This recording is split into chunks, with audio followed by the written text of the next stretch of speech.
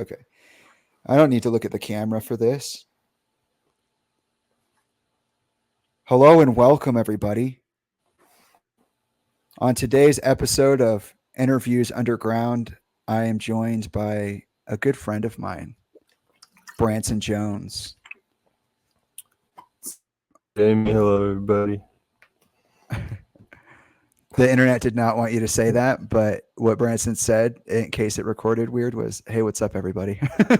Like, I don't know what happened. Uh, Did I say freeze it when one I more said time. that? I said, "What's up, Jamie?" and "Hello everybody." There you go. Yeah, just for funsies, because it totally cut you off right there. Um, Branson and I have a very interesting relationship that has had many, I would say, unexpected twists and turns. And um, over a process of years, I went from being a freelance music video producer and director to being a creative partner uh, with a focus on music and mixed media arts. Branson is currently acting as a producer of mine, and also we are in a group called Pyramidion, which is never and always happening. I feel like a couple of Yeah, times now I've been like, "Hey, we're in a band. Hey, we're not in a band anymore. Hey, we're in a band. Hey, we're not in a band anymore." And now it's just like in my mind, I'm like, "No, we're in a band." It's just like the words will come when they come. You know what I mean? And exactly.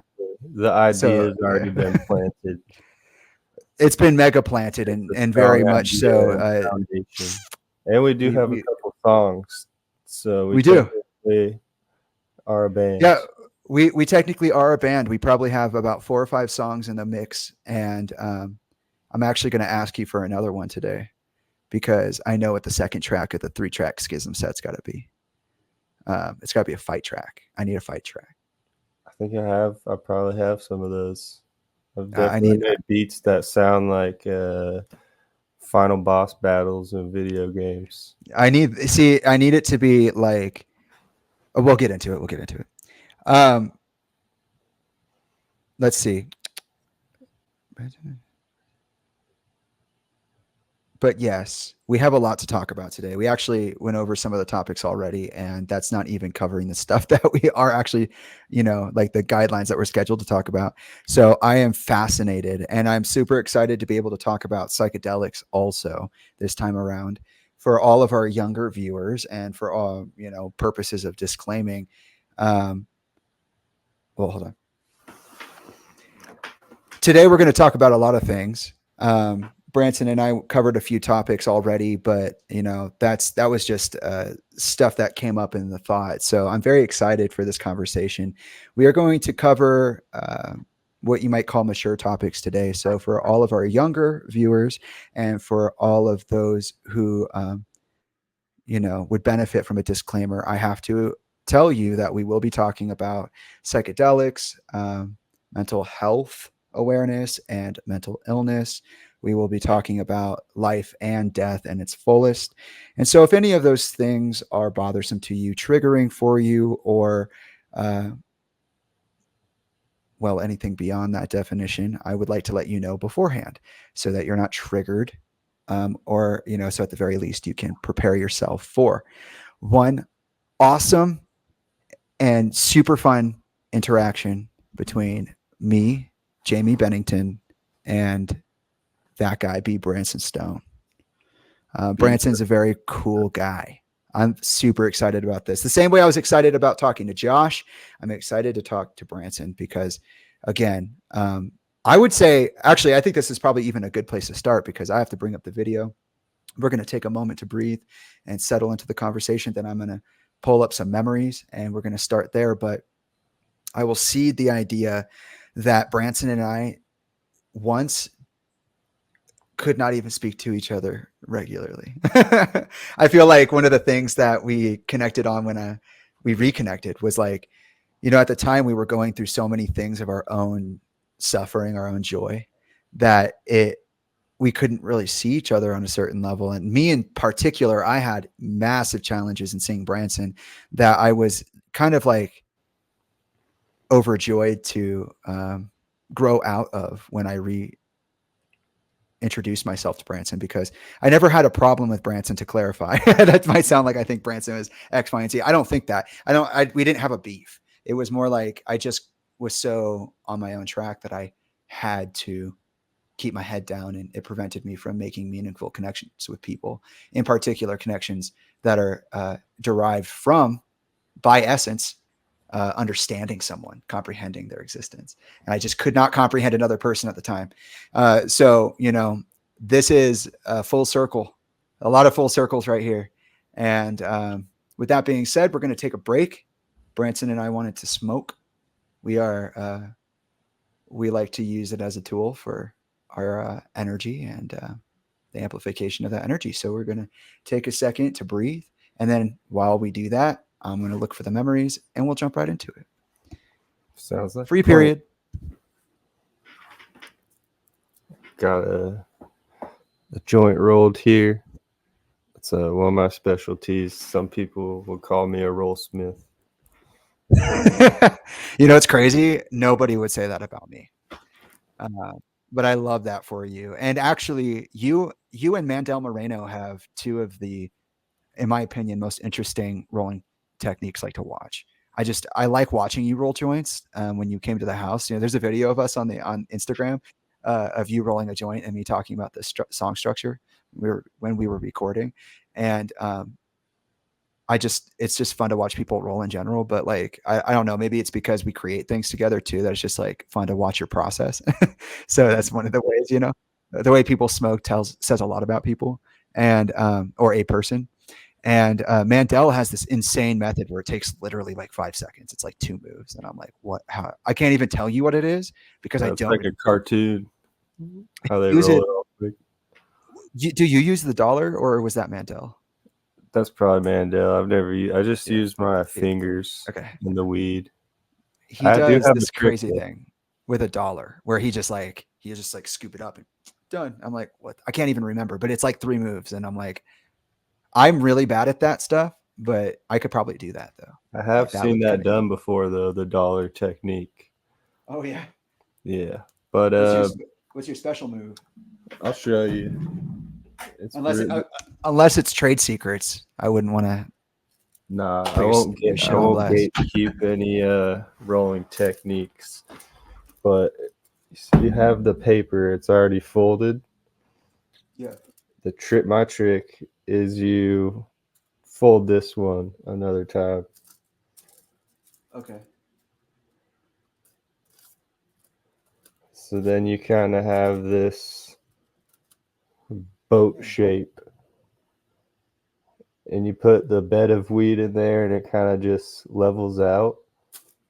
And with these thin rolling papers, you just kind of tuck your thumbs in like that. It'd be easier if I had more weed to show you, but yeah, the paper just wraps around the weed and you roll the weed into a circle shape, and then it sticks together. So then the thin paper just wraps around it pretty easily, and then you just fold it over.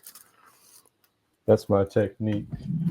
I like that. It kind of reminds me of like I didn't think of it like that, but when I went to say it, it came out. The results.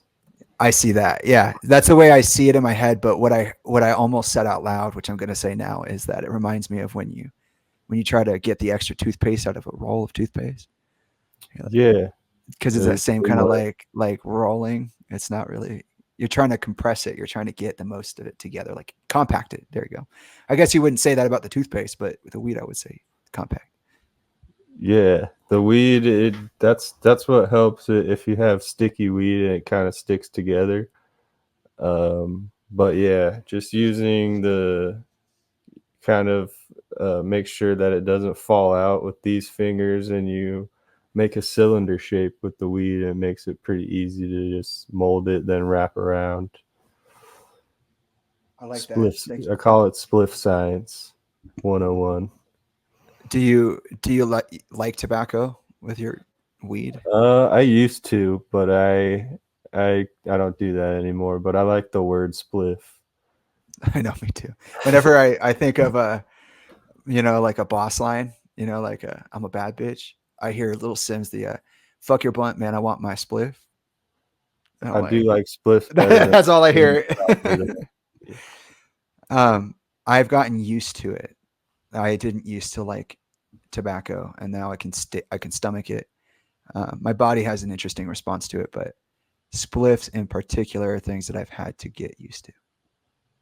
But I enjoy it. It's an interesting combination of experiences. Like the tobacco is so what some people might call grounding, and then the marijuana is so elevating. It's like two different. It's like, oh, nesting. This one's tough. Yeah, no, that is true. But yeah, because I used to like roll tobacco, but I think that's really harsh. But yeah, Yeah, that's nicotine's that's a high concentrate. a bad addiction, and vaping. I didn't like vaping, so I quit that. But I switched to the Zyn pouches. But before that, I would roll spliffs, and I think those are a little bit more mellow because the weed smooths out the tobacco. But yeah, I've cut out smoking tobacco or nicotine and just stick to the flower. Siete, that's funny. That was the original name of the beat. Look, you're skating off, bro. What the fuck? Doing That's tricks. cool, dude. I How want to cool is skate that? that half pipe again. There's River setting it up with Dane in the back. They're putting a fog machine in there. I remember that was such a great memory. That place was cool as fuck. Yeah, that was really cool. Um, Siete. Painted Yeah. Okay, Tiger I found it. Studios. That's what the place was called. Oh my god, that is a tiger connection. Yep. Tigers are big for me. Real Tiger big. Lines. Yeah, that's beautiful. What That are is what it are was the, called I was gonna say, what is the significance of tigers to you? to me. Let me meditate on that. I'll come back to you. All Let's right. let's let's light up. Yeah. When Branson and I were together last, we smoked a lot because we never actually gotten the chance to smoke together because when I met Branson, I didn't smoke. Like I just didn't do stuff like that. I was very afraid of addiction because all my parents made it sound a certain way. And now that I know more about like using substance and like sense stimming, I feel like I was misled. I feel like some other things were going on. Um, and the fact that Chester liked smoking weed is like my favorite fun fact of all time. Like now that I use it for myself, I'm like, yeah, I understand. But Branson and I do you remember when we were going back into the studio for like the last songwriting session? Remember that moment we were like, okay, we want to do certain things, but there's only so much time, so we're gonna like Yeah. spend X amount of time on each one.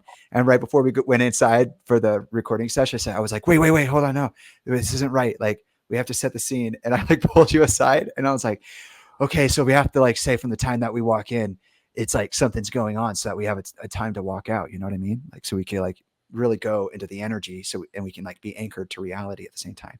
So like we have to come out, but when we go in, we could go in. And so I pulled you aside. I was like, Branson, it's like, imagine you're dead right now. And like, and that we're dead until we come back out. And it gave you this whole context of like these like symbolic connections. I was like, and you were adding to it. We were just like making believe as hard as possible and like setting all these boundaries. And then we went in and I don't think we made much of anything after that, but we like polished some of the stuff we were working on. And I think that's when we did the flow state. There I was can't one that remember was what I'm like talking 10 minutes about. long. Yeah. And Yeah. there was that one. That one is a little bit more structured. The forgetting, remembering one. Wait, we And might want to play that too. I think that'd be cool to play the track if you have it. That would be I nice. think, yeah, I think I do. Think I sent you like a rough one, so it's probably somewhere. But Uh, sorry, continue. I just thought it would be cool to play that. I want to hear it now. yeah, no, we should. I'm not sure if I can play GarageBand while streaming. It might cause a feedback in my microphone, but I But you did can. send it to me. I think I got it on my phone, so I could play it on Yeah. like a separate speaker, or I think I Okay, might have sent you one. But you did. yeah, that one was a little bit more structured and like is gonna be easier to edit. And then we did a 10-minute one where we kind of just threw a bunch of sounds like Yeah. nature sounds, bells, Sweet Child of Mine riffs, and You had a uh, really cool guitar riff in that one. I was like, that's there gonna be was, something. yeah. I bounced between Yeah. like some original stuff and then like riffs I just know, but there is some cool stuff in there.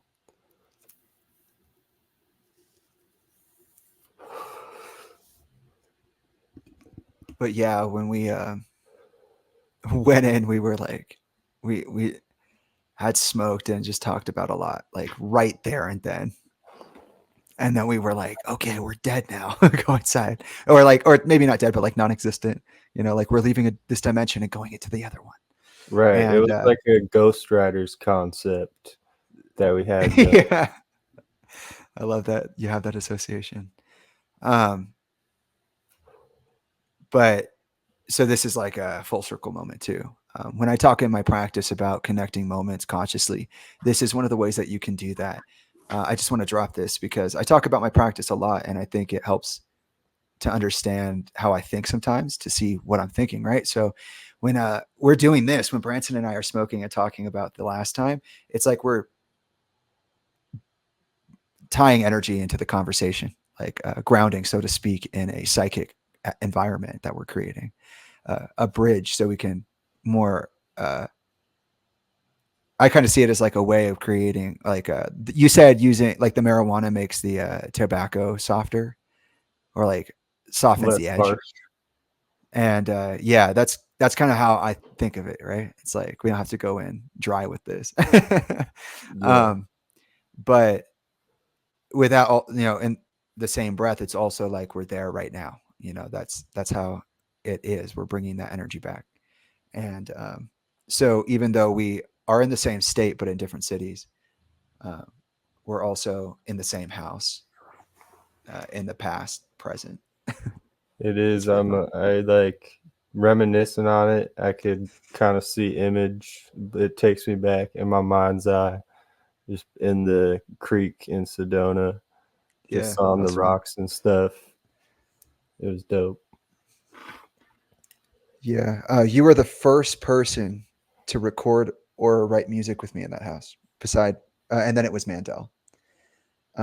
Other than like Glimpse, and I'm not going to say that that's they don't count, like they're not on that list. I would say that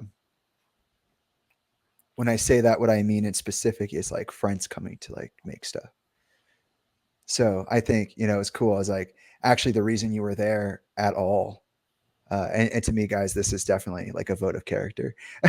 He was like, I told him, I was like, yeah, I wanted to write. I'm writing music while I'm here, which I did, and I will be sharing with you guys in the future because it's part of the process. But um, I was like, nobody's ever recorded with me. Like, I'm sad. Like, I've been here for almost 7 years and nobody's tried to record with me. I read you the lyrics the other day. Um, I had people like Yeah. living in my house off my goodwill mentality, and like they were all artists, and like they'd be writing their own raps or like their own freestyles, if you will, because it really they were taking their freestyles and cementing them in writing, and then they were like just doing it on their own. And it was like, why is this happening? I'd be sitting in there like cranking out some really cool stuff. And so one of the joys of the suffering that we both endured and intersected um, via at different points in time, like we, you ended up being someone that I could like call and be like, hey, like years after the fact, like, hey, I need someone to hang out with, and I'm really sad because like I really wanted to do this thing, and like I don't have friends who do that. And you were like, no, it would be like my honor to do something like that. And then you actually did it. Like for a second there, before you showed up, I was certain there was going to be a reason that you didn't, you know. But Yeah. you actually did show up, and it was really fun. And so bringing that energy to this conversation, I think, is really important. Yeah. Yeah. And like with that, it's I wanted to stick to my word and be able to capture that moment. And yeah, it is an honor that we got to make music there, um, while the timing was right, and three pretty solid songs came out of it. The 10th one might end up being two songs. Yeah. I think a lot of them might end up being two songs. Yeah, that too. Yeah. Or You- even more fun, there'll be one song with like 6 songs in it. That'd be awesome. I'm trying to wrap my head around that, but it's possible. Yeah. We could call them like we could do like repetitions to other songs, but we could call it a bridge. You know what I mean? So it's like having as diverse a pool of like ideas to pull from, which is, oh yeah, that's something we talked about too in terms of the archive that I've created for myself. Um, I talked to you about making like a sound archive, like an ad libs Oh archive, yeah, just a like sound. making like a bank of just like sound effects and stuff that could be used in like making community projects. Like I could go make a documentary about something because it's fun, and then use the sound effects or create ones in the process, dump them in this bank that we have, and then it could be public access. And I thought that'd be so fucking cool. And then people can make similar art in their own style and use the sounds or do something totally new with them. And we're kind of doing that also with the way that we write music. Like, but that's also kind of the way I work. Like I just have like a bunch of random ideas and then I'll just record them and send them over or stitch them together somehow, and then move on. I probably won't touch it again for a couple of weeks, which is why I was like, Branson and I are in a band, but then we're not, and then we are, and then we're not. It's like the thing that we're working on is like a literal embodiment of the passing of time. So it's like the time has to happen in order for it to happen because it's made Yeah, up of the sounds and colors of that happening. Um, I but can yeah. relate to that. Just a lot of uh, voice memos and demos of stuff that I'll I'll put down and then kind of step away from, but all of them, uh, or whatever songs I end up, whatever ones I end up going back to, um, end up being like some of my best songs. So I definitely have a lot of those, but they kind of, I struggle with procrastinating or kind of keeping track of all the different ideas, especially when I'm starting to mix and just get stuff ready to drop myself. But it does come around with the right timing, and yeah, I have the next few ready to drop, and it kind of just formed an album that's there, and it's just about dropping the pieces and getting it all together. But I'm making progress.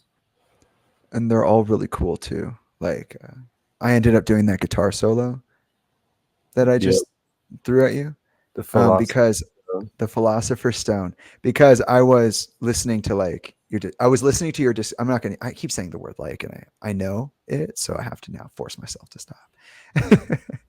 um, get back on track. You got this. One of the ways I got to know you was by catching up on your music and also learning it for the first time. I came to your life at a time when you were producing what was it, your fourth, what's the cost of a dream, your fourth album? Undefined, definite, loose Loose change. Change. Yep, fourth album. Yeah, so you were 4 albums deep into this process when I met you.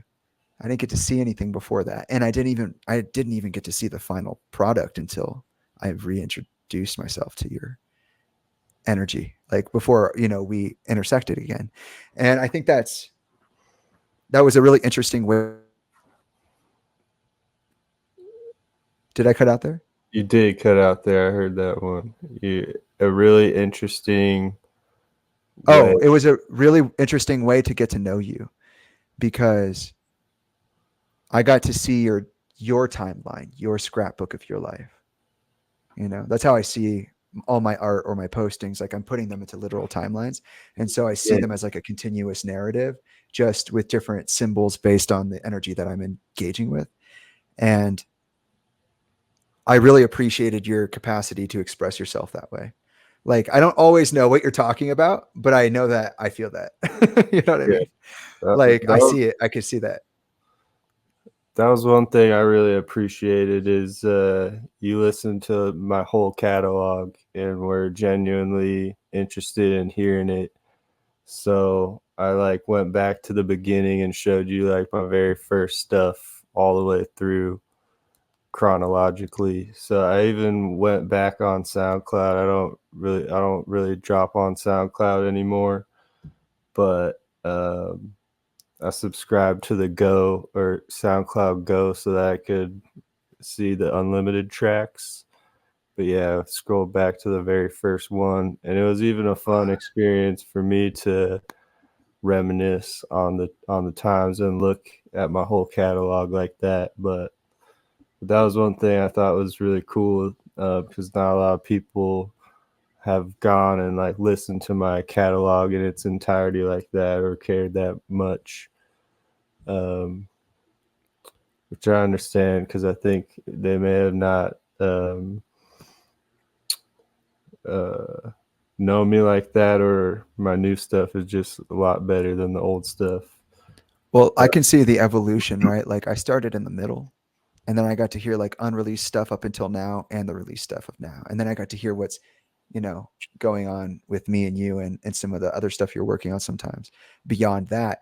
And so like, but then, I listened to like, like for example, 2018 to like 2021. And then I jumped back to like 2010 or whatever it was, like way back in the day. And then it would be like, whoa, that's crazy. Cause like here, it's not a style, you're just, it's coming from the heart. But over here, you've refined it over years and chosen that as something that you're trying to do. So I started at that point and then went and saw that point. It was like I saw it in reverse. And then I went back to the present and then I work with you. And then it's like a Yeah, really interesting way to get to know someone that you don't know, because you even had conversation with me about changing your tone and like how you became like, because basically the last thing you did was like a rap rock, but like really it was like a Branson doing Black Keys yeah, album. was kind of like And but it wasn't, but like you were doing almost like trap stuff before, where you were almost like, I could almost see you just like in the club like yeah, like I'm a fucking G, bro, like just going crazy. And yeah, you had thoughts on not that, but like your perception of your image and how you became aware of it at a certain point in your journey, and then you decided to change that. And and that's also one of the reasons I got to know you that way, is because when we met each other, we were at the point where we were like, no, we really know what it means to have like good friends and like to also need to like make certain shit. And when you have those two things dialed in, like I think we were just ready to do that. So like, because we came back into contact in a really strange way, and we haven't taken the break yet. I realize that. So yeah, we're about to take that break and just like breathe through it, and then we'll get into the rest. Um, but this is really good pretext. um, this is how we got to know each other. We're just two people who just want friends who are taking the actual time and effort that's needed to do that, um, or putting in that effort. And this is the reason that we are able to have this conversation right now. Like that's the energy we wrote in on. It's fucking sick. yeah. No, Um, it's already really cool. The whole conversation. YouTube just suggested a song to me. There we go. Oh, it's down here. I forgot. I hate that. This just came up. Can you guys Where read or that? when? Who's the artist on that? I'm gonna not say it right, but it's Lafe. I think that's how you say it. Lache. They're like right now. I don't know if this is their thing forever, but they do this like 60s imitation thing, like a neo 60s style. It's cool. I'm a big fan of like Nat King Cole and things like that. So I enjoy hearing the sound today as like a modern artist. I enjoy hearing that art style being like postmodernized. And I saw the song already, but I guess they thought it was a good time to suggest it. So there you go. That's for all of you, including Branson. I'll definitely check that one out. Pull my own plug out. Okay. So yeah, that's the energy we wrote in on. Just like two dudes trying to be friends, and that's literally it. And but like I feel like taking someone seriously changes when as you get older. You know, you're literally doing your thing. Like you're not a kid. Like, oh, one day I want to be. It's like, no, wait, we're young, but we're adults, and we're actually doing the thing. Right. And another thing I forgot to mention is you sent me all your demos, which were a lot of those picture pieces and stuff. And yeah, before when we worked on the video and stuff, I wasn't aware of your musical talent as well. But I want to see what I. But yeah, then when we linked it up again and I heard your stuff, I saw the potential in you as well, and like the potential in a band and what we could do. Yeah. And also as like a up and coming producer myself, it was cool to work with you and help you develop as an artist by like coming and recording the songs and making the beats on the spot. I feel like I stepped a bit more into my producer role, which is really cool. Yeah. I love that. I'm looking real quick. Let's see. I think that's a good stopping point. Let's take the break. Let's Okay. talk a little more. I had an idea to look at the music that I was writing around the time that I met you and what you would have been around for if I had chosen to show it to you like that. Because I didn't. I like when I say I couldn't hold space to like know another person, I mean like I gave myself no chance to know this person because I didn't want to. I wanted to share my stuff, but like I also didn't because I was like fed up or like focused or whatever, you know. And not with Branson, just with life, you know. There's a lot of things to be about, you know. And I think at the time I met Branson, I was so focused on certain elements of my being, like stuff that takes like real energy to manifest. And I was kind of like, you know, um, if you're not in the focus, then like I could burn you on accident. And I feel like at the time I just could not. I would want to know you and feel like you were such a phony at the same time, just because of who I'd met, you know, and the things Right. I'd experienced. And so I just knew I couldn't hold you to that standard. And then I just wasn't, that's where it stopped, you know, but then we got back into alignment, and I'm curious to see how you feel that happened this far along down the line, you know, like retrospective, like when you're looking in hindsight, what do you see still? But I'm looking at the music. We're going to take the break. And when I collect my thoughts, or, you know, when you no, yeah, let me collect my thoughts, and then I'll know where to go. All right, I'm gonna go. I gotta take another pee break, and then when I get back, I'll toke up again and collect my thoughts.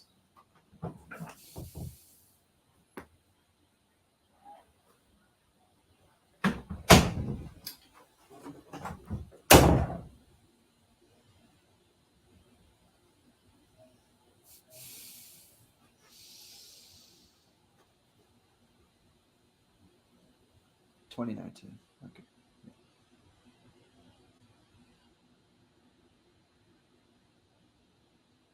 Wow.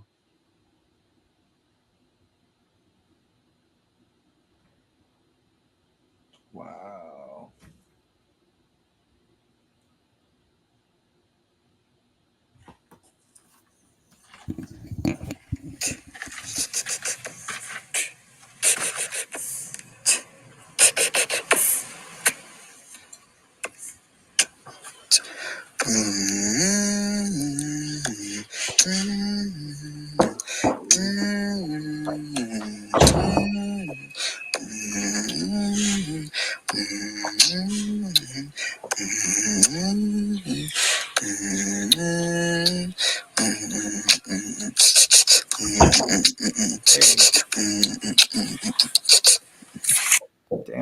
Some tychos behind that.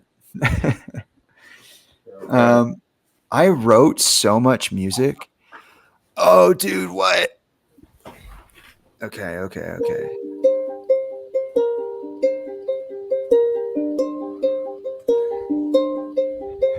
Oh yeah. Hey, I remember what I was thinking about. That's the remembering one. That's my go-to ukulele riff. That's actually like a magical moment right there, because the whole track, me freestyling over that, is literally going like, I don't remember what I was talking about. I'm trying to remember what I'm talking about. And I remember just now when you played that without any context, I was remembering what I was just trying to say just now. Oh, that's crazy. It's like a mental Portals. moment. It's yeah. That's a portal, guys. That's what mental crazy. projection looks like. Yeah, that's. I figured out that on peyote, if you walk around enough times in a circle, you can open up a portal. That's sick. Oh, you have like enough of a tracer or what? No, that's just what it felt like. It felt like I was creating a vortex. Well, I mean, like, do you think the vortex was created by the inertial gravitation of your movements? Like the line that you were casting created like an internal boundary, and like the more of a magnitude, like a repetition you put on it, the more focus you could concentrate, the more like that energy just centered there. Because like peyote opens you up to those spaces, right? So like it does, dude. It felt like I was more aware and conscious of the unseen energy and like the fractals of nature and how everything is connected and how energy moves and stuff.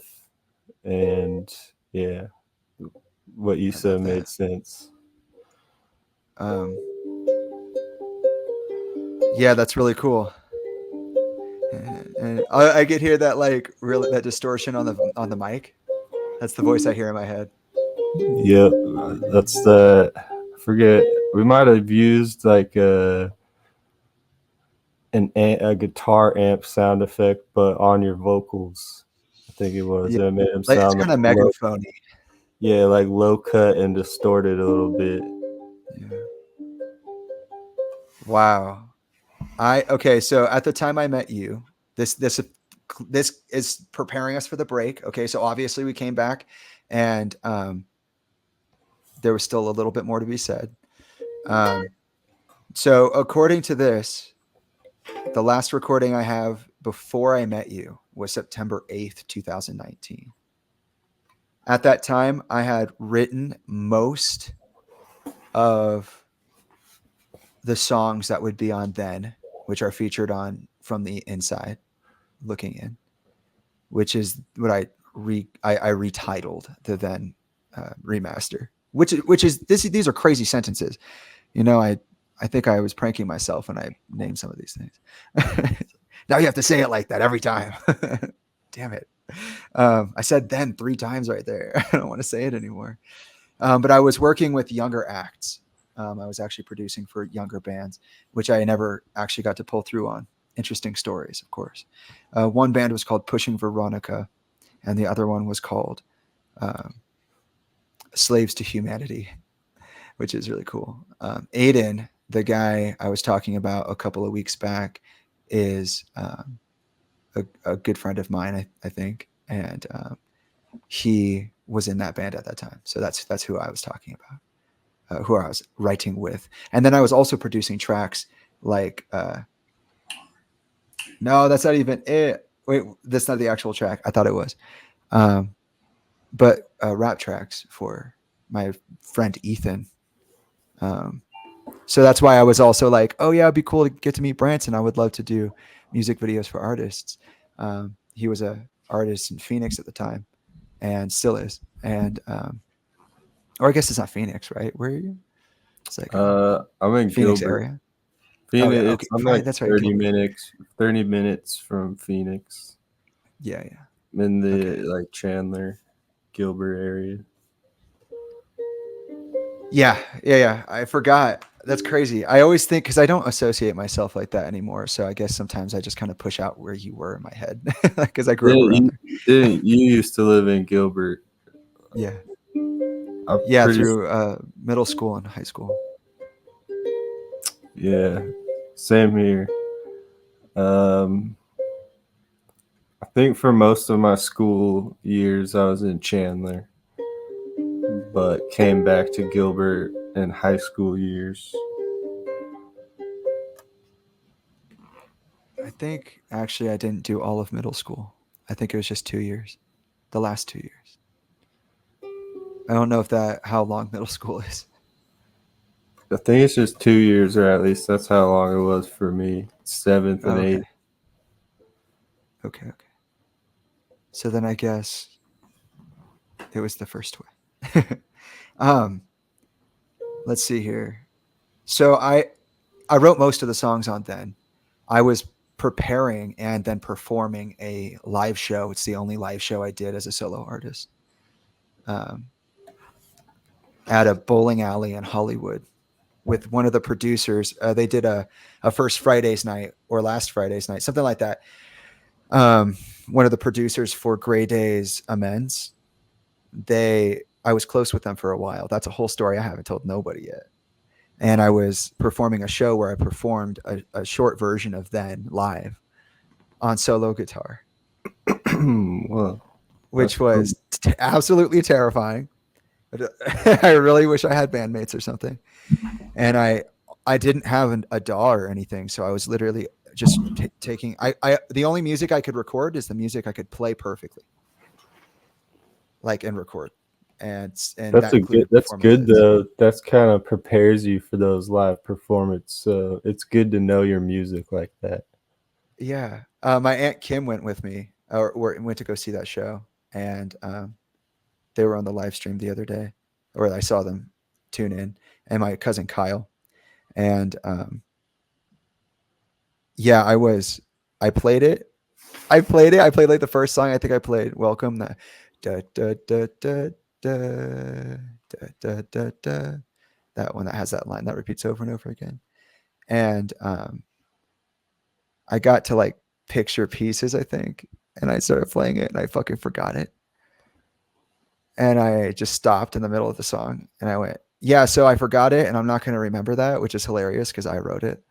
But yeah, we're not doing that. And then I went to the next one, and I like it was super abstract. Like honestly, it probably was better described as like a interpretive jazz piece.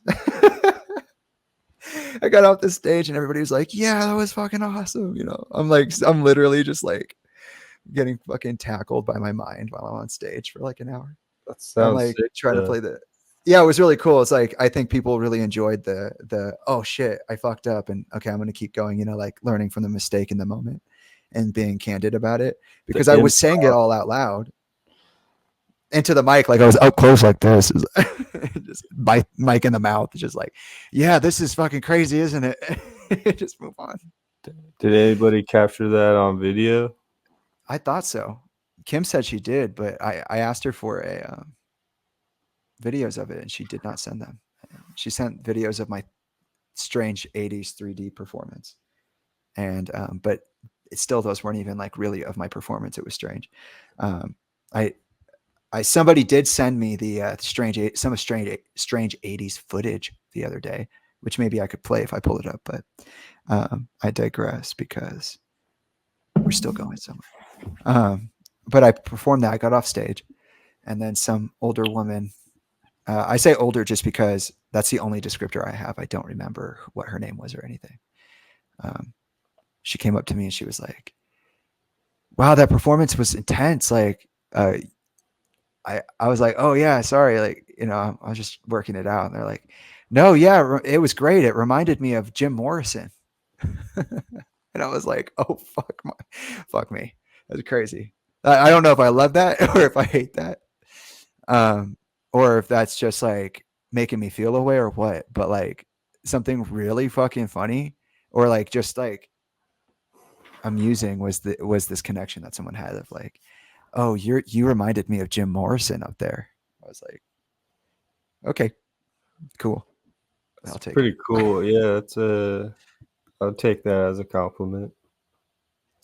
um, but yeah, that's a whole thing. That's a whole cluster of memories right there. But I had written a lot of those. I wrote some stuff. I was writing material. I have a lore breakdown. I have a Bible breakdown of one of my projects. I think it might have been Talis Falhije at the time, which is my horror script I talked about the other day, called Multiverse and the World Conscious.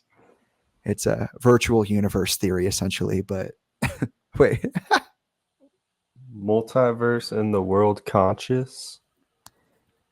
that's so funny that happened. It's going to keep happening when I talk about stuff like this. Whenever we complete circles, whenever we like upgrade a little bit, That's this the portal disconnection is going opening to up, happen. dude. That's what happened. That You yeah, can freeze. next chapter.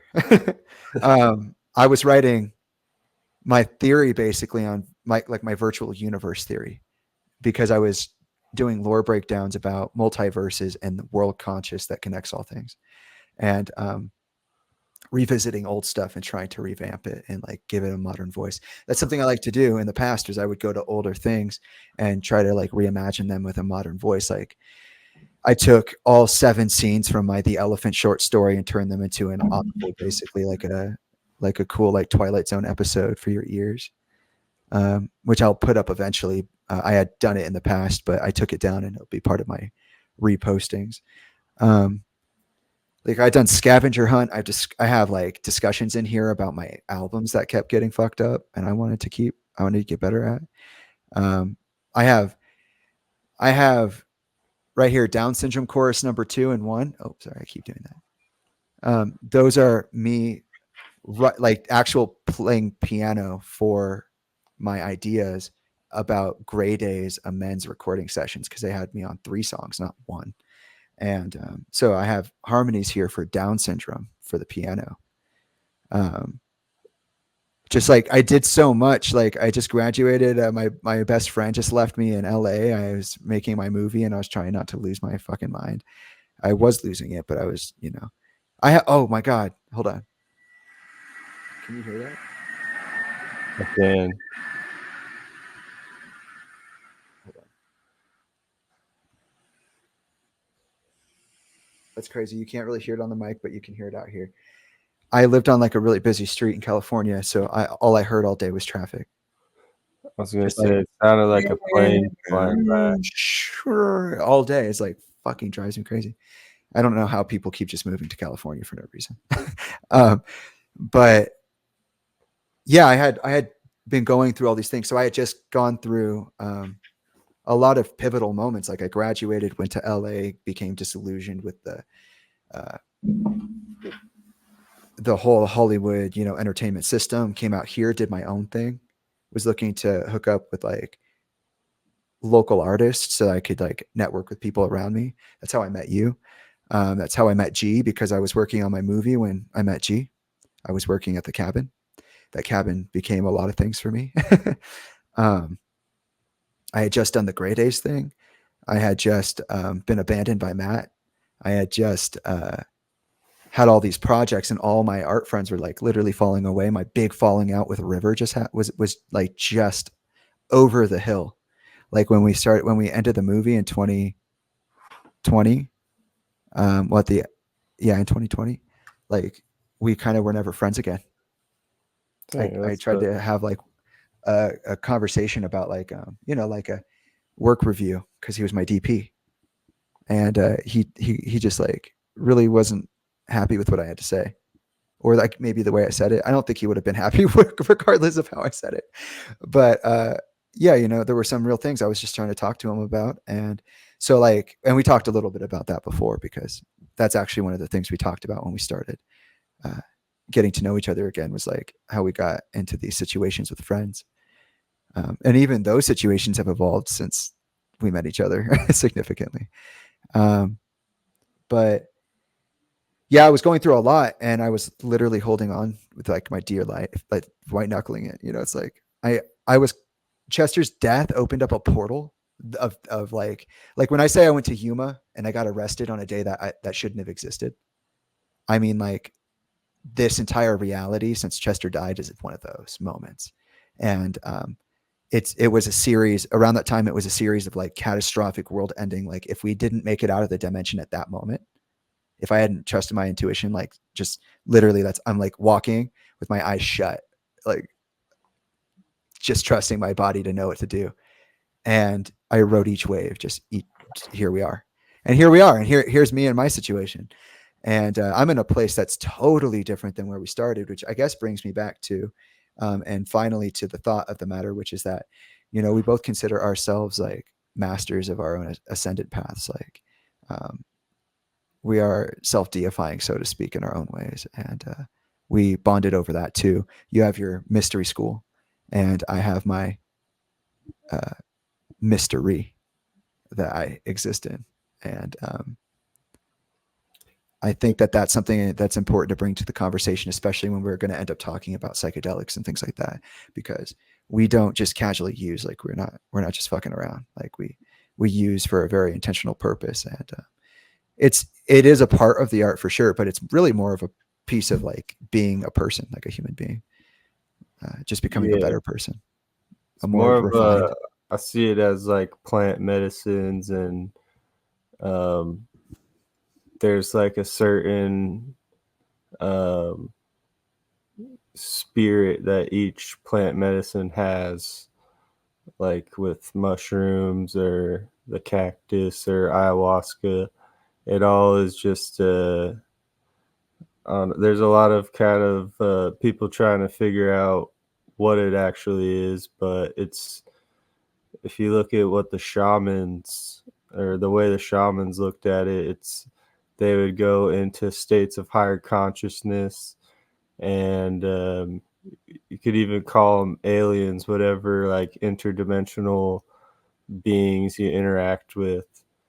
um, and then it's like a glimpse into that divinity, and then the shamans bring back that knowledge. And I feel like mushrooms are like one of the oldest things that have been found on the earth. So the ancient people, I feel like, have been extracting wisdom from mushrooms um, for like, I'm not going to put a number, but thousands of years, um, more than that. But I think that kind of has a foundation in which like the ideas of religion came from too, of just because I think shamanism and animism are like the oldest religions. I think it's really interesting to think about what religion means when you're talking about consciousness and manifestation the way that we do. More so on my side because I'm talking about my perspective, but we have had conversations about these things before. That I feel we are on the same page about certain things. Um, but with that being said, um, with Branson, I started off in a really weird place, and a place that is the opposite of where we are right now, in the way that I felt and the way that I existed. And now we're going to hear from Branson about their side of it. And we're following a kind of guideline here. We are following a guideline that is a coin with two faces. One, I want to showcase who Branson is. Two, I want to talk about our relationship. And, you know, I want to speak with the person that's talking about me to me. Um, because everybody in my life, or everything that I resonate with, in my opinion, is an extension of me. So, it is like talking to Branson's like talking to me. It's really interesting. Um, and I want to preface all of this because, I think it would be really cool to hear the difference in perspective from Branson. Like we're right now, we're kind of talking about how our relationship is, where it kind of started, and what my perspective on that was, so that we can get your perspective on it. And then we can move into the other topics, however they flow out of that. And the words are tough.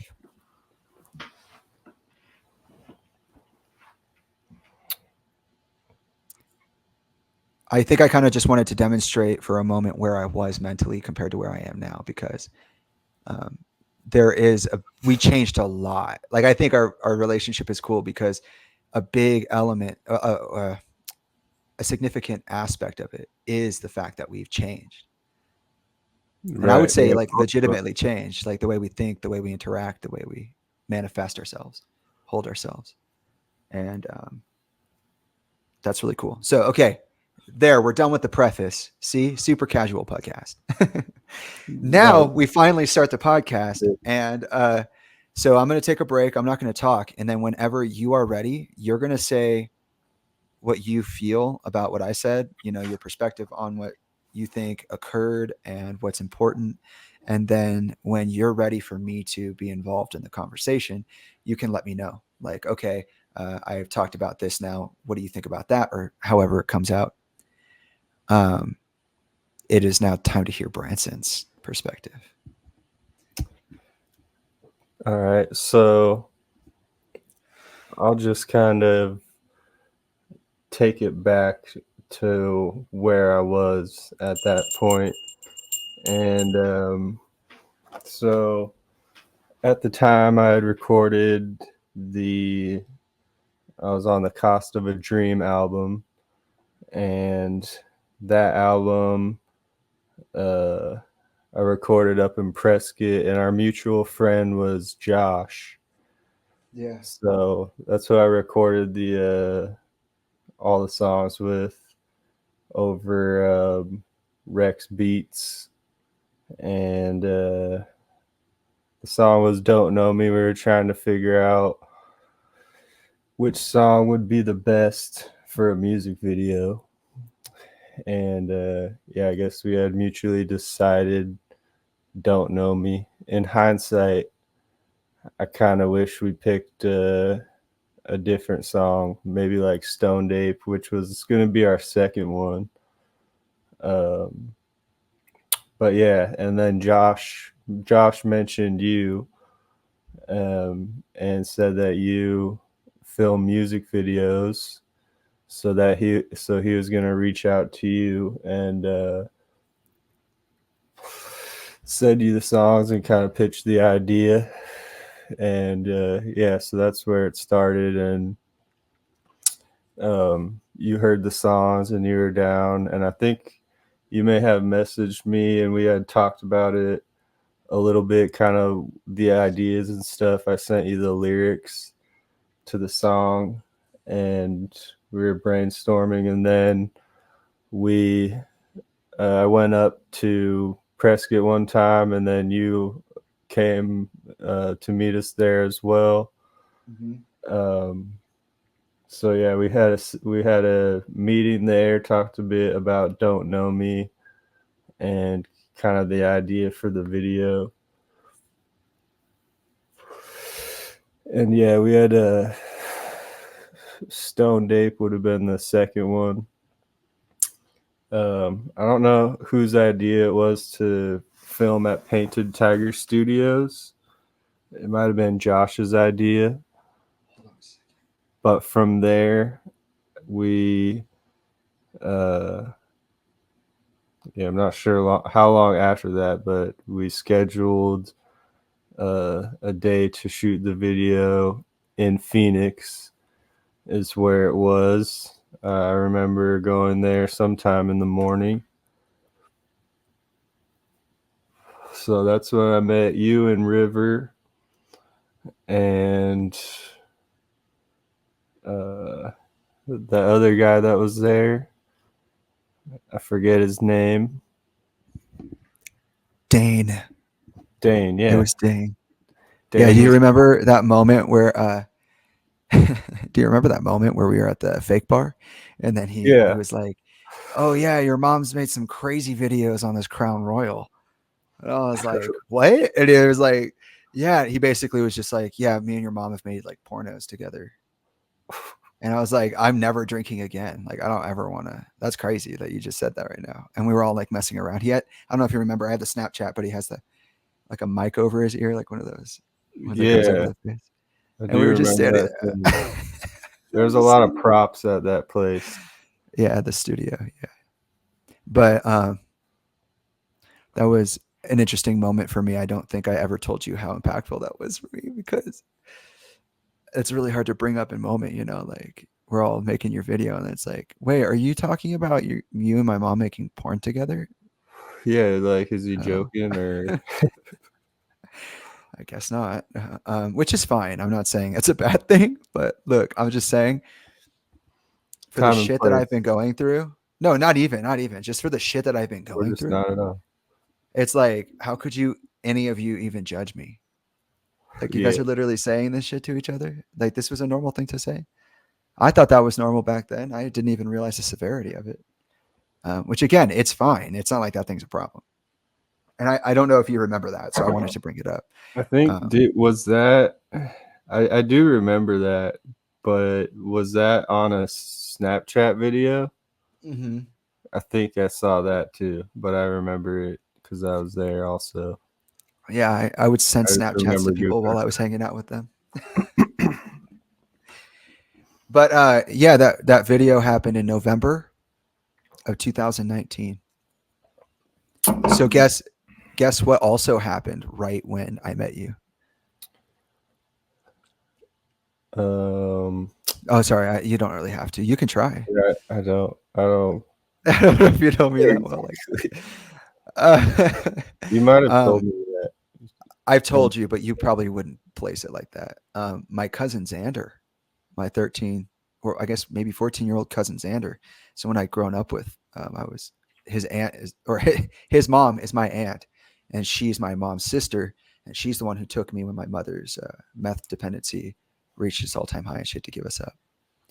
It was like putting us in danger, and so I was there when she was pregnant, when she had him, and then when I left the house, I was like, oh, this is a bad situation. Like, you guys really need to pay attention to this. And everybody would just kind of tell me I was crazy, or that it was a phase, or like to move on or whatever. And then right after I met G, so I just met G, and then I met you. Um, I got a call that he had died by suicide. He had shot himself twice in the face, which is insane. Twice? That's crazy. I'm sorry to And hear it. so like that was like right before I met you. So I Yeah, don't even think you knew that. And I was so stoic at that point. Like I was literally like, okay, what's not gonna keep me alive? You know what I mean? And finding a way to be more alive, but I needed to kind of like specialize even harder than I was specializing to survive that environment. And so when I met you, I was like also processing a very real death. And if it wasn't at that moment, then regardless, I forgot this. But in October, Elka had my biological mother had revealed to G, after meeting Bella at the cabin for the first time, that my history that I had been telling people about me, between me and my dad, was actually a fabrication that I was made to tell people, and then I was like gaslit into believing it. And then damn. she acted like it wasn't even a big deal. So she didn't even recognize it herself. And then when I brought it up later, she was just, she didn't really care. She doesn't really have the capacity for that kind of stuff. But when I met you, all of that was all going on at the same time. I forgot some of those things were going on, dude. Like, yeah. So wild. Well, I do remember you telling me something along the lines. I don't know if it was in as much detail, but that is really fucking terrible. I'm sorry to hear that. And yeah, I understand that for you to, not really what you were saying earlier, have the capacity to see me at that time. Yeah. So, Also, I saw myself in you, and I always wanted to uplift my fellow creative, but people didn't really treat it very well. Like the goodwill mentality lyric is very much so about like, I have only goodwill. So right. I only have goodwill. This goodwill mentality energy. It's all I have, but I've been bitterized by it because um, I think I was also just like feeling like, if I was friends with someone like you, there was a good chance that you would choose to not invest after a certain point. Like, I had so many people be there for like 5-6 years at that point. Totally new things for me. Like I hadn't had relationships that long, not even creative ones. So that was a new thing. Like River, I knew like 9 or 10 years before we had our big falling out. And it only happened after I actually created work for us to do together. You know what I mean? Yeah. And so I was just kind of like wary, I think, of uh, maybe I didn't sense the commitment. I couldn't sense the commitment. Like I literally could not empathize. Like I couldn't see that commitment in you at the time because I was like, I've been jaded by so many people who said they did, and I actually did. And Right. if you were, it would be awesome. But I got tired of wishing upon a fallen fucking star. You know what I mean? No, I feel Um, you. but back to you and your perspective, because that was that all spun out from the comment about Dane. But yeah, still continue. Right. I guess from my perspective, it was like more business rather than friendship type thing at that point. And I think our falling out, from my perspective, was at the time I was still am just an independent artist and like fund everything myself. So I took the entire bill of the music video, and I just was um the price was a lot to me for the music video, and that was my issue. And yeah, I was a bit stubborn and difficult about paying the whole thing, and so like we split it up into payments, and I'm writing that down. I paid you guys all eventually. But that was really it. It was just like a thing where that album, um the two friends I made it with, Josh and Rex, I thought we're all gonna kind of put money into this project to make it something, but it ended up just all coming out of my pocket. Even the promotion for the video, I put like an additional 1,000 into the uh, promotion and YouTube ads, and yeah, that was pretty much it. It was just like a big investment. Uh, I feel like, but for a project that I didn't like love, like that's probably my um yeah. I like it, but it's my least favorite of my projects. But that was my perspective on it. And yeah, after that is when I linked with Sean Chris, and we made Yellow Bricks, and that's when I kind of tapped more into rap rock shit and kind of developed more as an artist and got I can't wait to comfortable. talk about that. Yeah, got comfortable and became more true to myself in my, like how you're saying, the as I was first coming up, like trying to fit in with being like a rapper image. And with Yellow Bricks, I feel like I just let go of that and had a bit of a dissolving of the ego and coming more into an awareness. And that's what the Yellow Bricks process was about, is the lead state of awareness, and then going through stuff. Like I'd also gone through a breakup during the Cost of the Dream thing. So going to that, the loose change Cost of a Dream, to Yellow Bricks was like a metaphor of the lead into gold consciousness.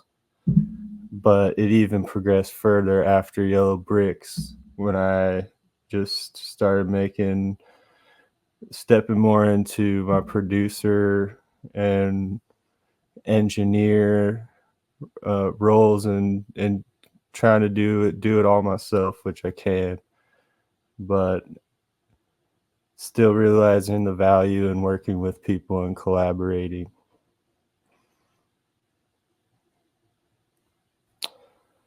But yeah, that's kind of that little timeline in a nutshell.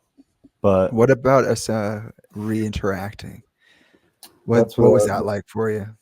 so that was Because I'm trying to trying to remember it. I can't really remember when it started. I'm trying to uh think of where I was at, because I just remember you had like added me on Snapchat or followed me on Instagram again.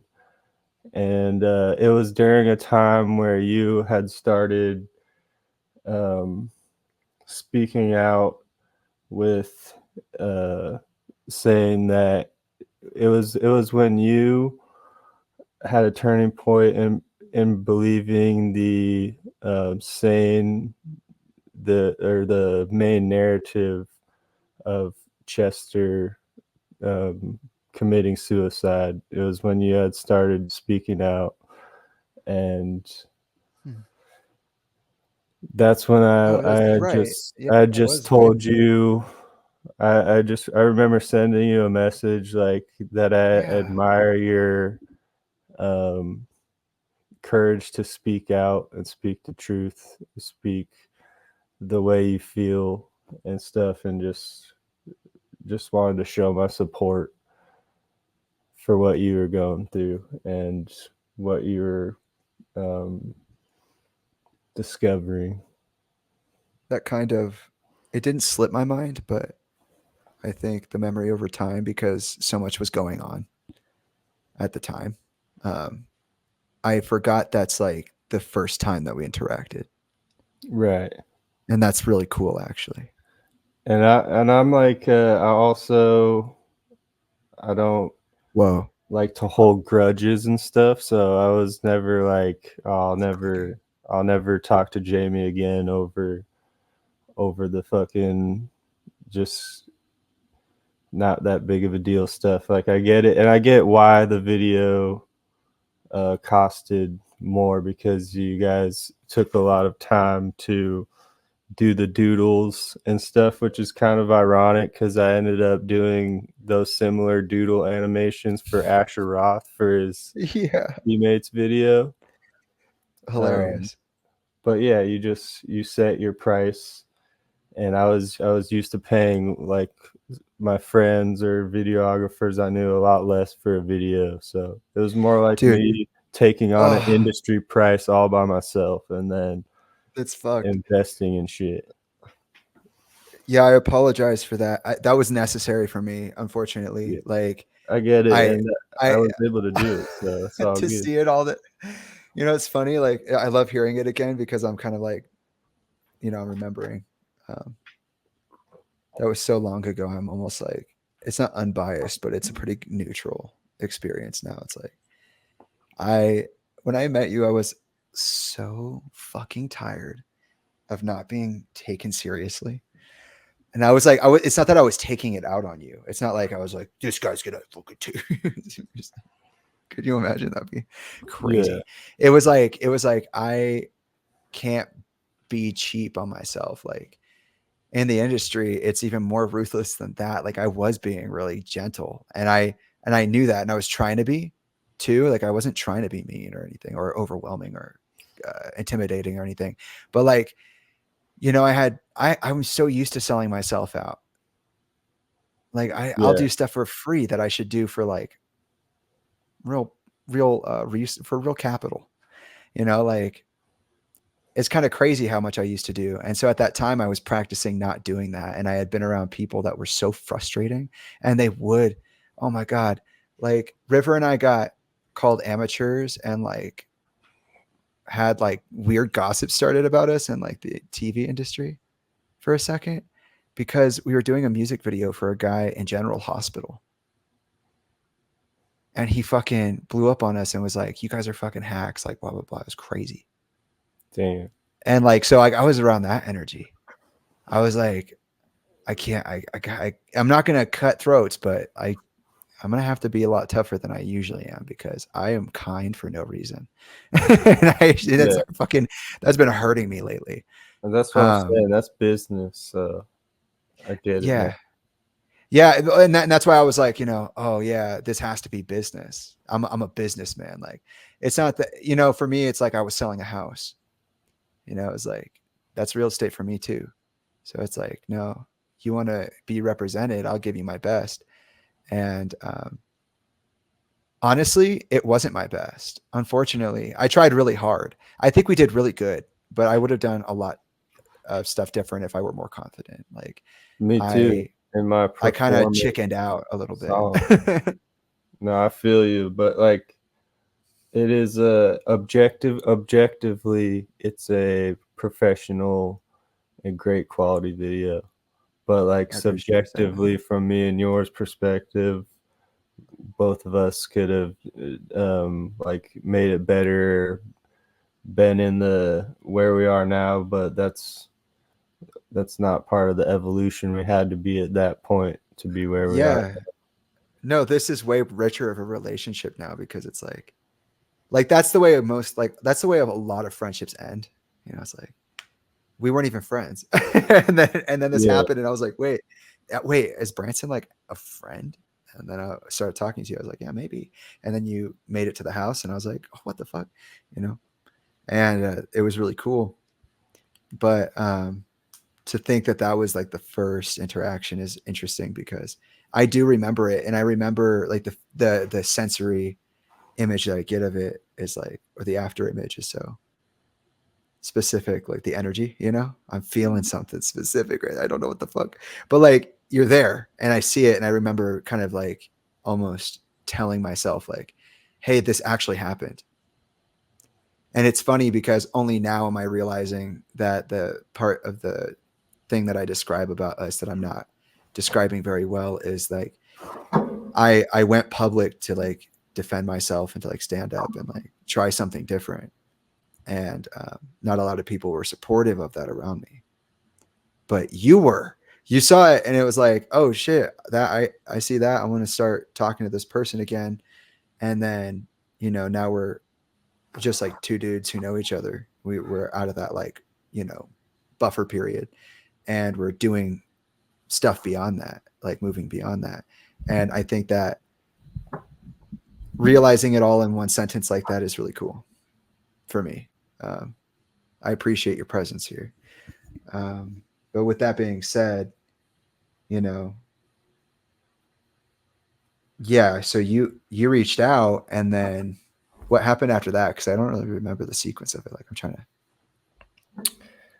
to I'm not at the part that I see as that period of time yet. Like there's something before it that I am not connected.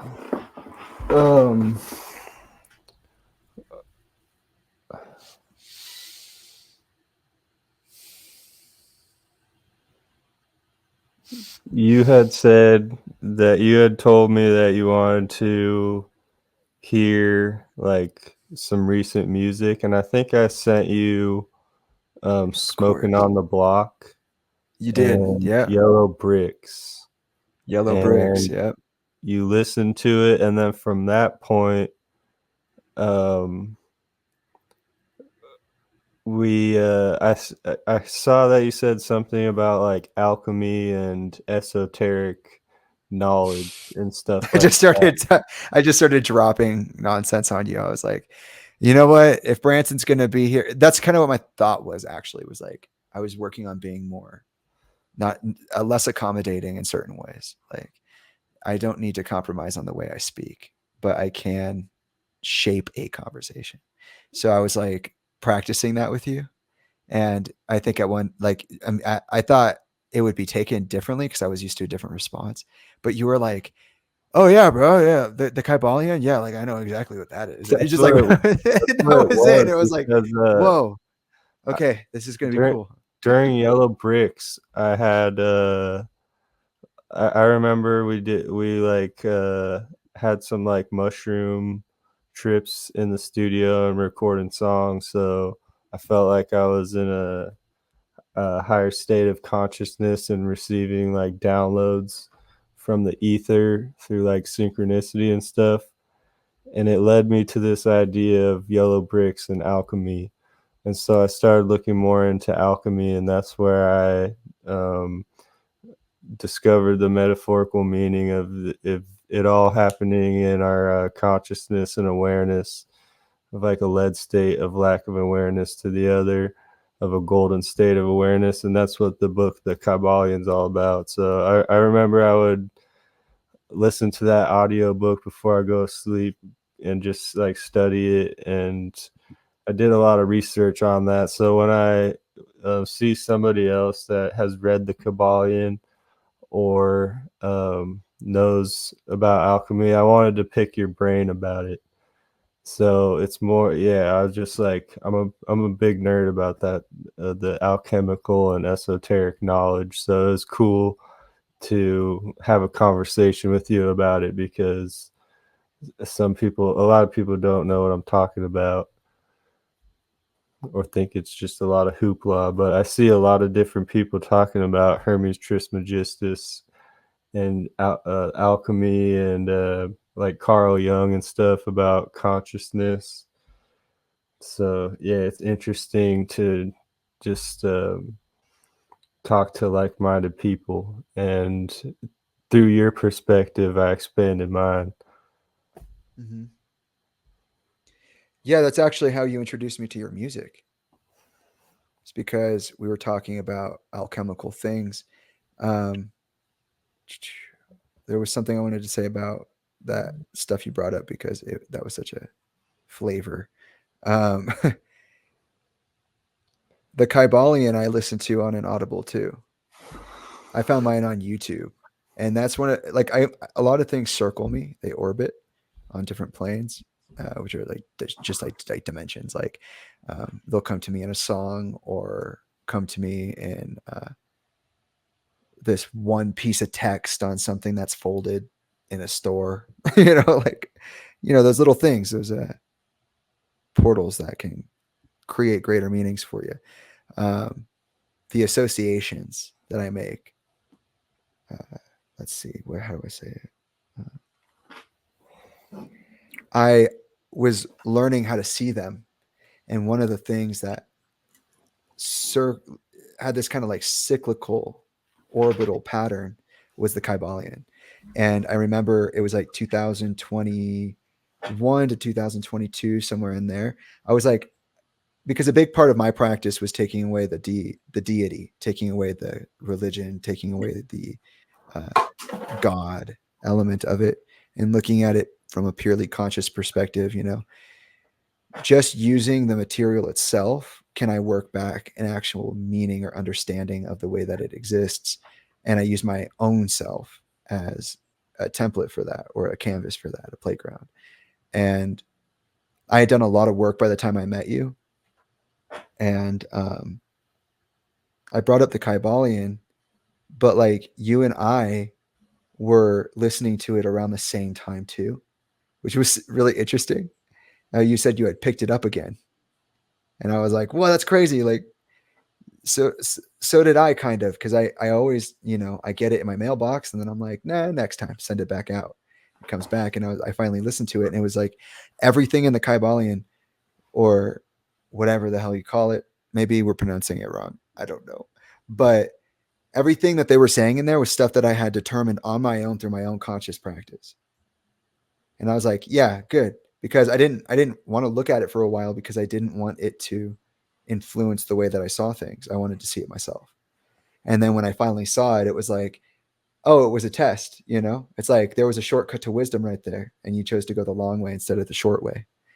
And because you trusted your intuition in doing that, you gained a lot of new experience, and therefore potential and ability and connection. And then very shortly after that, I met Yeshua. And shortly after that, I had those 4 people in my house. Shortly after that, I was back online, and um, now we're here, and there's this really cool. We always have such cool connections, and we started connecting over synchronicity, over the ways in which our stories overlapped and the energies that we experienced kind of permeated both spaces. Because we were like I was with my nephew helping to raise him, and we were listening to the Gorillas because that's what he likes. He's a little baby, so it's accessible music. They got some really good songs, I love and it. and then when I met you, you started talking about the Gorillas, and that was like a year after. You know what I mean? And there are really interesting connections like that where we just didn't know each other, but we were doing similar things. We were in similar dimensions with different energies, and that Yeah. was so cool. Um, and the way that you introduced me to your music was through these kinds of conversations, through these kinds of acknowledgments. We talked about Nate. We talked about a lot of things, and which is stuff I didn't know about you that actually would have made us probably really good friends at the time that we weren't, and chose to make it just like a business transaction. That's it. You know, Yeah. there was a lot of really interesting stuff. If you all remember, there was in one of my first live streams, B Stone came in, and then that was at the same time Yeshua came in. Two people I just mentioned, and one I'm just talking to, uh, or am now talking to you. There you go. Um, I said there was a big coincidence about Yeshua's birthday and Nate's birthday, which you brought up in the chat. And I was like, I can't talk about this now. This will have to be later. This is later. Oh So shit. like we have a lot of those really intense connections, and it's very cool to see them play out. And it's always fun to hear your perspective on things because uh, not only is it different from mine, but like the symbols overlap. Like uh, originally we were talking about the nature of tigers. We didn't even talk about that yet. So here we go. Um, Was the nature of, Yeshua's Oh, I'm yeah, go sorry. ahead. I was just No, go gonna ahead. ask, was Yeshua's birthday and Nate's birthday the same day? I believe so. I believe that checked out. Yeah. Oh wow, that's cool. That's How cool. crazy Okay, is that? go And ahead. I Go didn't ahead. even know because it was the first day of the Brown meditation. So it was in the first live stream, I think, that happened. Wow, I do remember Yeah. it was like at the end of the day on Nate's birthday where I popped into Yeah. your live stream. Which is so cool. And so this is what that is. And it's because we found each other at a time when Branson, was building his pathway to this perpetual enlightenment, this like lucidity over conscious experience.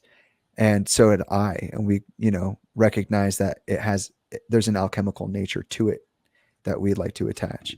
And Branson then told me about how his music was actually like based off of the alchemical process. But like you said, Branson, that it was uh, the structure of the music was kind of derived in hindsight for the most part. Like there was a point in your development where you were like, wait, that is what I'm doing. I didn't realize I was doing that.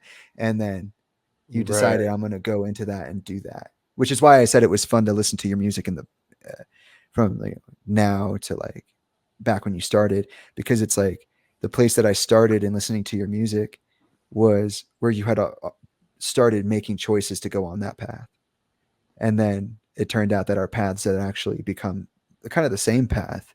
You do it a very different way than me, but that's because your process is yours. You kind of determined it in your through your own experience the same way I did. That's probably why we align so well. It's like we had the same process, different manifestations Yeah. for it. It's almost like in the moment it feels like a download of information or inspiration or like an idea that pops into your head and you don't really understand the meaning of it right away, but Mm-hmm. it becomes a song and then you listen to it later and then the words make way more sense to you now. It's like, oh, that's why that idea came to me. So that's like a Sure. form of synchronicity. But I was listening to this podcast recently that had this perspective on synchronicity, about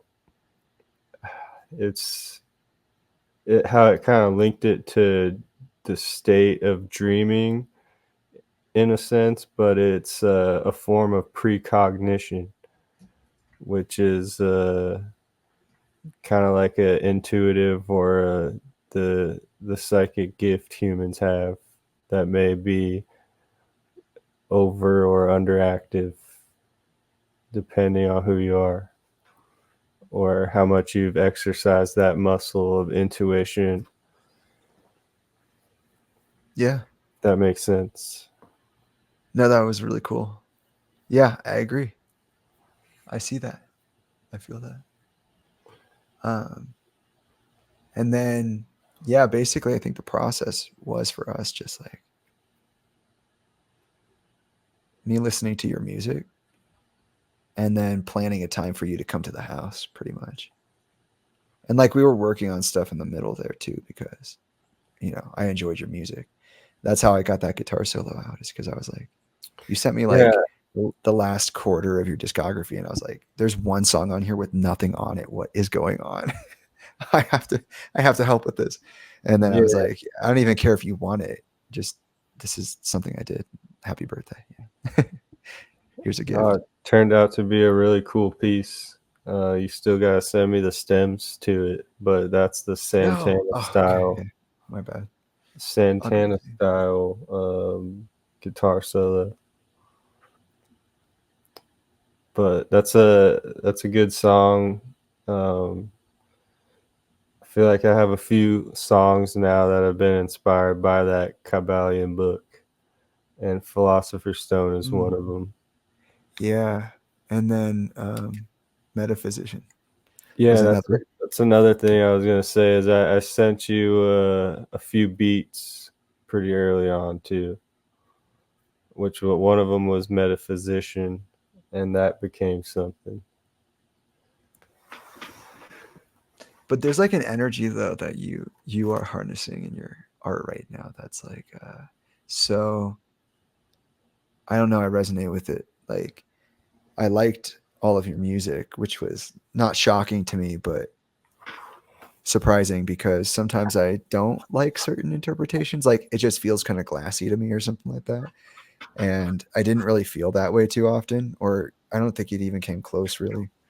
And you just had like so much music, and I was like, wait, why is like I feel like I heard like more unreleased stuff than like the released stuff.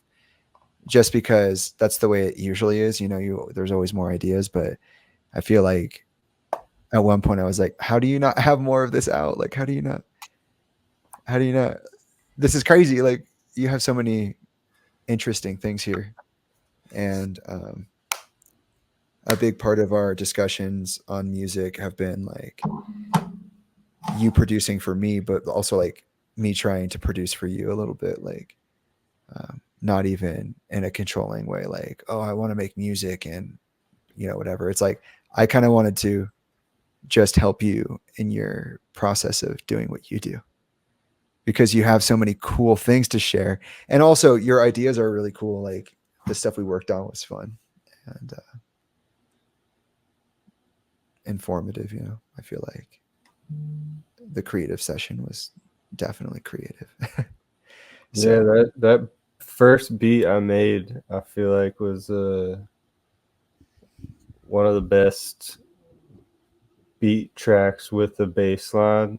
Like that bass line came really naturally and it sounded dope off the bat. And sometimes I'll struggle with the bass line. Like on the second one we made, I didn't like that bass line as much, but the first one yeah. was just was sick, and that was the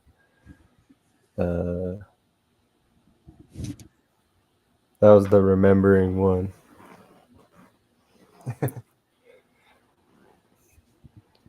um I need to grab another water. did I would say Oh, just grabbing a water over here.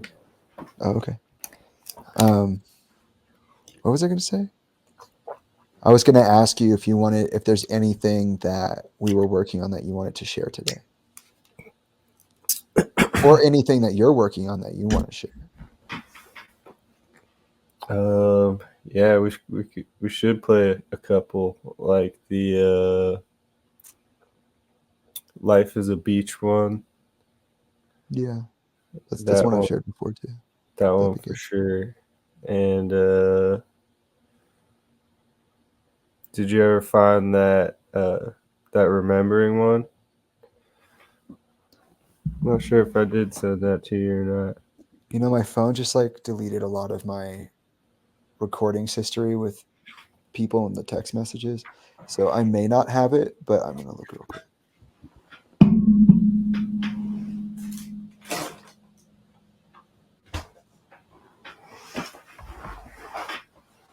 Oh, yeah, what is time?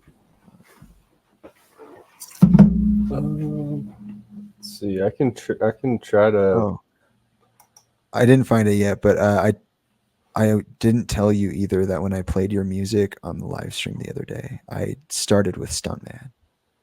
Oh, I love that song. Yeah, I know. I was like, oh, which one did Branson tell me was like one of their favorites? I thought that was it. I don't see it here. Oh wait, that's just links though. I heard that the other day because there's a This Is Beastone playlist on Spotify now, which Let's see. has Don't Know Me. Oh wait.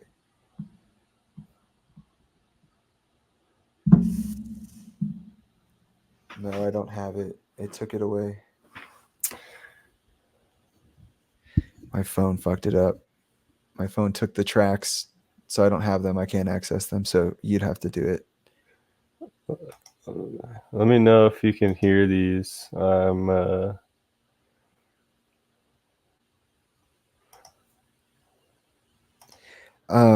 Real quick while you're setting up, I'm gonna get more rice Okay, sounds because good. that was really good.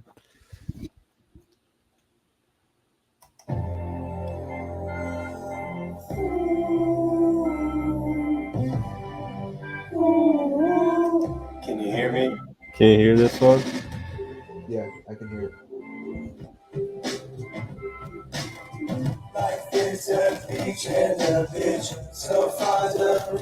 Oh shit, it lags. Yeah, I hear that. It's like drug the fuck out. Like, oh, Yikes! Yeah, no, sounds that like you're about to crash your car. yeah, that lags pretty bad when I try to. It's probably because I'm streaming at the same time. Yeah, is there maybe a way? Do you think it would affect like an export and send? Like you could send it to your phone? Yeah, I could send that to my. Okay, I'm gonna go get the rice and I'll come back. Okay, sounds good. You know, I I'll said the send it. line. Oh, go ahead. I said I'll send it to you, and if not, I have a Bluetooth speaker. I could try to play separately. That might work. Okay, cool. Um, that works for me. I was talking to Bella. I showed them the clip to G, and they were like, they heard the line, the beach and a bitch thing, and um, they just gave me the craziest look, and I was like, "What? You don't like that one?" And they were like, "I don't know. I don't remember what they said, but it just made me laugh because for some reason it made them like their face just like, bro. But it's a good hook. What are you talking about? It sounds cool though. Like I Yeah, don't. I feel like it's kind of true. Like I'm always saying, "Fuck this shit." Like, it's true, and it's just a play on words. They do sound similar. well, I remember the lyric writing process for that. We actually did like a little session where I was like, I remember sitting down with you and being like, okay, look, I'm not judging you. And I swear I'm not trying to take the reins here. I'm just thinking that some of these words could be rearranged. And we worked through that. And you ended up thinking, or at least feeling at the moment, that maybe what I said was a little clearer and it ended up being the hook. So Yeah, when G was like, made that face, I was like, hey, whoa, whoa, whoa. Hey, Branson's was already really good. And mine is also really good. So they're like, no, no, no, that's not what that is. I'm just, oh, cool, cool, I got it. Yeah, nice Beach Radio. Um, but yeah, I really like the hook. That was really fun for me, and I feel like it's kind of dissonant, which is nice. But I'm gonna get the rice. I'll be back. All right, sounds Yeah. good. And if you can send more files, then just send them now while we're Okay, working. I'm gonna get. I'll look through files and I'll grab my Bluetooth speaker while you Cool. rest. Sounds good. Rice.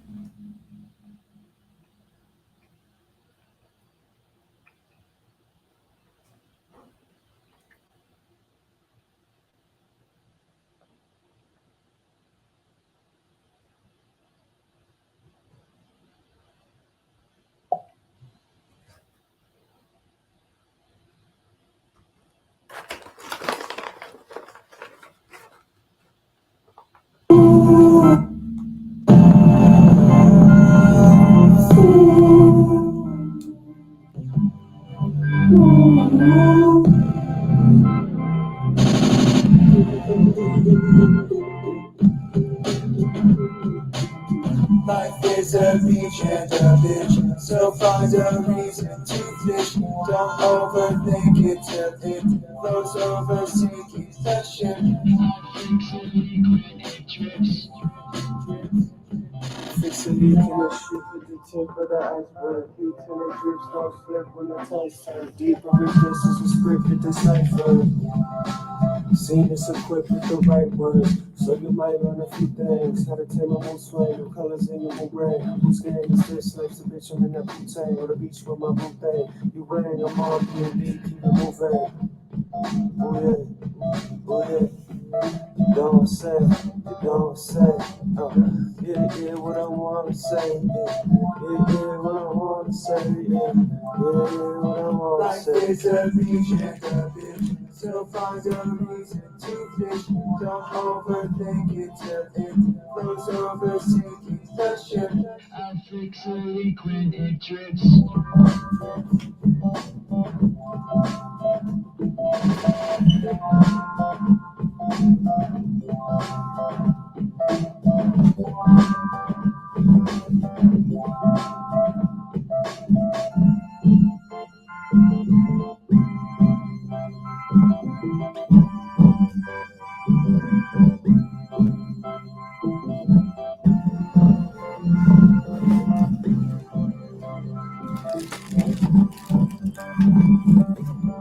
Life is a beach and a bitch.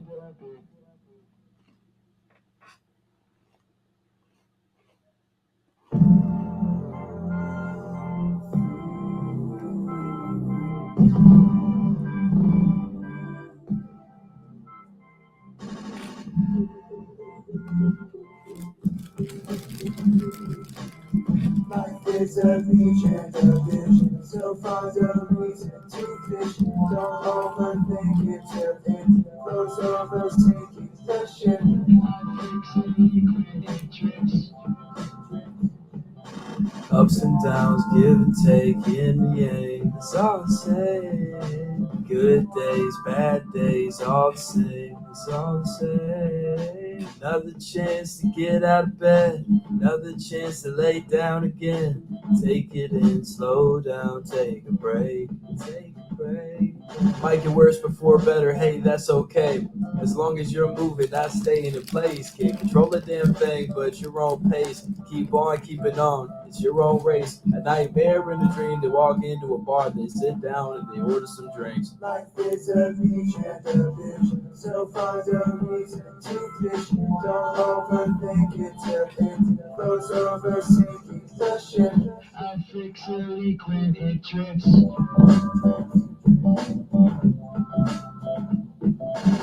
good and the bad, they got a lot in common. Both are events that will happen regardless. Maybe it's the mind state that regards it. Gotta water those flowers just to keep your garden, man. It takes time, that's a limited resource. Still have fun, that's what God made weed for. Park on our go-karts, taking a detour. You'll be fine, every path got bumps. Take the good with the bad, take the win with the lumps. No, they can't keep a real one down. They cannot keep a real one down. I swear to God, man. I swear to gosh. I swear to all God.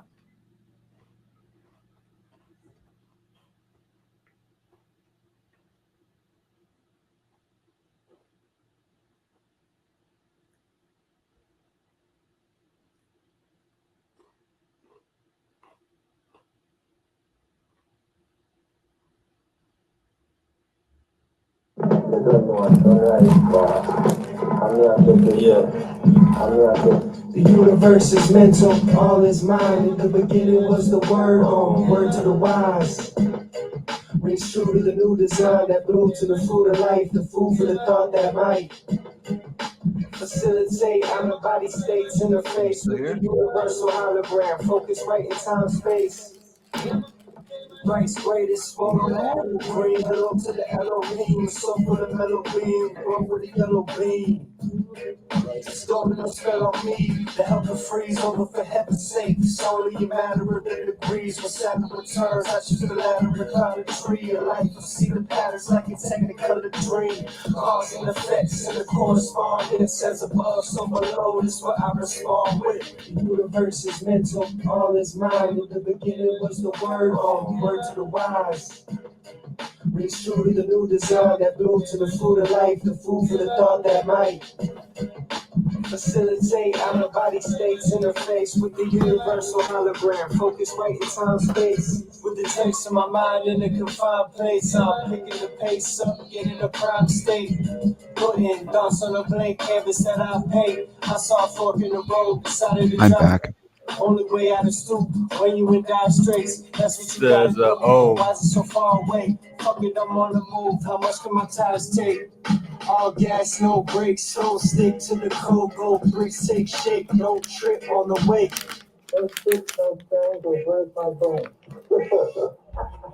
But don't be around with my marijuana. I can assure you if you do, sticks and stones will break your bones.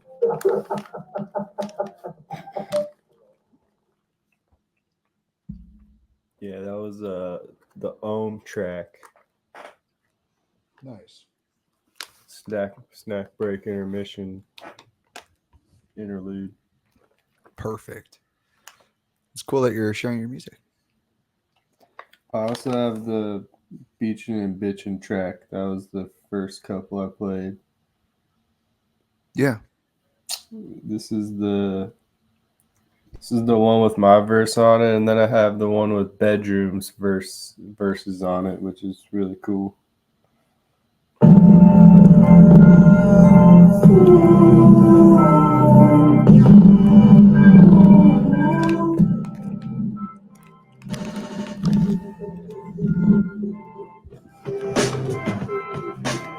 Life is a beach and a bitch, so find a reason to fish. Don't overthink it till it flows over, sinking the ship.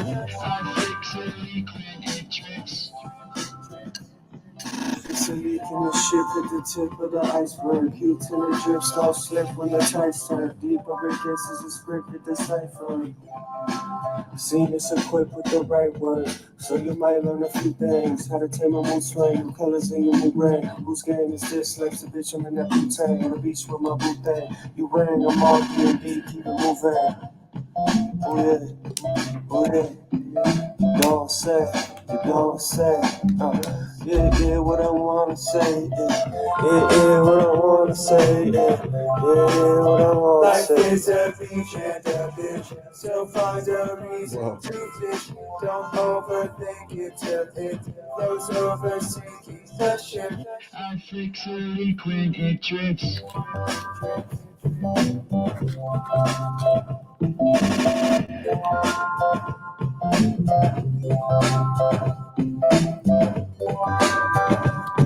Tommy on the beat.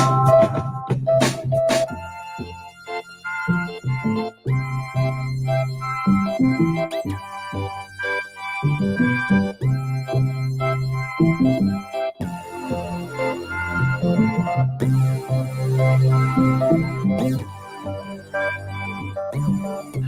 is a beach and a beach. I like that. It's cool.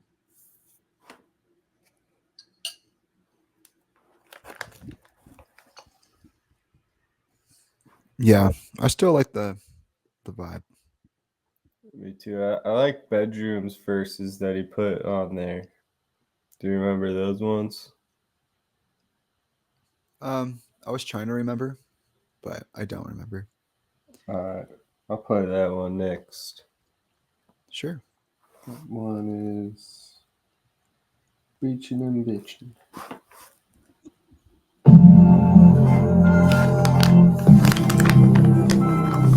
Wait, Branson, can you turn it down just a little bit this time? Oh yeah. Is that I good think, volume? yeah, I think it's better. Okay. Life is a beach and Yeah, a it's bit. better. So find a reason to fish. Don't overthink it till it goes over. Sinking question.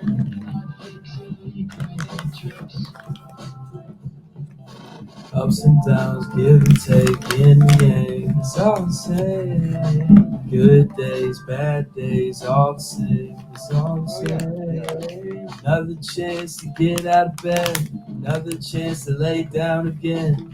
Take it in, slow down, take a break. Take a break. Might get worse before better, hey, that's okay. As long as you're moving, not staying in place. Can't control the damn thing, but your own pace. Keep on keeping on. It's your own race. A nightmare in a dream. They walk into a bar, they sit down and they order some drinks. Life is a beach and a bitch. So find a reason to fish. Don't overthink it till it blows over. Sinking tension. I fix it, clean tricks.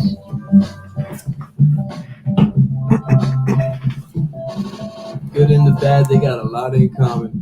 Both are events that will happen regardless. Maybe it's the mind state that regards it. Gotta water those flowers just to keep your garden, man. It takes time, that's a limited resource. Still have fun, that's what God made weed for. Park on our go-karts, taking a detour. You will be fine, every path got bumps. Take the good with the bad, take the win with the lumps. No, they can't keep a real one down.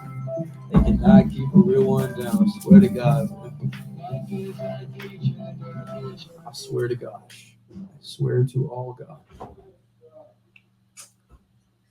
Oh gosh. Yeah, that was all Bedrooms. Shout out Bedrooms. He's another cool artist. Yeah, the language in that was definitely engaging, I would say. Yeah, he ties in the theme well. But yeah, that would be cool to merge those two demos, and I feel like my lyrics could work as like a outro. Would be kind of cool. I agree. But with all that there, that's a full song. That could be. I have so far 2 songs ready to drop, but that could be the third one with like all we have right now, just with a little structuring. Yeah, that'd actually be cool. I think the sounds are. It's an interesting collection of sounds. Yeah, I'm thinking dropping the Ohm track, and then I have a Kaleidoscope Kid feature. I'm not sure if I ever showed you that one. I think you did. Yeah, so that one that'll be the second, and then that Life is a Beach track could be the third. Yeah. Well, that's a vibe right there. That's an experience. Those are very different energies, all three of them. I know, but they're all really solid hooks and songs, and 3 of my favorite tracks I have. But those all sound like an album coming together and kind of dropping those in pieces. But my next album, I wanted to have a lot of collaborations, which it already kind of does with the features and stuff. But it's kind of like my own compilation of stuff, kind of like our Discord projects, how it's Yeah. and it features some of those artists as well. So that one's gonna be awesome. Yeah, we were talking about that. I think that was one of the things I was like, hey, if you ever need anything, like I'll help you with that, because even if it's just like labeling things or uploading or whatever, like administrative things that might be challenging, it's just like I like helping people pull off their visions. And that was that's a cool 3, but also like we've had talks about other music, and I'm excited to see that stuff too. Yeah. Like I guess stuff that comes next, because like we have some really cool ideas ourselves, just like in our own process. I can play some of them on my side. Yeah. Do you want to? Can you get the flow state one? Because I can't get that one on my phone. Let me try to find that one. I gotta open up my garage band real quick. Okay. Yeah, I have Flow some state stuff one. here. I could play it now. My process of putting out music right now is just like going month by month and collecting music.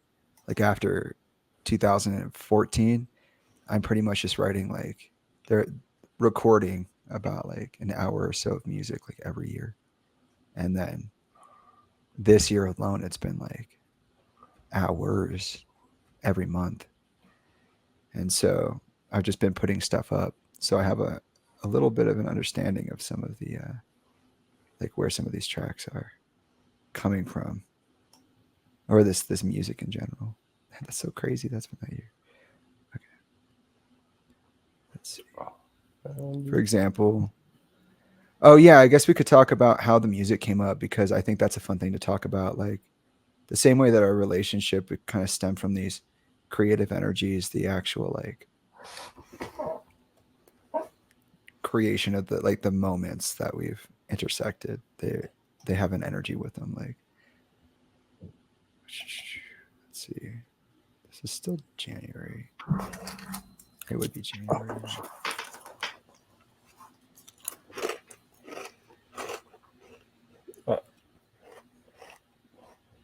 Did you get it? Yeah, I'm bouncing out flow state right now. Cool. Flow state 1. Let's do it.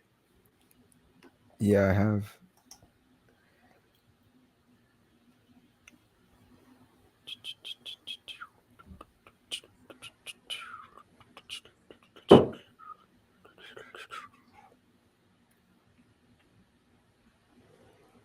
I have a journal in here that says, I pissed myself and I'm proud. March 9th. It's true, I did. I like peed myself a little, like because I was dreaming, and I was stoked because my body's feels so weird about it, and I was like, I was so in the dream, I actually peed in real life. Like in the dream, I peed like once, and I knew it was a dream, and then I went again, and I was like, is this a dream? And then I kind of like started skipping around in my dream, and I was like, I'm off balance now. And then all of a sudden I was peeing, and then I woke up and I was actually peeing, and I was like, oh fuck, that's crazy. It never happened again. It didn't happen before. I don't think I've done anything like that in like since I was really young, when I would, have challenges with that, like 6 or 7 or whatever. Maybe younger, I think, probably. That sounds kind of old, but. And I was like, whoa, that's crazy, because I was pushing my limits on certain things for lucid dreaming practice.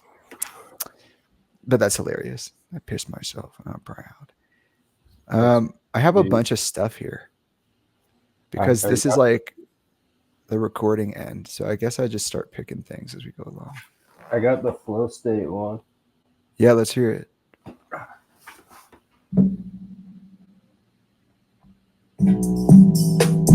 How's the volume? A little lower.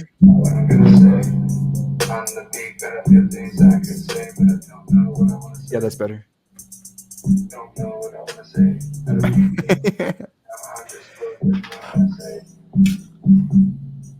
But I feel what I'm gonna say.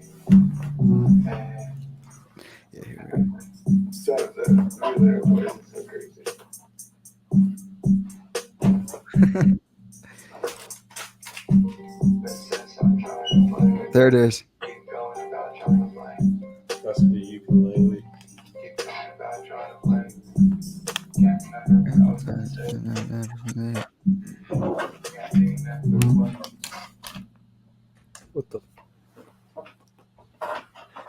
Who the fuck fired? Oh, I know what happened. You'll never work in this town again. It connected to my Bluetooth headphones. Oh yeah. That actually happens. I believe you. That's crazy. Well, dude, I just had so many problems with that recently. Actually, Forgetting what I'm gonna say. I said What? tech wasn't being my friend. That's what I'm talking about. Yeah, I gotta like turn them off completely. Sometimes they'll just randomly connect. Ooh. Okay. But it should work now. I'll start that from the top. And just think about what I'm gonna say. I'm the beat that I get things out to say, but I don't know what I'm gonna say. Don't know what I'm gonna say. Had a few things, but now I'm just forgetting what I'm gonna say. Forgetting what I'm gonna say. And that really voice is so crazy.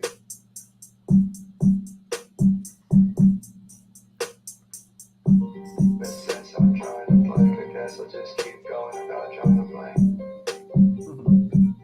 Keep going about trying to play. Can't remember what I was gonna say. Can't remember what I was gonna say.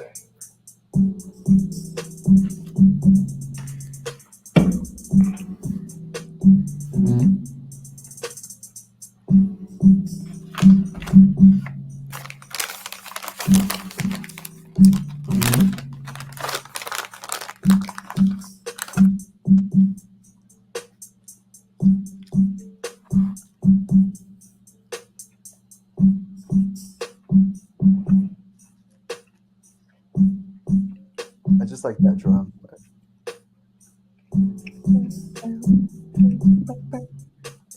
don't hear rap about that. Because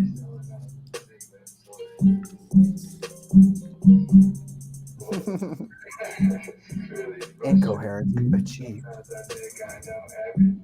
Then I know absolutely nothing. I need to drop a verse on this one.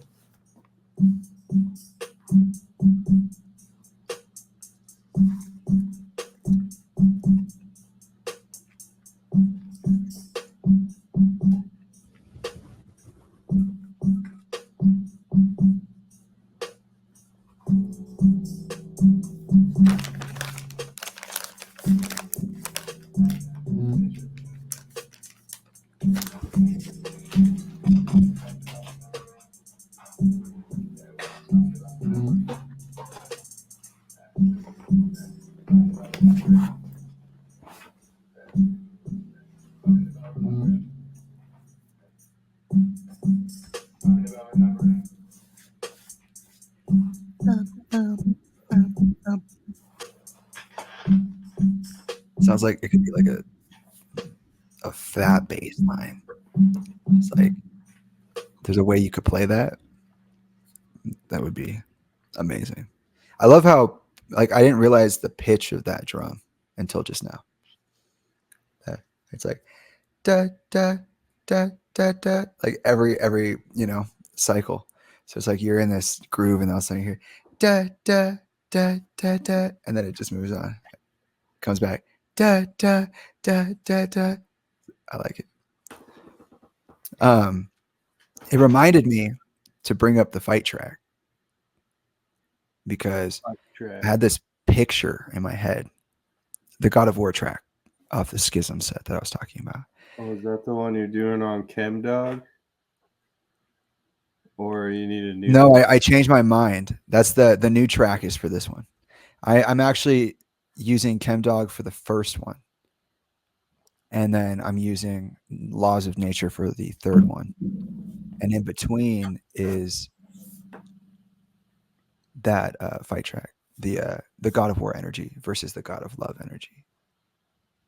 So laws of nature would be the God of love energy. The fight track would be the God of war energy, and the chem dog track would be the conscious like expression of the thing. Like the first this is actually, I was going to talk to you about the music, was that I said I'd bring something to the table. The outline changed so that the songs were arranged that way, and the reason is that I put the mind out first, so I acknowledge myself and like my path and like all that stuff, and then the first song is about the sun energy of that construct, which is, or like one side of the coin, and then the male side, and then the moon energy would be the laws of nature track, which would be about the God of love energy. And I thought that'd be cool because basically I would be taking that thought structure that I call self, putting it into a track, contextualizing it, and then become the God of war, which is what canonically came first in my public expressions, because I had to defend my area. I'll talk about that energy and who I'm applying it to in the context. And then on the laws of nature, it will be about the forgiveness part of it. It's the love now, then heavy, but the heavy now, then love instead. Because I had this complex the other day when I was on live. I was like, why? Like, I think I want to bring up the things that are problematic before I bring up the things that aren't, because when it comes to talking about things, sometimes just by mentioning a good thing, there can no longer be bad things in the situation. You know what I mean? It's like, if you mention how great someone is at the offset before the actual conversation, sometimes the conversation can't get past, oh, this person is so great, so they can't sink below a certain level or extend beyond a certain threshold. And I was like, oh, that's so interesting. So that's what I wanted to tell you about the songs, is that the order changed and the structure changed. So the fight track would be for the God of war energy. And I had this thought, this is why this all came up, is the thought that I had for the like mood of the music, which I was going to talk to you about making a track for. It is still like, it's very much so like a fundamental energy to the flow that you just played just now. Like this kind of like almost like hypnagogic, like entering and exiting into patterns of sounds, which I know is what a song is, but there was a certain quality of that I heard this time around. Like I'll just say what I was imagining, so that maybe that will flesh it out. But in my mind, I was seeing like the annoyance of a lot of the interactions of people who like didn't want me to be there, like talking in the first place, delivering the public address. And it's like, you know, every time I put the black thing on my story, so it's like I come out of the black and say crazy shit, go back to the black. Who knows when this guy's coming back? I think at one point I even waited like 2 weeks. And Oh, so that's what that's a cool metaphor. I didn't know that that's what that means, but that makes sense now. what are you thinking about? What, like how you like will post a black screen and then boom, and then at the end of like your whatever you're saying, it's like you do it again. I thought it was like the Into the Void branding, but how you explained it, that makes sense. Like from out of the void and then back into the void.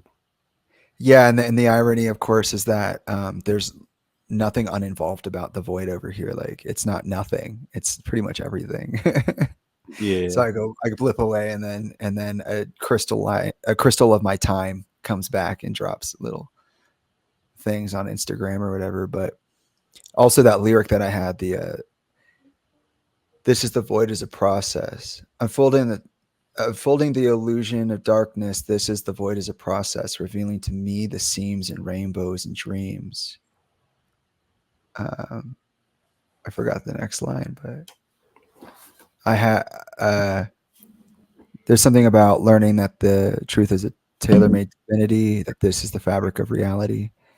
And I don't think I got beyond that part. There was like a whole sequence there, but you made me see that lyric differently because I would visualized it in a certain, like the whole thing in a certain way just now, listening to you talk about it. But yes, and also it's sarcasm because I always like it. People always tell me that like there's nothing to look at, and it's like, okay, so I'm now a part of the pantheon of don't look at that. There's nothing there. And so I appreciate the acknowledgement on that. I didn't see it that way like that, but yeah, totally. Maybe that's interpreted it differently, but that's what I thought you were saying or explaining. Well, obviously, like, yeah, that's what I'm doing. But I think in terms of words, I haven't described it in that way, which was cool. Or maybe it's just hearing it from somebody else that's tripping me out. But yeah, I do that. Because before I called them shadows, I think is what I think. I said I'm going back into the shadows. And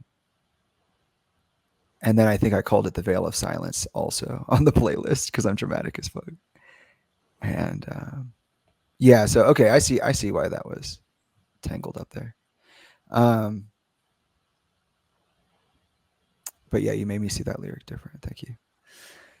We were talking about the flow of the idea, which and I see this kind of like if you close your eyes and it's dark, and then there's this strobe light, and it's like the strobe is a sound. It's like a collection of sounds, right? And it's timed out in this pattern, and it keeps coming back. We can play with the duration of the pattern, but like in my mind, that's like a flash of light in a dark room. And I'm like standing there, and then the verse is like the strobing of the light, right? Because the words come in rhythm. And then it goes back to black, or it appears out of the black, so to speak, which is the space in between the repetition of the phrase. And I thought that was really cool because it kind of even sounds like I see someone there, like you have this experience and it's there, and then you think it's over, and then after you think it's over, there it is again, and it comes back, and I think that's such an interesting idea. It's like boxing rounds or something like that. There's a certain like aesthetic or like, I guess, visual energy to it that I thought was really interesting. I don't know how to describe it beyond that, but it's kind of like how do you say it?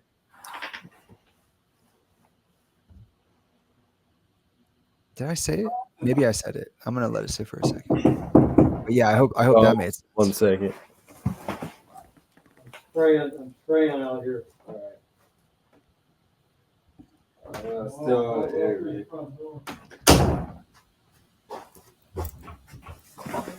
Sorry about that. Oh, you're good. But yeah, I want to talk to you about it. I have a vibe for the fight track, so to speak. It's not really a fight track. It's just I like to call it that because it sounds like fun.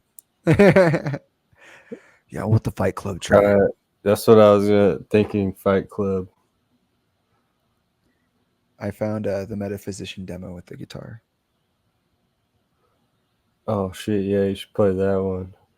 Do you want to hear it? Yeah, I do want to hear that one. It's been a minute. Okay. This one's from January 13th. Metaphysician demo. Guitar with backing track. This is live. So, like I said, my process involved me having to actually record real performances. So, I put this on the iPad, the song, and then I played the whole track over it in one take. That's why I'm yelling.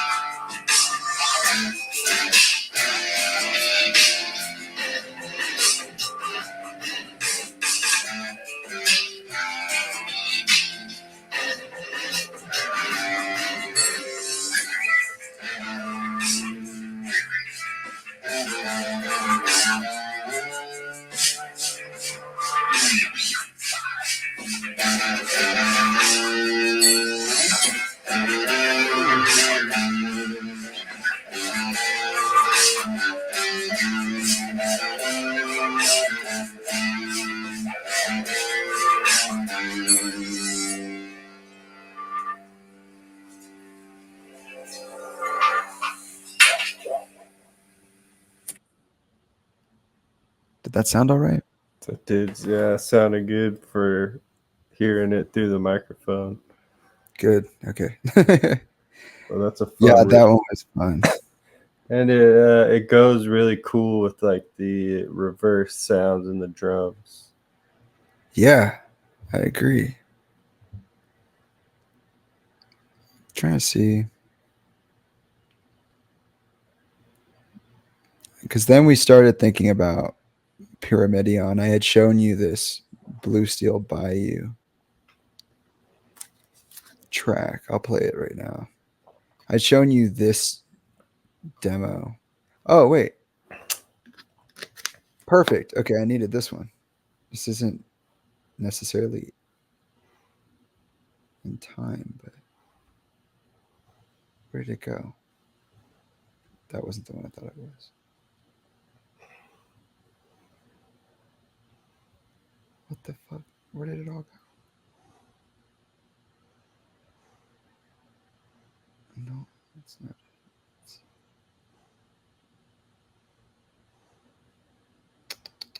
Because it says that the Chug prototype. There it is. Here's one of them.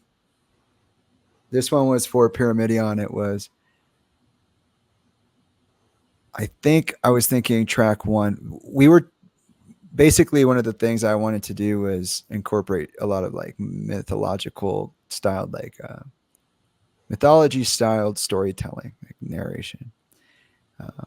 This was kind of the basis of some of the ideas that we were working out for Pyramidion.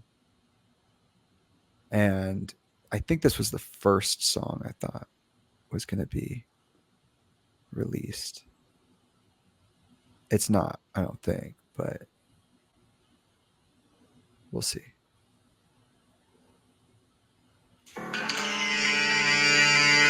I remember this one.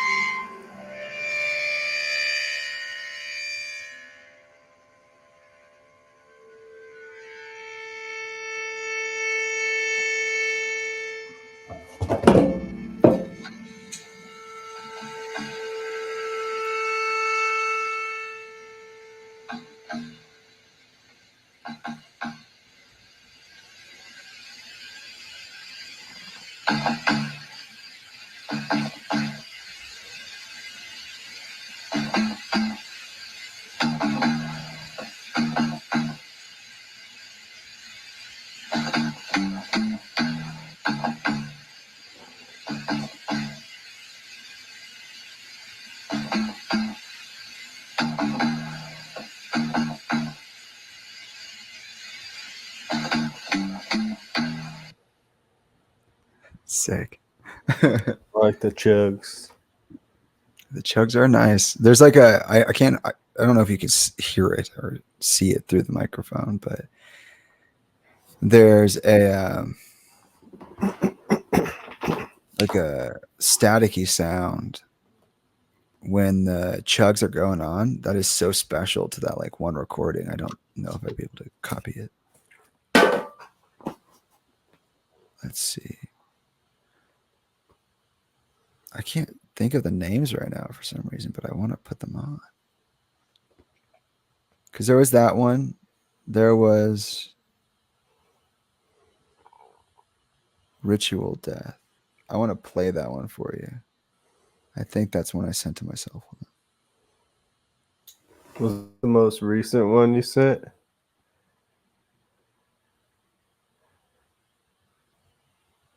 Say that again. Was that the most recent one you sent? I know you sent. I'm not sure. Forget what it was called. Might have been a seed meditation. I did send you this one. This one's just a seed, but this one's. I think this is what I was looking for. This one's.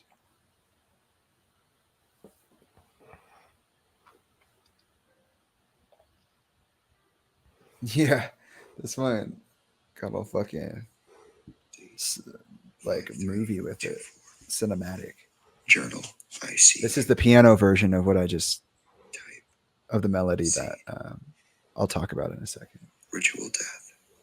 It is. It's called Ritual Death. This is the last thing I'm doing for the night.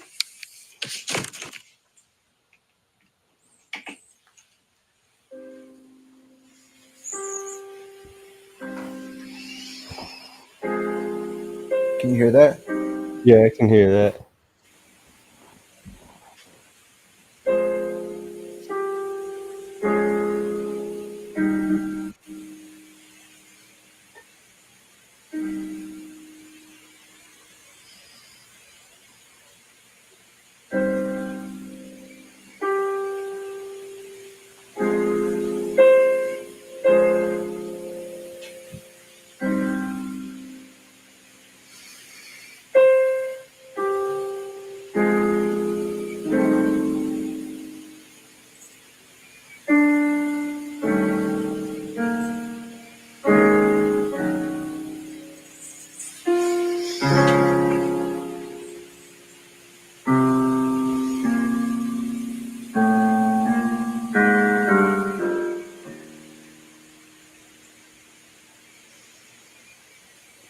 That was one idea. And then the next one.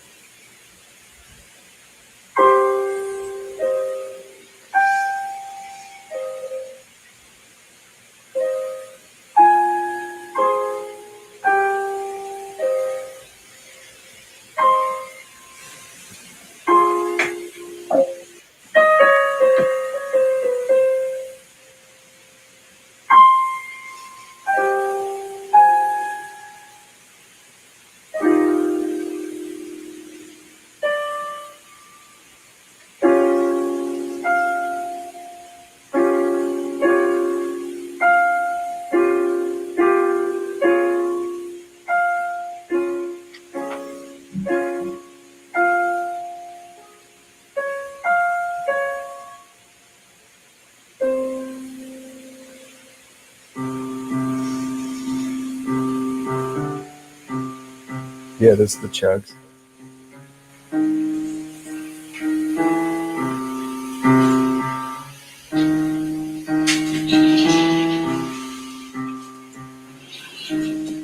That'd be cool to sound those two merged together. Yeah, I was thinking about that. I actually heard this the other day. I sent it to myself on my email, and I was like, that has to be something. Like, there's no way that's not going to be something. I feel like I got to incorporate it at least into the chug or over it somehow. Like maybe the chug goes from bass to guitar and opens to open like to drop D, and so you got the power chords, and then the bass line is replaced with the ba, ba, ba, ba, ba, ba, whatever that line was. And maybe even towards the end, like it's like a pattern that becomes bigger and bigger. I feel like there's such a finality in that. Like it sounds like you're pushing towards something. Yeah, I could. There's definitely something cool there. Do you? I see you got a new microphone. Oh Have yeah, you haven't seen you this? tried like? Yeah, what kind of mic is that? Just This is I think it's a blue. I think it's I feel like it's not the Yeti, but I feel like Oh, okay. Yeah, the Blue Yeti. I have one it's of the those blue too. Yeti. Yeah. I have not used it for the studio yet at all. I'll use it for the story times. I think that's the first thing I'll do. But my lyrics have been coming to me in pieces, so I'm just not ready to like record them. I'm still formulating the thought process on it, but I thought about making some stuff. Like I was even telling G, I was like, you could literally be making music all the time. We have a microphone. You just gotta sing into it. Just record. I'm using Cakewalk and it's pretty easy. So, but yeah, I wanted to. Damn it! I wish I had lyrics ready today. I thought I was going to. When I said that to you, I was like, oh yeah, I'm gonna bring actual lyrics. I always tell you I'm gonna bring lyrics, and then I don't bring lyrics. They'll come to you eventually. I have like words in my head, but with those songs, some of those songs were Pyramidion songs, and some of them were just for fun stuff. Maybe even one of them, or more than one of them, will end up on your album, right? That's what I think you said that. Yeah, because the beach song, yep, and or the 3-pack. Yeah, the beach one for sure, and then this one. Do want to put a verse on there? So. Oh, we could write lyrics for that. That would be awesome. Before we leave, do you want to like write? We can't leave until we write like a verse just for fun. Yeah, I think we could pull that off as a good way to wrap it up. Well, I wanted to talk to you about your version of medicine manism, because you use to like bring it back full circle to the rest of what we were talking about. You were saying that in hindsight, you realized there was a greater structure to your work, like a divine structure, which is like the alchemizing of your leaden states to golden states. And that's also one of the reasons why you go by elevated stone and B stone. And I think that that's really cool. You and I decided we were going to intermingle our alchemical processes for a band. And that's when we started writing some of the stuff we were writing. That stuff was more like operatic, in my opinion. Like we were literally trying to, like, I think I suggested that you draw like comic book panels or something. I was like, I suggested that as a songwriting technique, we could do like sketchbook panels. And so we were getting into almost like experimental storytelling for a second.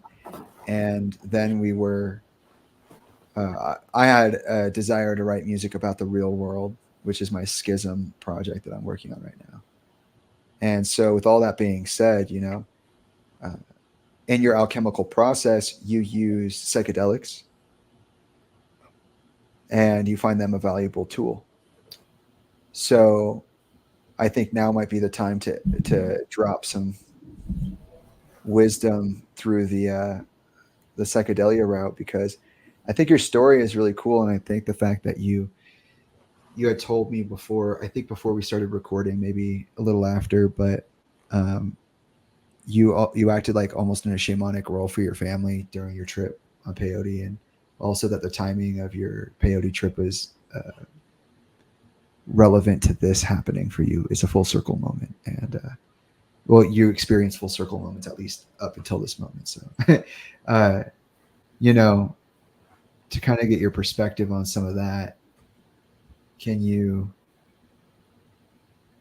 start somewhere you feel comfortable and just maybe weave in the new music, and that can organically lead us into writing a verse, maybe. Yeah. Well, with just like what role psychedelics played in the whole process, was initially like my older brother Nate, who told you about. He kind of had the knowledge about all that stuff, like mushrooms, and um, he kind of planted that seed of wisdom about spiritual knowledge and the pineal gland and stuff like that. And he was the first one to tell me about DMT, which is a really mystical substance. And yeah, I remember the first experience back when I first did cannabis. That was kind of when it was new to me. That felt like a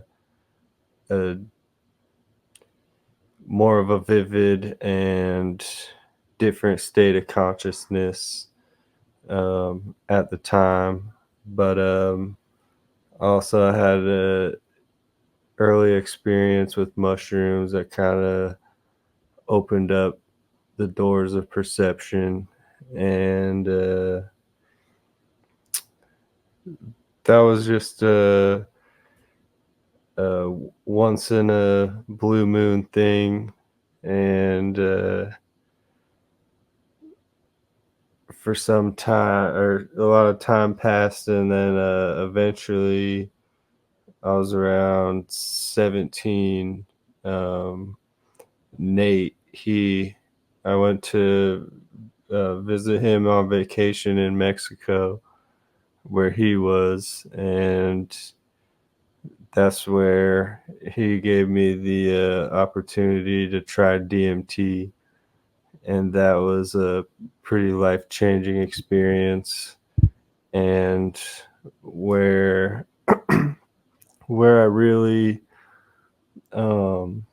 experienced like the an elevated perception of dimensions, which was my previous brand with my friends that also produced and rapped. We had a group called EPOD Tribe, and the EPOD stands for Elevated Perceptions of Dimensions. It's behind you on the wall. Yep, that is one of our For all old those watching. posters. I was just looking at that. I was like, oh, I wonder how I could ask them about that. You brought it up yourself. Yeah. Yep. So that DMT experience was when that brought that whole thing for full circle of the elevated perceptions of dimensions. And so yeah, that experience was really cool. It felt like, if I could describe it, it felt like it accelerated me into like a very deep state of lucid meditation. And that's when I really became aware of my pineal gland. And I think all psychedelics are kind of in that same family of opening up your pineal gland or putting you in a higher state of consciousness to download information, have different visions and epiphanies. And so that's what I thought, that's what the DMT experience was like for me. It started to deconstruct this reality, and I started to see the symmetry. It looked like figures moving in like sand and rocks. And then when I closed my eyes, it was really intense, closed-eyed visuals of interchanging fractals and Yeah. almost going through like a wormhole, but the wormhole was a bunch of geometric fractals, and then I felt the presence of like higher beings or like it felt like aliens, like interdimensional aliens communicating psychically. And I at one point it felt like I was in some type of sanctuary that reminded me of like the Egyptian sands, but in some type of uh alien temple or some shit. And then I saw visions of the future. Like it showed me my potential of being an artist and creating a brand. And so, yeah, I always held on to that vision that it showed me. It's almost like it showed me my true self, highest and life's purpose, and really gave me a clear vision of who I am and what to work towards. And so yeah, after that, maybe like a year after, is when my family, we lost Nate to suicide, and he also struggled with drug addiction. And yeah, he was a really wise and intelligent person, talented, but had a lot of struggles and stuff. And so yeah, it's a pretty unfortunate to have lost him, because I was really close with him. I would consider him like my best friend, probably the person I've ever been closest to. That like and I always thought, no matter what, like even with his flaws, he was like the coolest big brother ever, and took me on a lot of adventures. And yeah, I just have gotten a lot of cool experiences thanks to him, and cool bits of wisdom that he bestowed on me in the time that he was here. So I feel like he's been a big part of who I've become, and he was always the one to be my hype man and believe in like my art and music when I first started and stuff. So it is it motivates me to keep going, but at the same time it'd be really cool if he was here to like weigh in on my art and music now, and like help me with the process, because when he was here he was always trying to help and build me up and motivate me to keep going. But that was my first really life-changing psychedelic experience. And from then on, it was mainly every once in a while shrooms would come into my path. And I believe there's a few like LSD experiences, and all of these Did you just say it that you believe there were? there was. No, I just thought that was funny. I was like, everything else you said was like, this is for sure. And then you're like, I think. I was like, oh, that's funny. But each one I always had like an intent and a respect for the medicine, and saw it as like in a shamanistic way to like get a glimpse into the higher consciousness and retrieve information and then apply that to my everyday life. And but I also,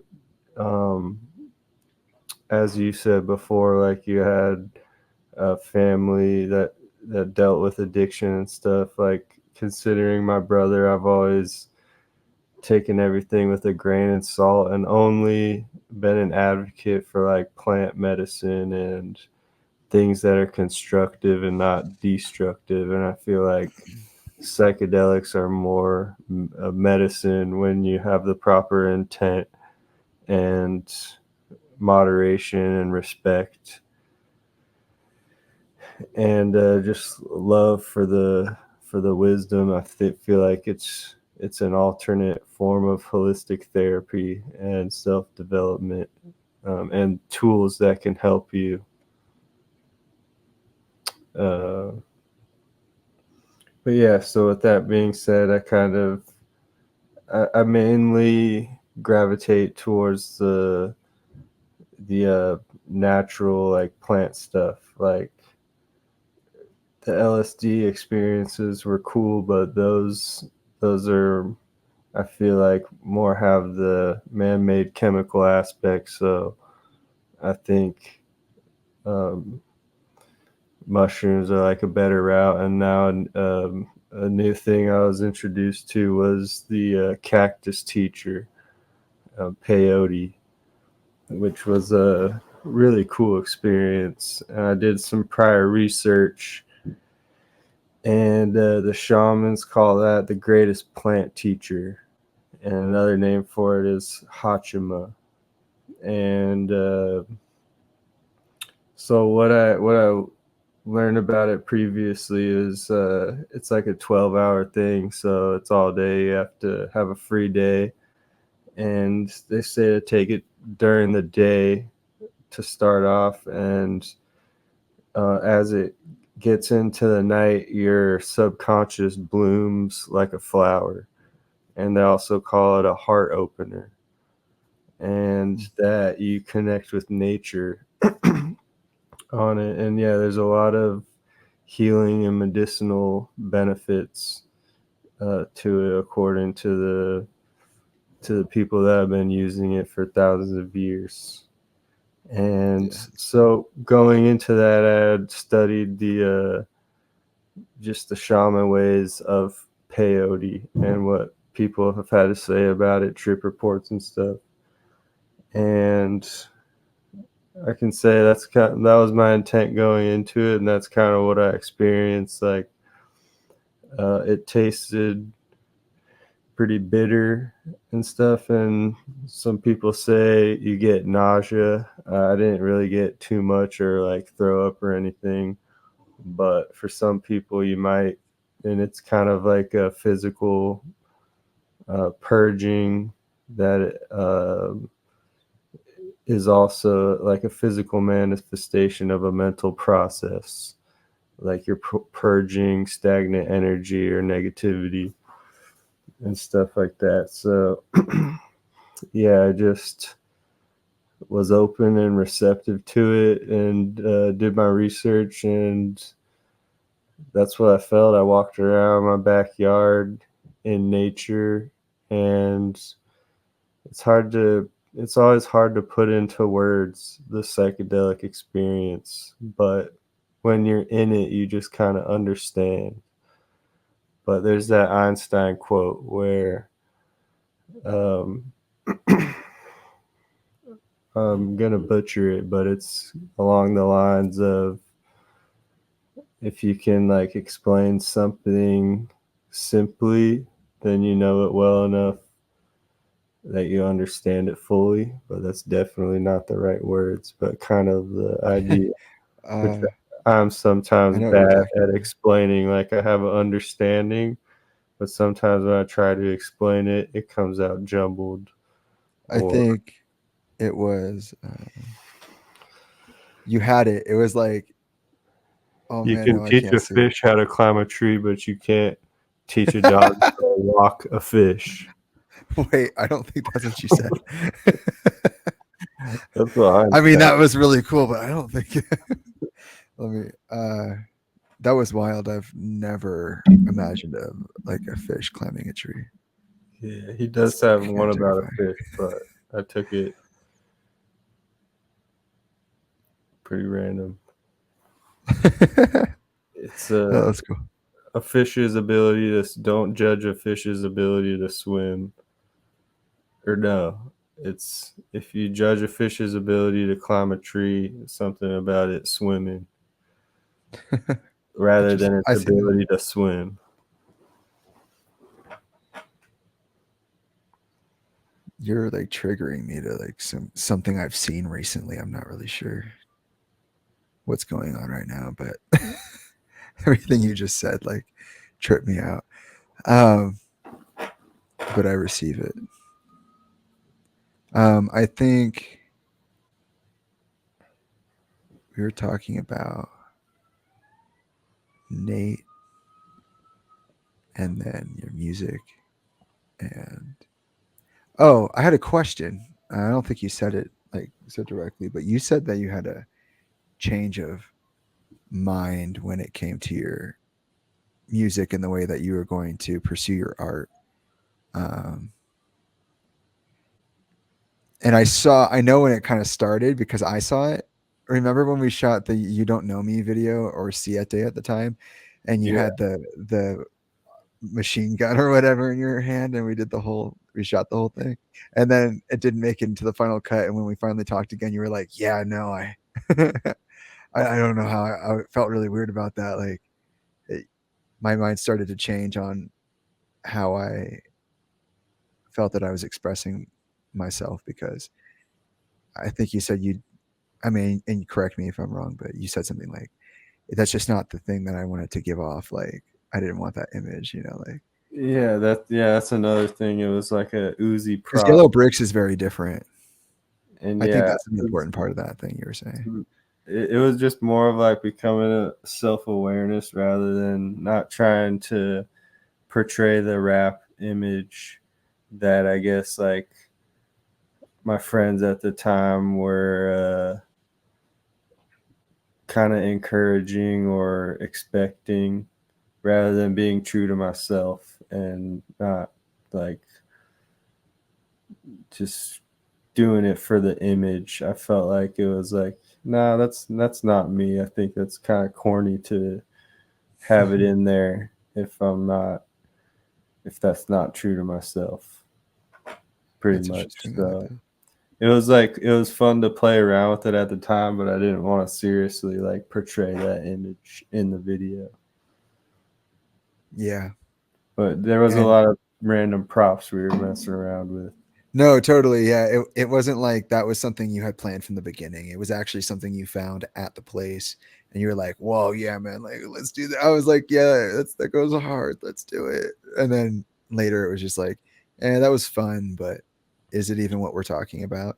Yeah, I And was I thought that thinking, was interesting every time you talked about it because you had such like a change of pathology on it. And then when I was listening to all your music, you were like, to be honest, my least favorite project is that album. And I was like, or like one of my least favorite. And I was like, that's crazy, man. Like I found that so interesting because I actually think that you have a lot of good songs on that album. yeah, no, I like it. Don't get me wrong. I think it's good, but as an artist, when I listen to my own songs, I'm a bit more self-critical because it's like how people don't like the sound of their own voice. I feel Yeah. like as an artist, you get used to it, but you have to learn to like it. So at that stage, I was still at the stage where I was like, didn't like the sound of my own voice, but now I feel like I'm at a point where I do like it, and I've worked on my inflection and delivery and experimented with my different vocal ranges and tones, and now I'm at a point where I like what I hear. And so yeah, that's kind of part of it. Yeah, I see that. And it brings me back to my thought that I had before about Yellow Bricks was that it was like your version of like a Black Keys album.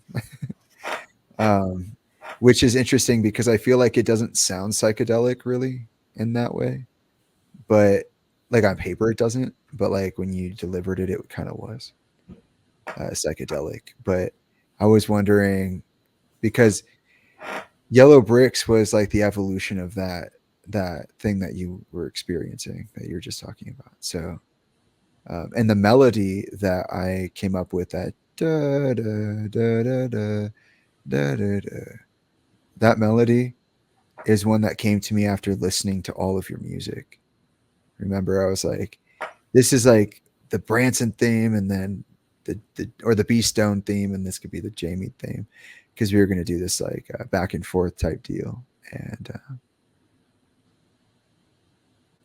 I do remember that you came up with something.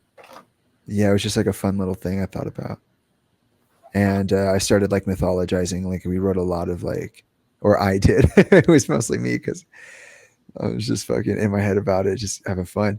But I was like making up, basically kind of like trying to define the things that I knew so that I could know what to talk about. And I feel like that melody that came out of that, and that came out of the energy produced by Yellow Bricks, which was I feel like, because that's the first album of yours that you like officially address it, right? Am I right about that? It's like, I feel like you might have talked about elevated consciousness process or other things like that in your previous music, like even back in the EPod stuff. But Yeah. like, I feel like there was an acknowledgement of the greater structure in Yellow Bricks that wasn't in the other songs, like the big scale stuff. That's true. Like in the previous work, before Yellow Bricks, it was still like an elevated consciousness theme, like because that was what we would call it, elevated perceptions. But Yeah. I didn't Right. really realize the alchemical stuff and like the Kabbalion. And so before it was more, this is kind of how these two archetypes appeared to me. It was first through Thoth. So Yeah. before Yellow Bricks, I was aware of like the Emerald Tablets and just Thoth and the like pyramids and stuff, and just like that side of the higher consciousness. And then in Yellow Bricks, I became aware of Thoth Hermes and Hermes Trismegistus, and the merging of those two archetypes into the Kabbalion. Yeah. And so Yeah. it was. I thought that was cool, like the way the information was downloaded in the chronological order of it. Yeah. I feel like that's probably where the melody sounds so like cinematic, because that shit sounds superhero as fuck. Like the really long guitar pedal with the piano behind it sounds like a Star Wars Indiana Jones movie, but it's actually Hunter x Hunter. It's like really cool. And that was all energy that I picked up off of your work. Like that was literally a melody that I was like, that's the B Stone melody. So like the sound, that sound is like a motive for your archetype in like the comic book scenario. So like when you appear on scene, it's like your theme comes up. That's what it sounds like. And that was cool. And I thought Metaphysician was more like mine because I did that in a day. Like I heard it and I was like, holy shit, this is so cool. I just got to do this. I did the same thing with the guitar solo I was talking about. Which, by the way, when you said Santana, I went back and watched Spy Kids too. Man, that's an old one. I haven't seen I was that like, since it came out. the end of the movie when Carmen has the belt, and it's one of Machete's gifts to them, and she becomes like a pop star. She does like a Lizzie McGuire thing. There's like a whole like Santana performance at the end. I'm pretty sure it was that.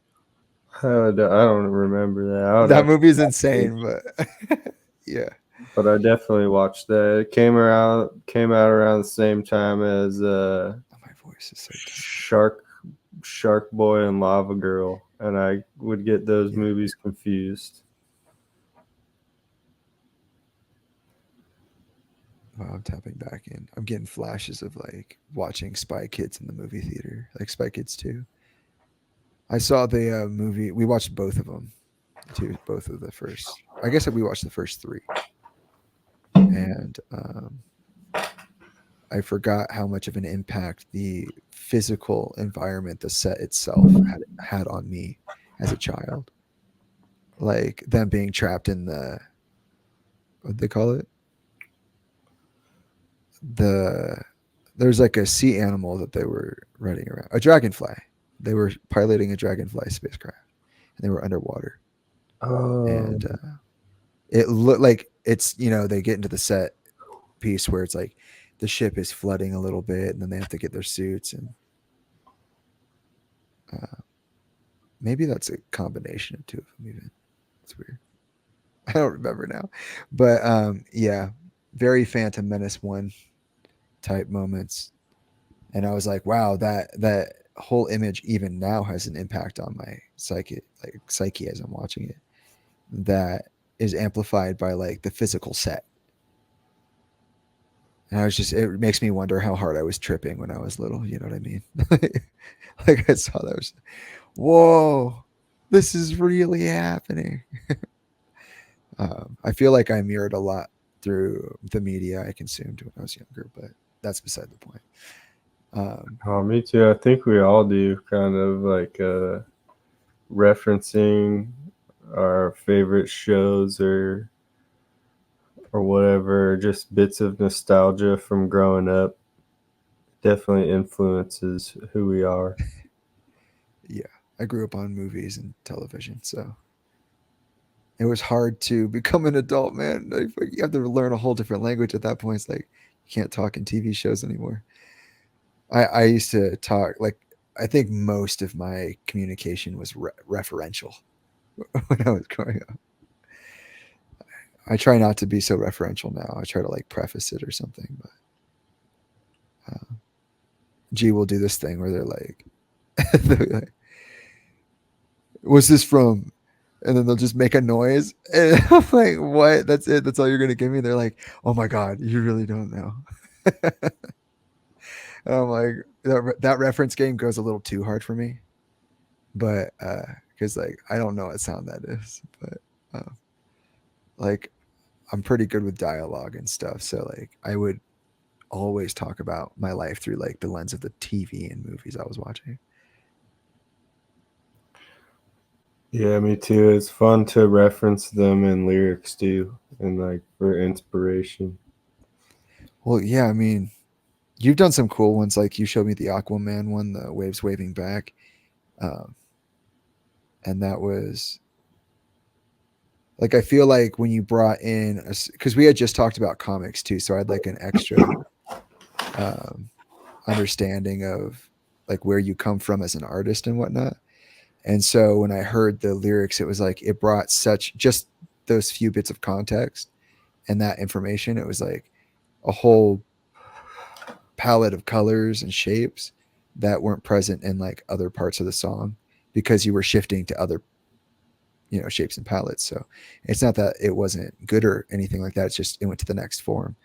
And I always thought that the holographic nature of communication through speech is just so interesting that way. Like it's your words that are painting pictures. You know what I mean? And the energies can be so like distinct and so rapid. Um, I had said that you sent me like a verse this week, and I was like, "Oh yeah, the thing that really sells it for me is someone like the beat switching that you do. Like, in your verse, there were ways that you manipulated the rhythm that felt uh, so Branson. That was cool." Thank you. That was that "Life is a Beach" verse that I forgot about and Oh, it listened was. today. Oh, Well, awesome. Okay. I kind of got confused about that. That's crazy. But that's really cool that, yeah, okay, so I know what you're talking about then. That's awesome. Um, well, then for Yellow Bricks, you kind of went like I said, kind of Black Keys with it in the sound, and then you kind of continued to refine your voice and perspective and expression of like your journey in becoming self-aware. And so there's this kind of like psychedelic rap rock vibe to it. And but it's Yellow Bricks, so I guess my question to you is like, do you think that you are already you're like producing the gold and like laying your path with it, forging your path with it? But like, is it always that, or is there like something that you're going for as an artist that you're like, if I achieve this for myself, like instead of it being the journey is the destination, it being like the destination is the journey. Wait, what the fuck? You know what I mean? Flip it. I don't think I said that right. I can't go back there. Because you're also talking about the alchemical process or the process of alchemy in your expression. So, are you using that process just to refine your form, or is there something you're trying to produce as well? I feel like And do you think that's represented in Yellow Bricks? Sorry, that's what I meant to say. uh, Like, do you feel like that's what the album was saying happened, or do you feel like that's somewhere you're going as well? I feel like I'm still in the process, and I don't consider myself a master yet. I think I'm still learning. I'm still a student, and I think I'll always be learning because there's still more to learn and apply. So I feel like it's I use it as a just a constant reminder to just be a blueprint in how I think. And on Ohm, I have a line where that one's kind of that's one of my most direct references to the Kabbalion, which is going to be one of my next two singles. And I have a line in it at the end where I think I say, stones stick to the code, gold bricks take shape, don't trip on the weight. So that's kind of how I feel. I'm still, um, I'm developing the gold as a product of my consciousness, but I'm still waiting for things to develop and for like goals to manifest completely. But they take shape, but you just gotta be patient pretty much. And there's bits of progress. And sometimes I feel like I go in and out of the cycles of the lead state and the golden state, but just the reminder of that constant polarity and balance gets me through it. I feel that. So I feel like it's a self improvement philosophy and a powerful way to think and work through all the stuff that we go through and make it make sense. And so I feel like that gives you more of a clear thought vibration to combine with what your thoughts influence your action. is a more clear manifestation of your highest purpose. Yeah. Which I see still that. feel like I'm in the process of, and yeah, still the journey is the best part of it. I agree. That was really well said. I like that. Thank you. I feel like you said it differently than you have before, because like we have conversations like this often, but um, I feel like you said more this time. You said less, but you said more with it, and that was really cool to experience. Yeah, I feel like I tapped into that flow state a little bit. That's the sweet spot when I am trying to explain or express like um, information that is downloaded into my consciousness. I try to get that sweet spot of a flow state where I'm like autopilot explaining it, not thinking about it too much, and letting it flow and kind of tapping in with my higher self and integrating that thought form um, into my being on Earth in the 3D.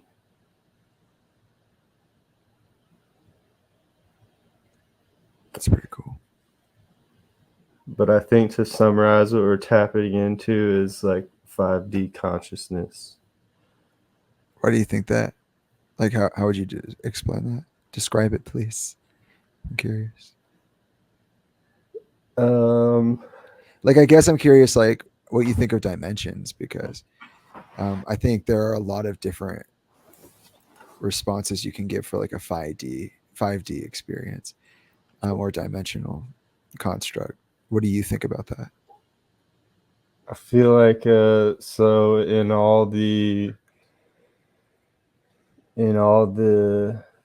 like world religions, how we were talking about earlier, how like shamanism or animism is the oldest religion from entering states of consciousness and psychedelics. I think DMT and psychedelics, dreaming, all those things, lucid dreaming, deep meditation can get you into that 5D consciousness or 5D state.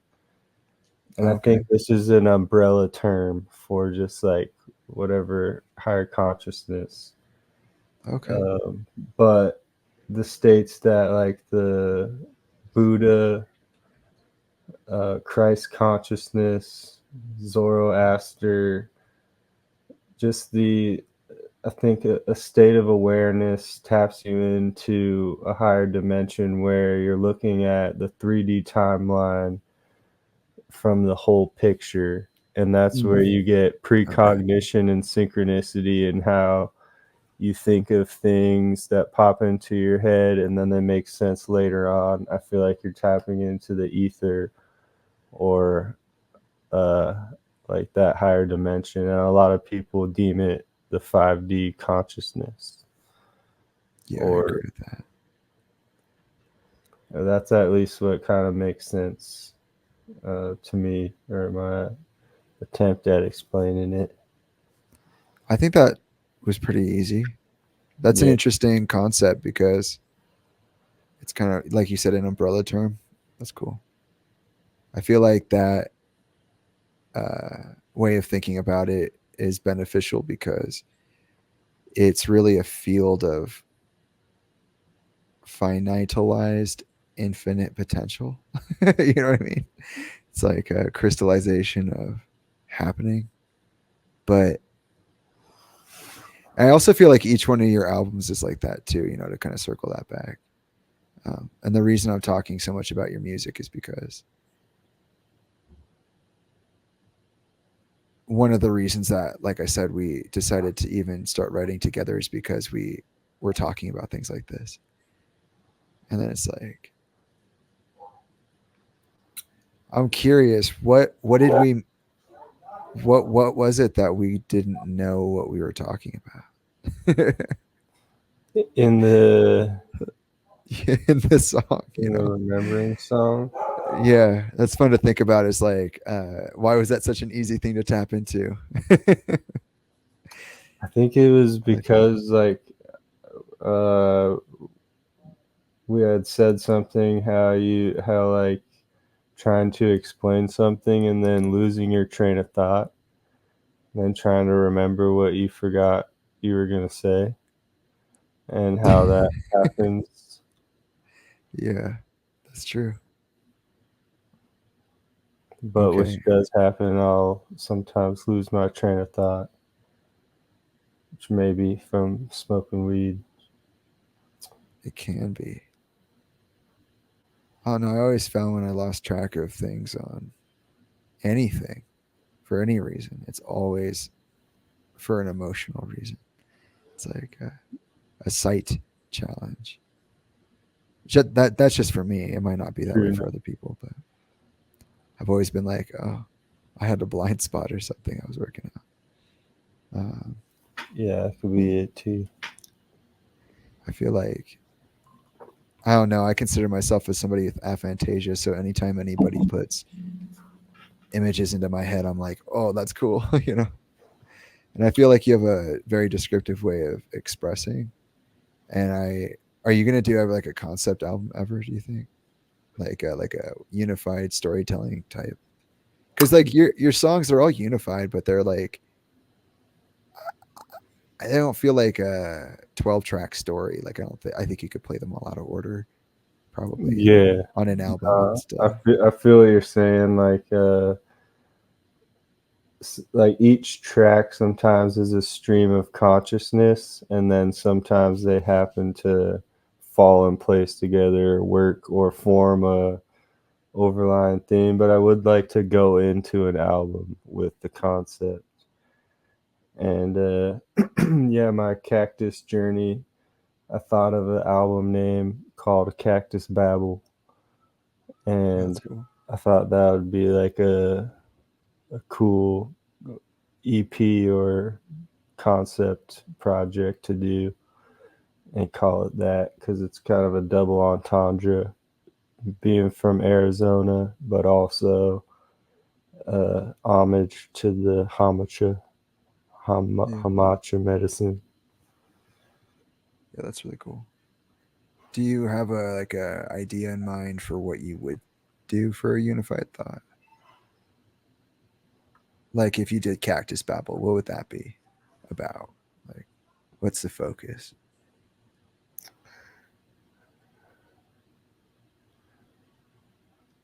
That would be cool to make it like a story about um, some type of like figure or character in the desert that has a peyote experience, and describing that experience progressively, and making like the track list be um, painting the picture of the trip. So like the first track would be like to represent the daytime, being outside, and like the cactus juice, and taking it, the bitterness, and as the night falls, the subconscious bloom, and then the epiphany is the profound heart opening experience. Those would be the later tracks. But yeah, trying to um, have each track paint that story with even like the names of the tracks, but Yeah, each one have that specific timestamp of where you're at in the experience. But I would do it like I would create a fictional character outside of myself and tell that story, and make like the similarities and stuff, but try to tell it in a storytelling way. I think that would be yeah. cool. But that would be my challenge for if I for a conceptual project would be write from a perspective outside of myself. That's actually really cool. Like, your condition has to be third person. Yeah. Whoa. That's actually a really intuitive projection exercise. That's neat. But yeah, I was thinking about Cactus Babble. I'm gonna do that for that one. That's cool. Make Thanks that for sharing. challenge. Thanks for sharing. That's awesome. Yeah, of course. Well, let's see. With that being said, it's been about 3.5 hours. That's pretty impressive. Right on the dot. Let's circle back to the flow state and see if we can do some fun manifesting exercises. Like, I feel like it would be cool to do like maybe 3 waves of challenges, and then I don't know, I feel like I always get stuck on how I want to present my language. So like maybe doing some exercises would be helpful in opening, like, turning on the faucet, so to speak. We could do the flow state. Do you think you have like the energy for that? Yeah, I could do that. Cool. Gotta get my notebook and write down some stuff. I'll grab mine too. It's over here. I also am still hungry. That was not enough food. Yeah, I had a light snack in the break. That was my first meal of the day.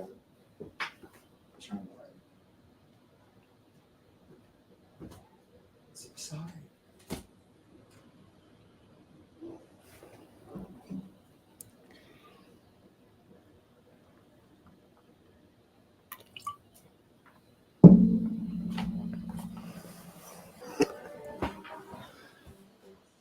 I have that Where or When song pulled up to listen to.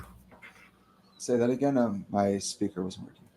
I said I have that Where or When song pulled up to listen to at cool. some point. Yeah, let's listen to it. Why not? I'll play it.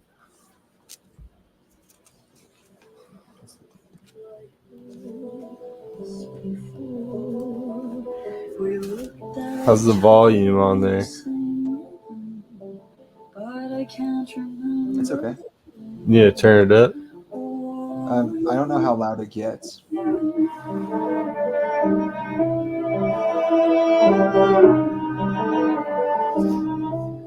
The clothes you're wearing are the clothes you wore. The smile you were smiling then, but I can't remember where or when. Some things that happened for the first time seem to be happening again.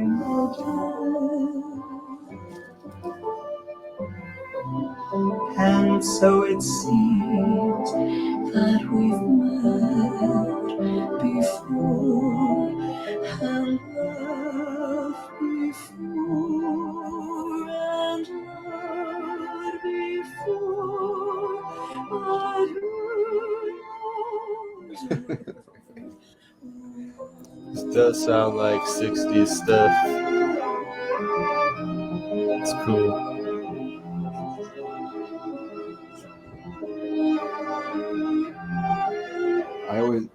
I always like a good orchestra.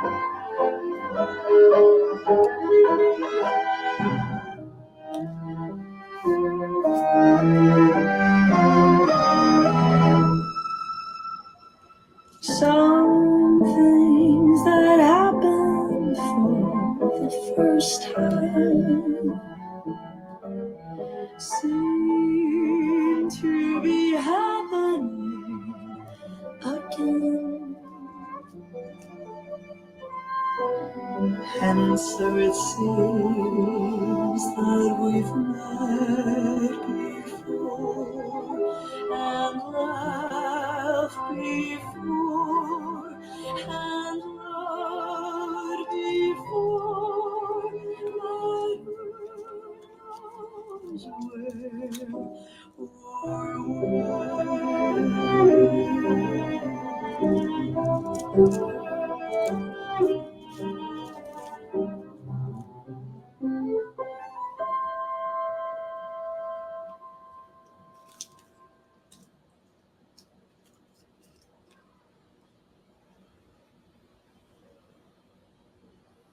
That was nice.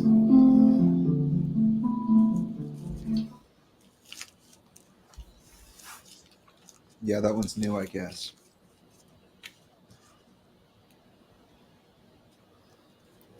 I've never heard of Laffy before.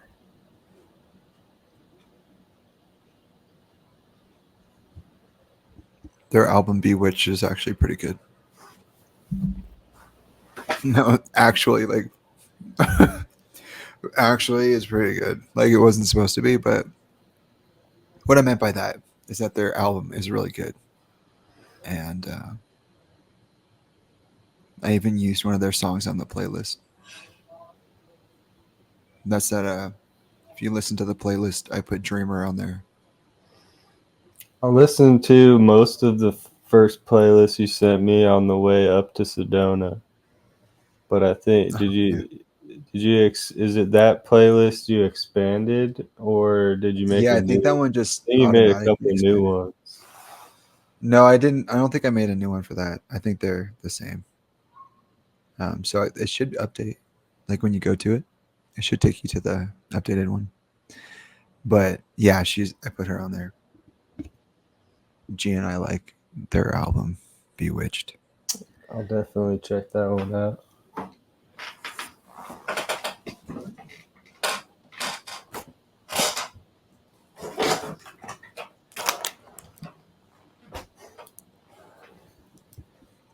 Okay. It's time to set up the game. All right. Got my notebook out. You want to do 3 waves? How many waves you want to do? I don't have any. Like, I'm not on a time limit. I'll do whatever. What's each wave?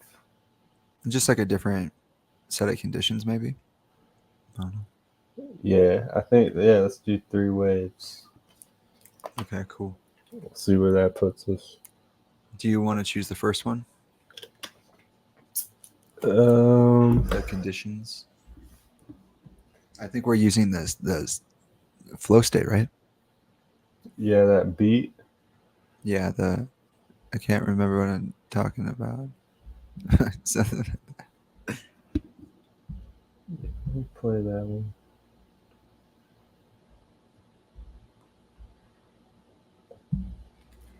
And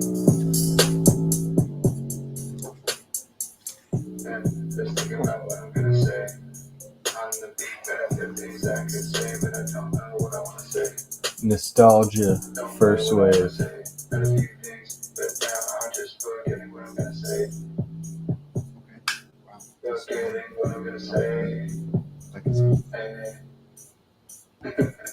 That 3-layer voice is so crazy. this is crazy. G made me use it. So I'm trying to blank, I guess I'll just keep going about trying to blank. Can't remember what I was gonna say. Can't remember what I was gonna say.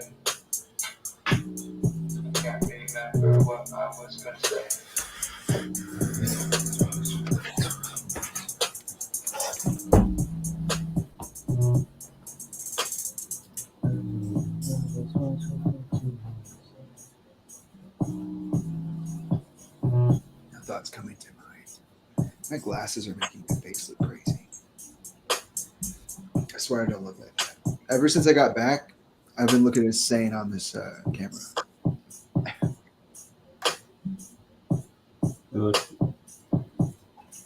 Don't look insane or any different, dude.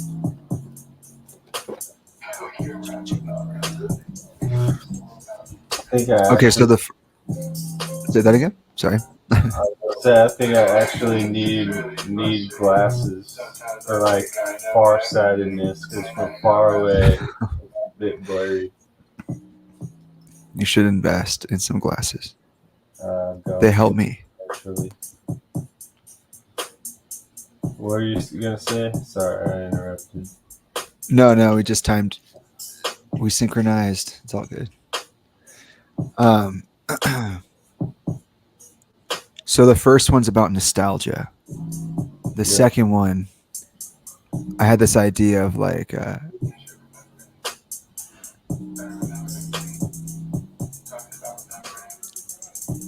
there's a base state and there's a state beyond that, an arc back to the base state. For me, in my mind, it was like when you get like in conversation about something and then you get really into something and like you go away from that thing and then you have to find your way back. But it wasn't like that. There was more to it. It was like it's kind of part of the remembering thing, but it's not exactly like that. It's like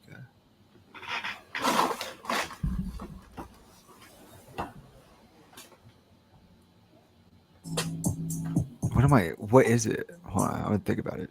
Just thinking about what I'm gonna say. On the beat, but I feel the exactly same, but I don't know what I wanna say. Don't know what I wanna say. And a few things, but now I'm just forgetting what I'm gonna say. Forgetting what I'm gonna say. I'm gonna hold on to that one.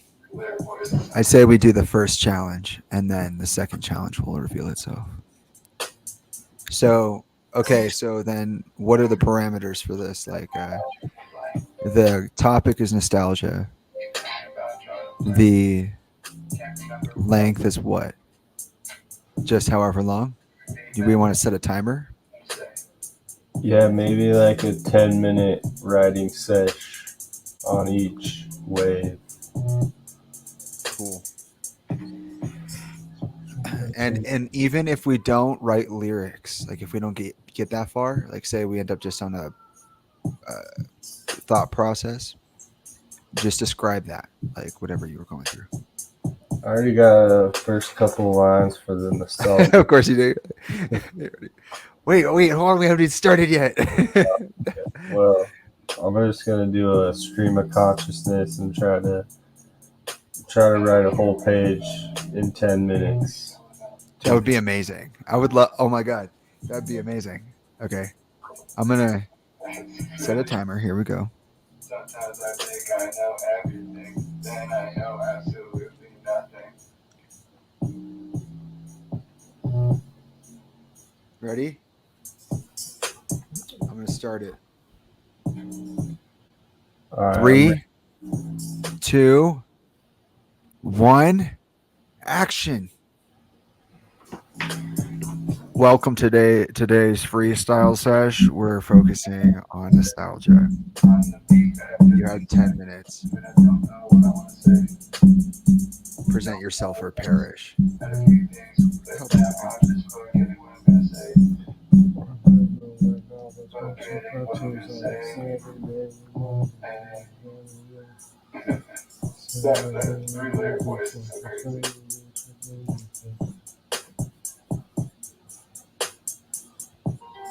Since I'm trying to blank, I guess I'll just keep going about trying to blank. Keep going about trying to blank. Can't remember what I was gonna say. Can't remember what I was gonna say. watching cartoons on the Saturday, trying to do something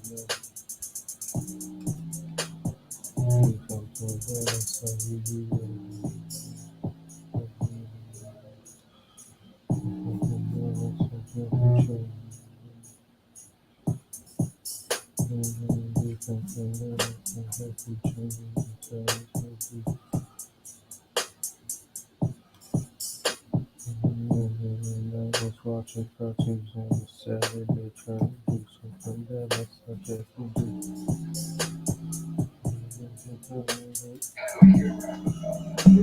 Remember when I was watching cartoons on the Saturday, trying to do something that I suggest to do.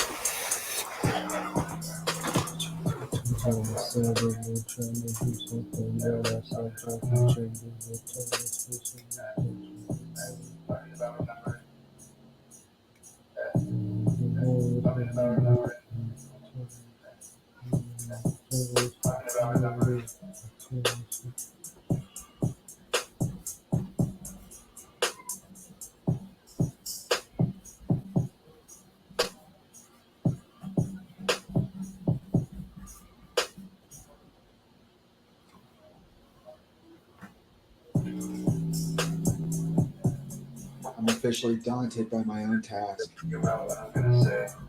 I got a few words. It might not be very good, but it's alright. It's something. Don't overthink it and just put the first word that comes to your mind.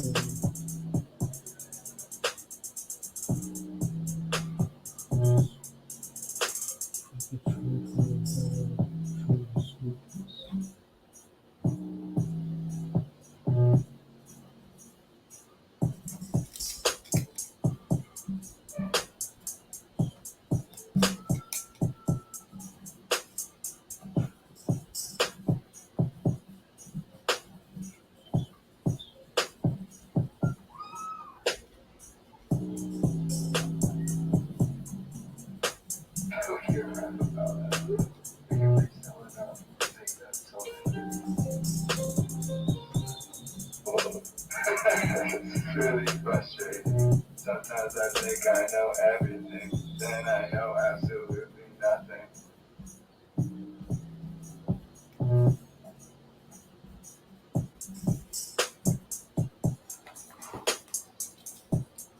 Oh, man, that's hard to write like fast enough. 5 minutes.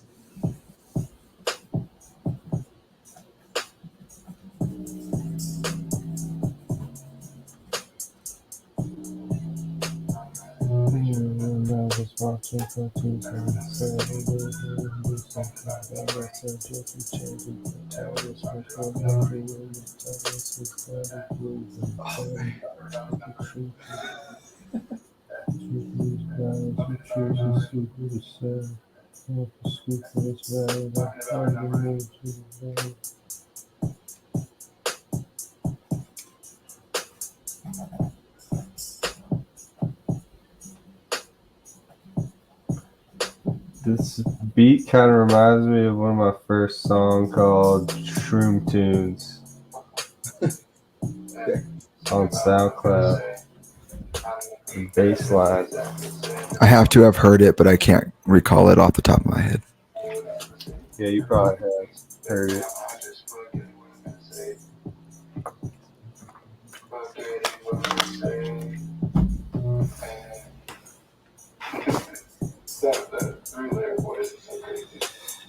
When I was watching cartoons on a Saturday, trying to do something, then I saw Jackie Chan and tell us what I do with my talents. It's got a groove in the balance.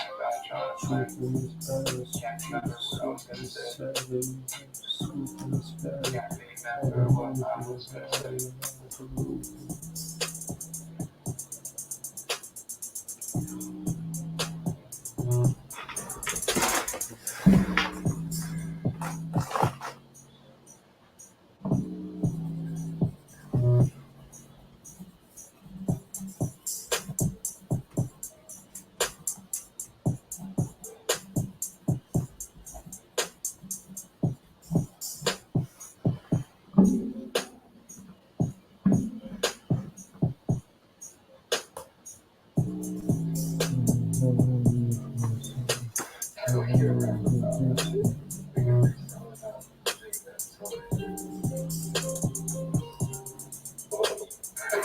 It's really frustrating. Sometimes I think I know everything, then I know absolutely nothing.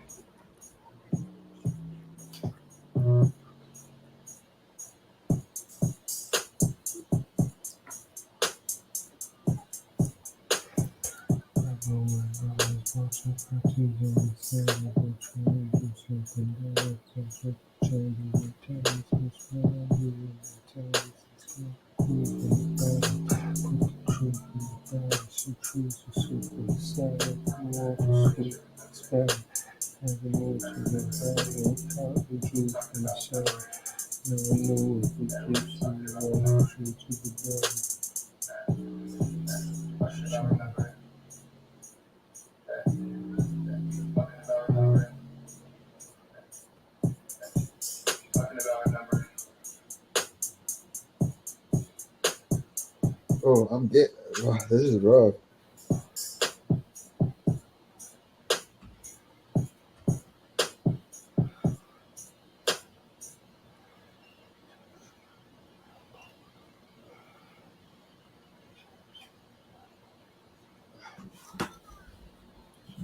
Okay, if I could just, this just got to be the idea. That's it. Okay, final drop. I'll say right now, mine doesn't make sense. And just think about what I'm gonna say. On the beat, but I have things I could say, but I don't know what I wanna say. Don't know what I wanna say. Had a few things, but now I'm just forgetting what I'm gonna say. Forgetting what I'm gonna say. And that three-layer voice is so crazy.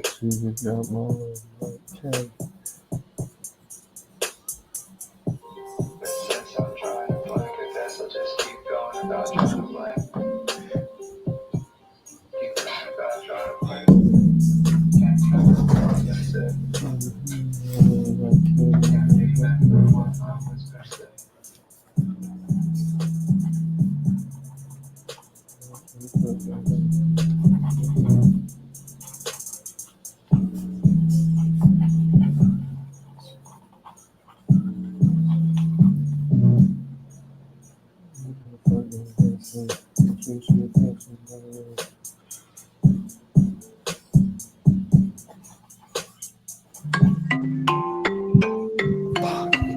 No, I was so close. Time, right before time happened, we had another clip in the audio and visual. Nice. I got like, I was so close. I was in my final draft. damn. I got a little bit, but yeah, it's pretty.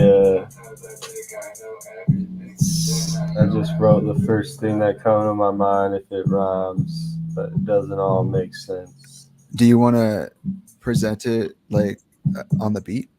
Yeah, I can try that. I can spit it. See And how just this turn goes. it down low enough to be heard, and you can just like do the thingy over it. All right. How's this volume on the beat part? Yeah, it's good. At least the drums are visible. All right. I'll leave it right there.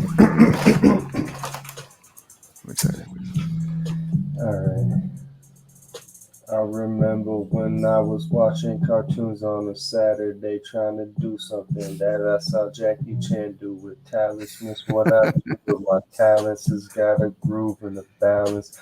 Put the truth in the balance. You choose the soup or the salad. Want the scoop in this valley. Had to move to the valley and cop the jewels from Sally.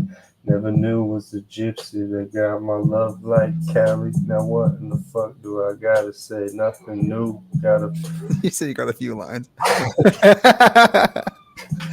had the whole fucking song written, bro. What are you talking about? Fell off that verse. Sorry, keep going. That was it. Oh, that was it? That was the Yeah. Really? What? My timing was just impeccable. It was because I kind of fell off at the end. Like, what in the fuck do I think I meant to say, like, Now what in the fuck do I gotta say? Nothing new, gotta function another way.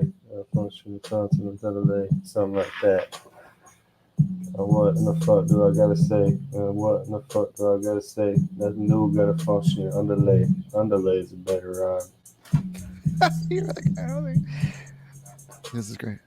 But yeah, that first part was what I wrote. It rhymes good, but like as far as what it is, it's pretty random. Yeah, it's cool. But it That's sounds cool though. I appreciate that. Thank you. I like the Jackie Chan line because it reminded me of how much I love the Jackie Chan TV show from back in the day. that's exactly The what cartoon. that's what the nostalgia brought me back to. I used to watch Jackie Chan. Really?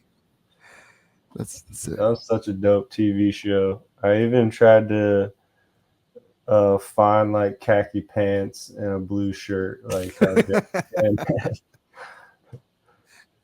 I feel like that with shit the so sleeves hard. rolled up and shit. Like yeah, cool. That is a feeling that my bones recognize. Yeah, and all the Um, talismans, fucking sick. yeah, that's cool. I'm glad I picked up on that. But yeah, that one spoke the most clearly to me. That's exactly what I was references, and then it kind of just went off the rails. Don't know where the soup and salad came from, but scoop and valid rhymes with that. He said you don't know where that came from. Had to I thought move. it sounded good in context. It does sound good when you rhyme it together. But yes, move to the valley, cop the jewels from a Sally. I don't even know a Sally. Work. That's genius. I might have to actually learn from this experience. It's amazing. It's a good exercise. I'm just trying to get the words in place. Yeah, I have more of a thought process to describe for me, less lyrics, but I tried very hard.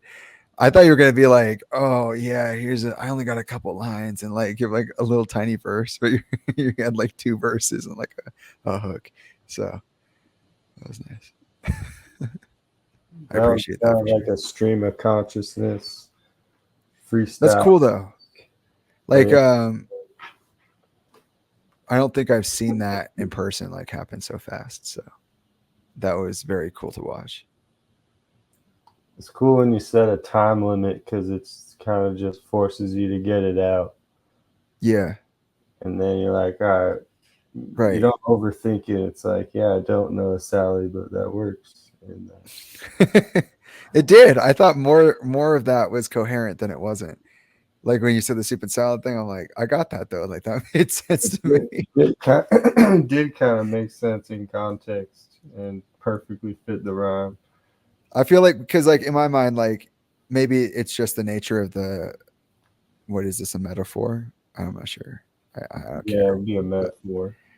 But like this the soup or the salad is always the side. So you're always getting something else and that comes with it. It's a choice. It's like a benefit of something else.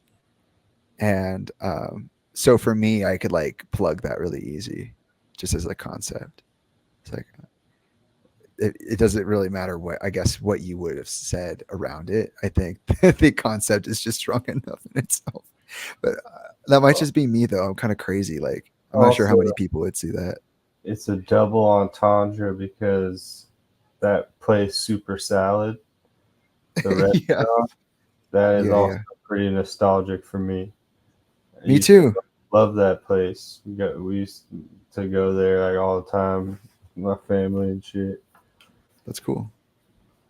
But yeah, I don't know why they all shut down. That was a cool place.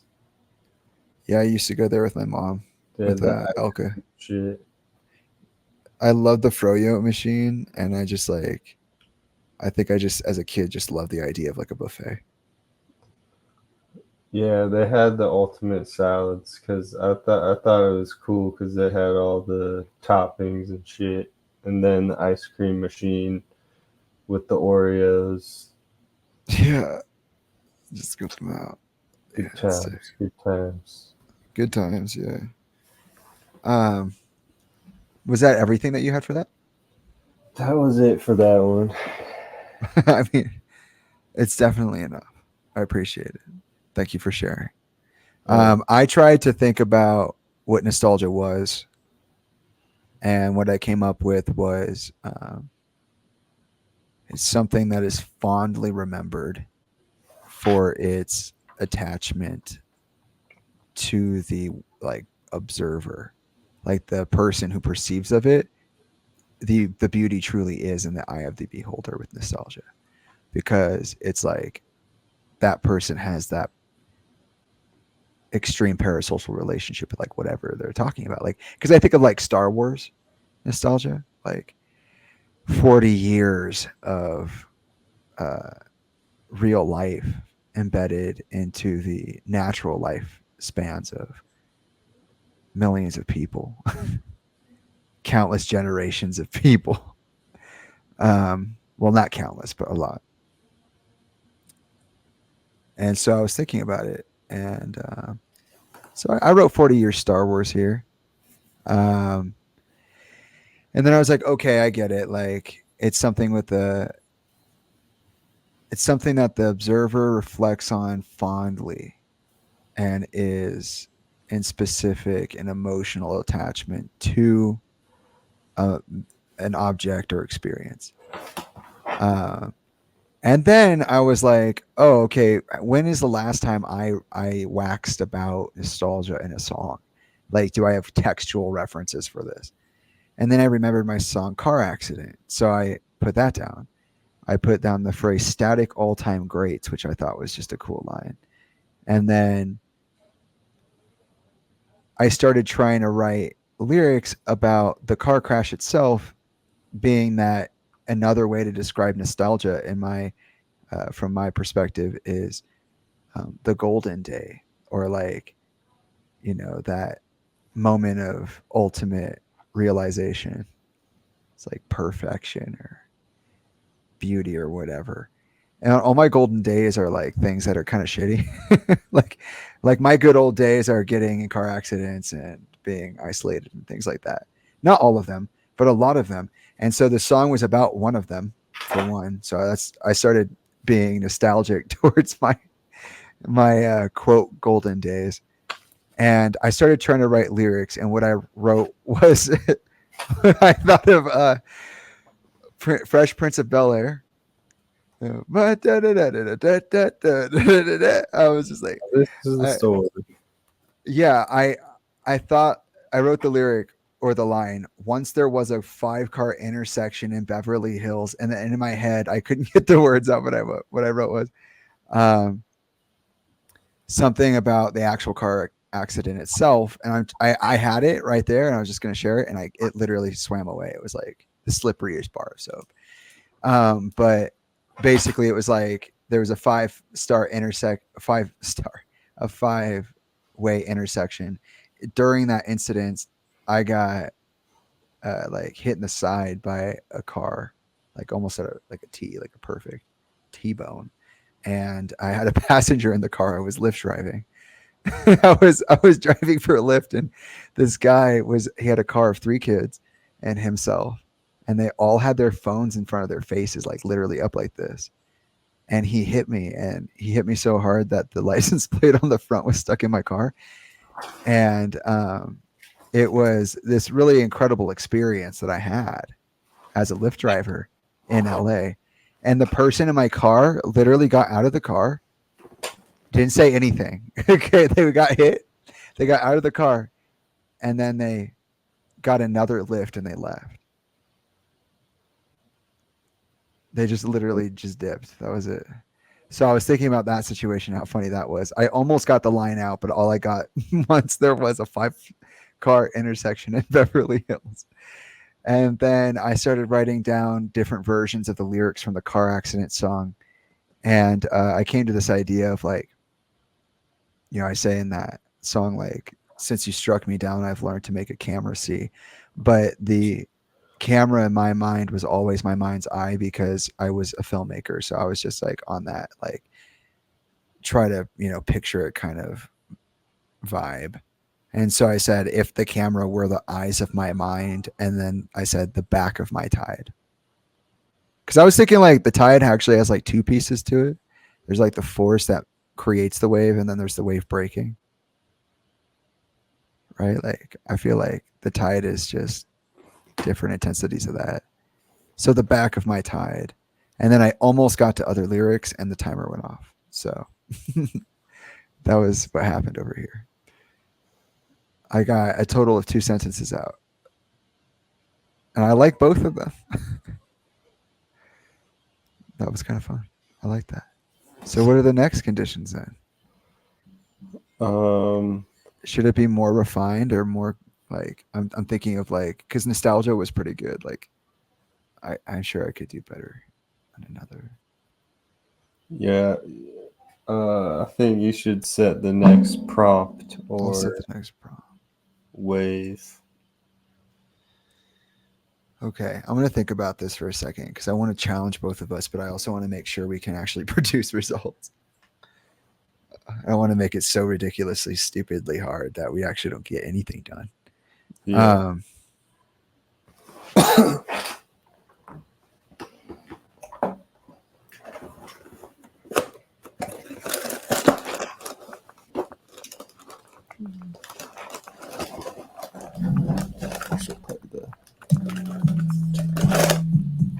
Yeah.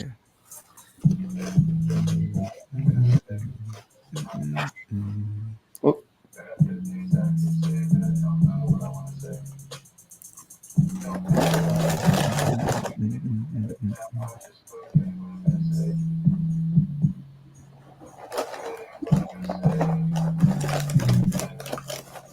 Okay, it's coming to me. Okay. Remember when we first were talking about releasing music and then I came up with like a scheme for everything and that was like the drop process? One of the things I said I wanted to write a song about was like give us like an object to say as much as we can about through the process of association, which is kind of what we did with nostalgia. But I think it would actually be fun to do like a similar exercise where we talk about a tree.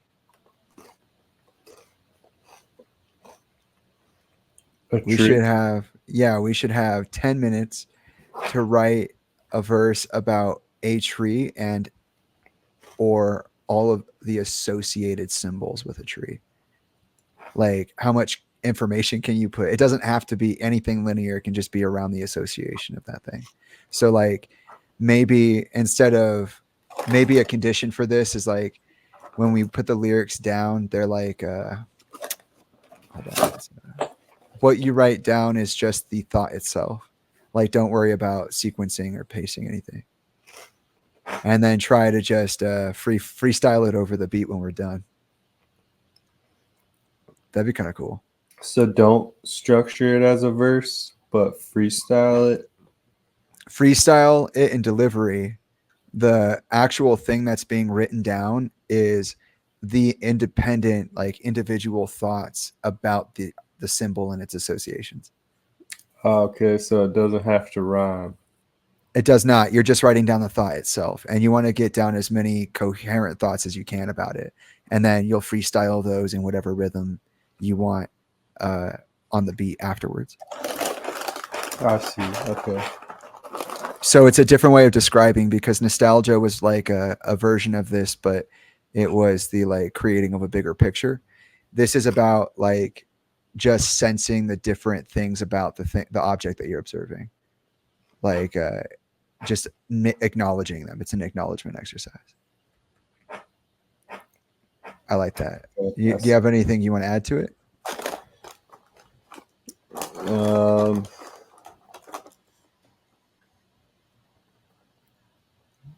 No, I don't think so. Cool. I think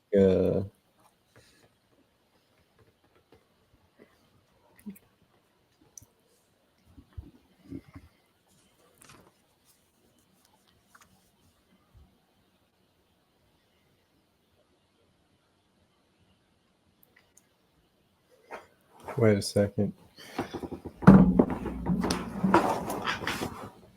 What's the prompt one more time? I'm kind of blanking.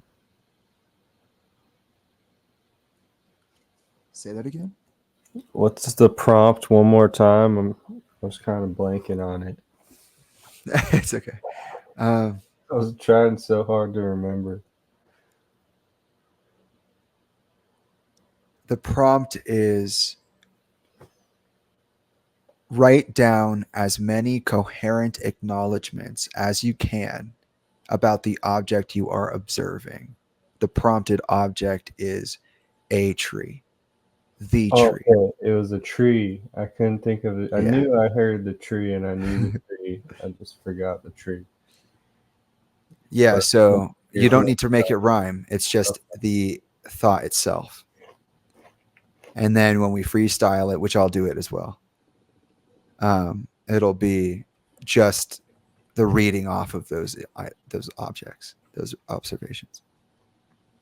So when you're ready, I can set the timer. I'm ready. Okay. Hold on, Mom.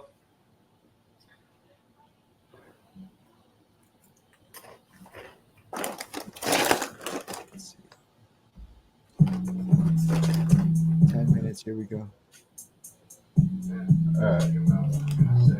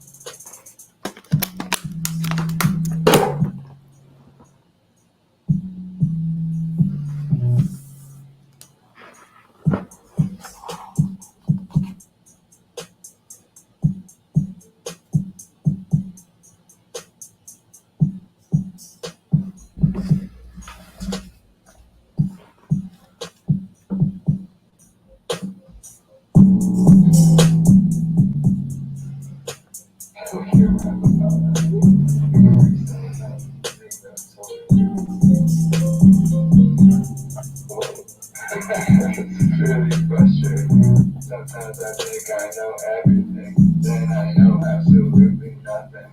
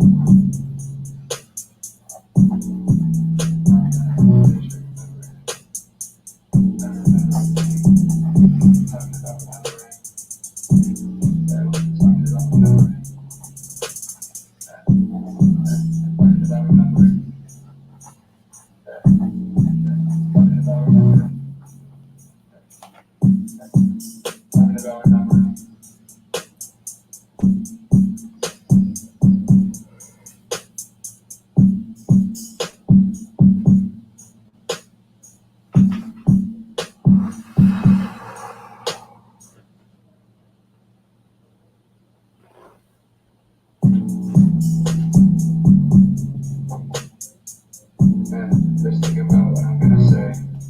On the beat, got 15 seconds to say, but I don't know what I wanna say. Don't know what I wanna say. Had a few things, but now I'm just forgetting what I'm gonna say. Forgetting what I'm gonna say. Hey. that three-lyric voice is so crazy.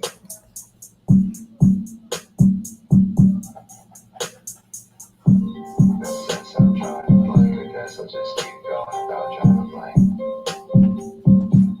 Keep going without trying to play.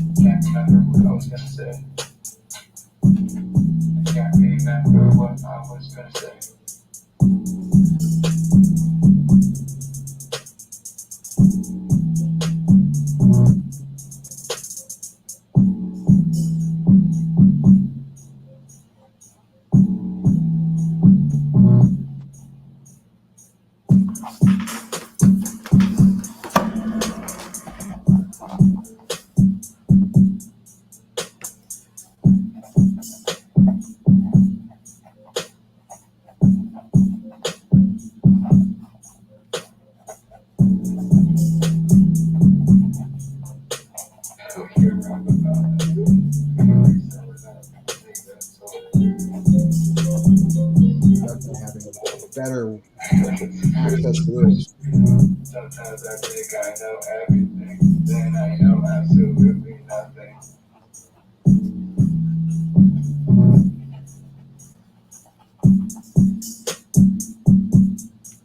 Ooh, that's a fucking.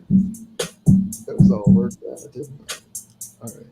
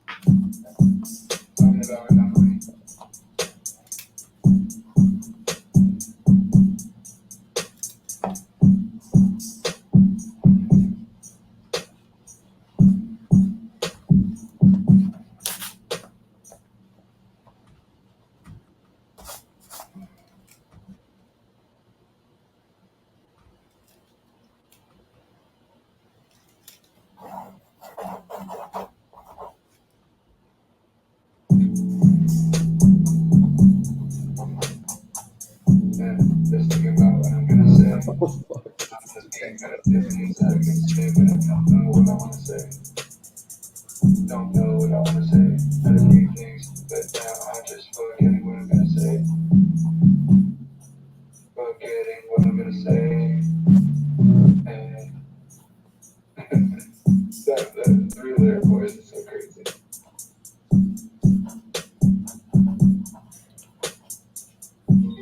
Since I'm trying to blank, I guess I'll just keep going about trying to blank. Keep going about trying to blank. Can't remember what I was gonna say. Can't remember what I was gonna say.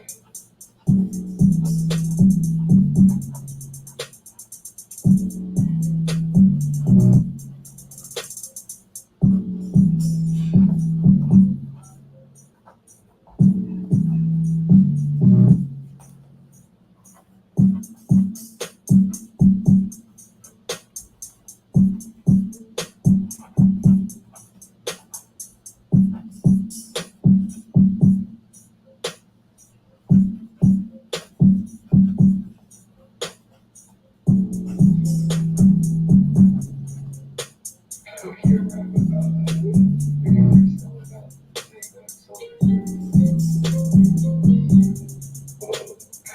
it's really frustrating. Sometimes I think I know everything, then I know absolutely nothing.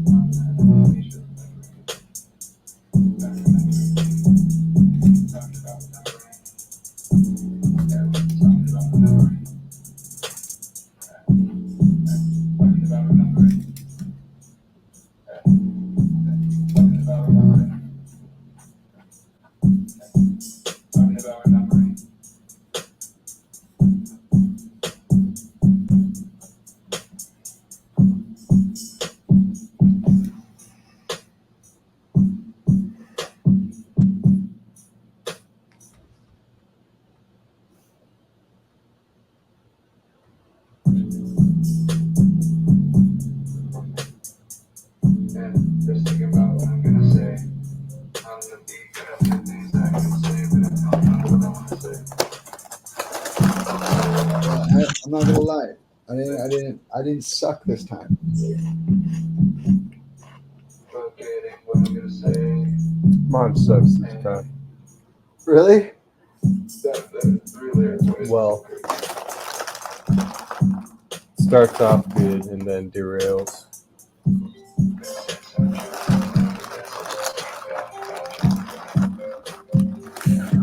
I might request that I be able to rearrange my thoughts.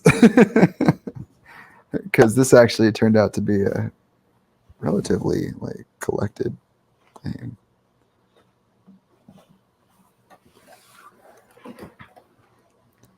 All right, I can go first if you want. Yeah, go ahead. All right, I'm ready. All right.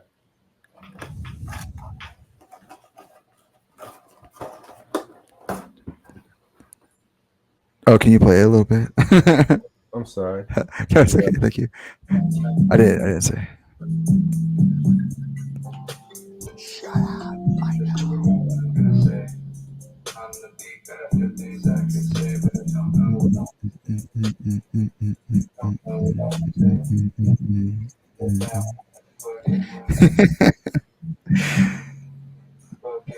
Okay.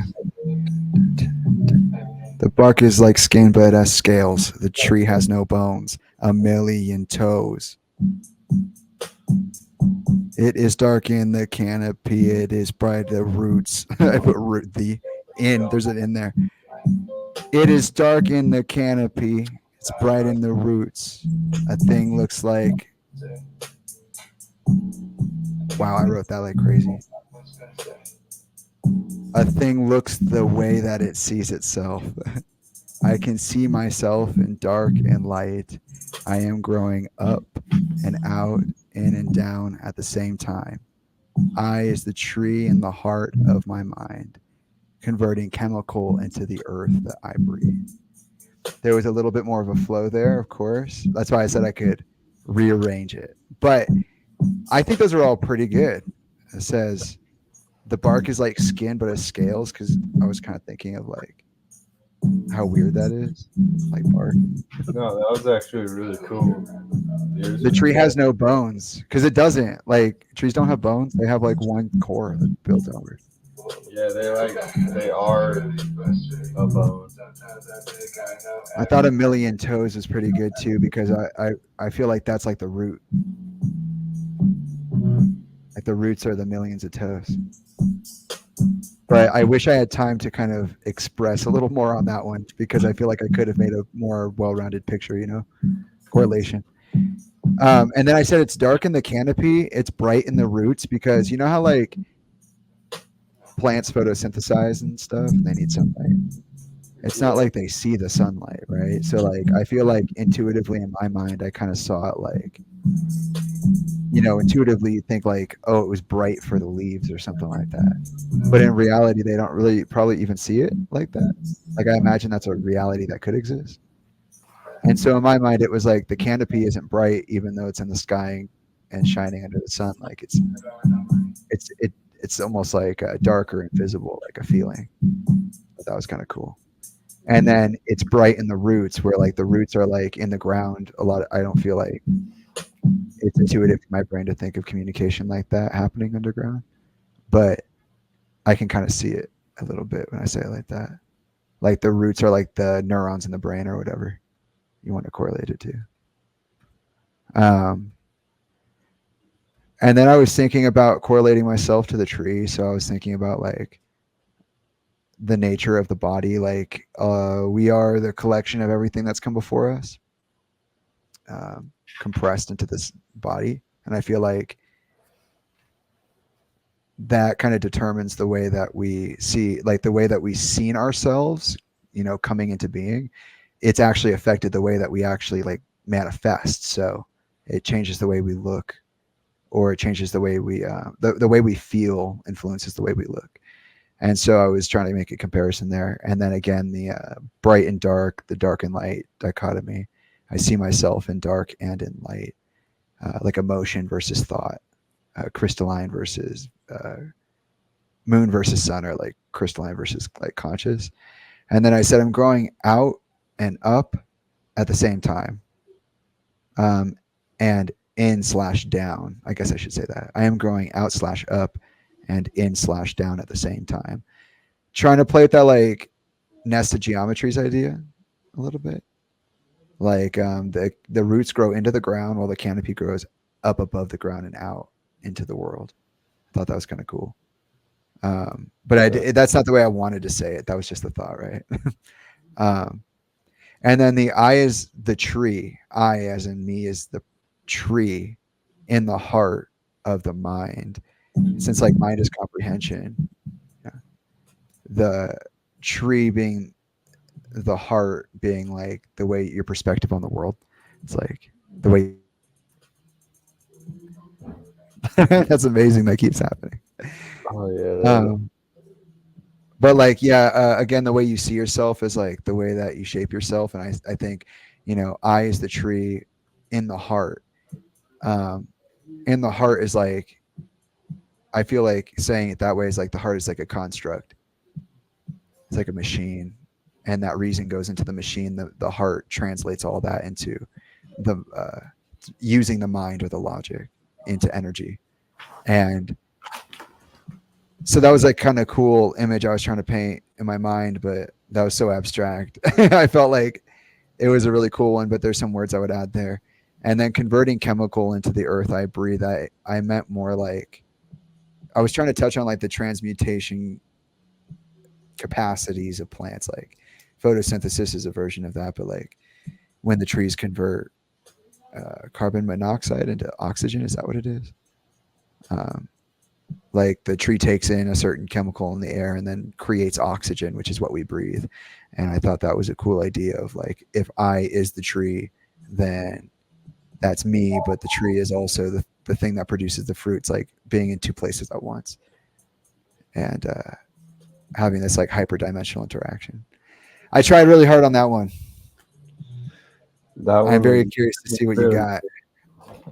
Mine's not as good or What do you mean? thoughtful as that one. But I'll try to do what I wrote over the beat. It doesn't rhyme with all the. It's okay. I was scared of mine, to be honest.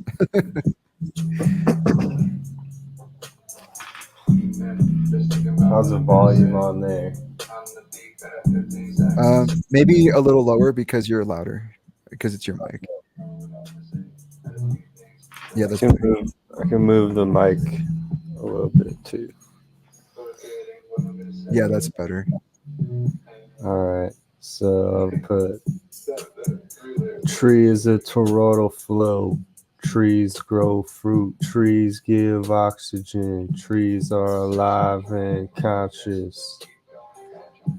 Many trees is a forest or a jungle or just a backyard full of trees.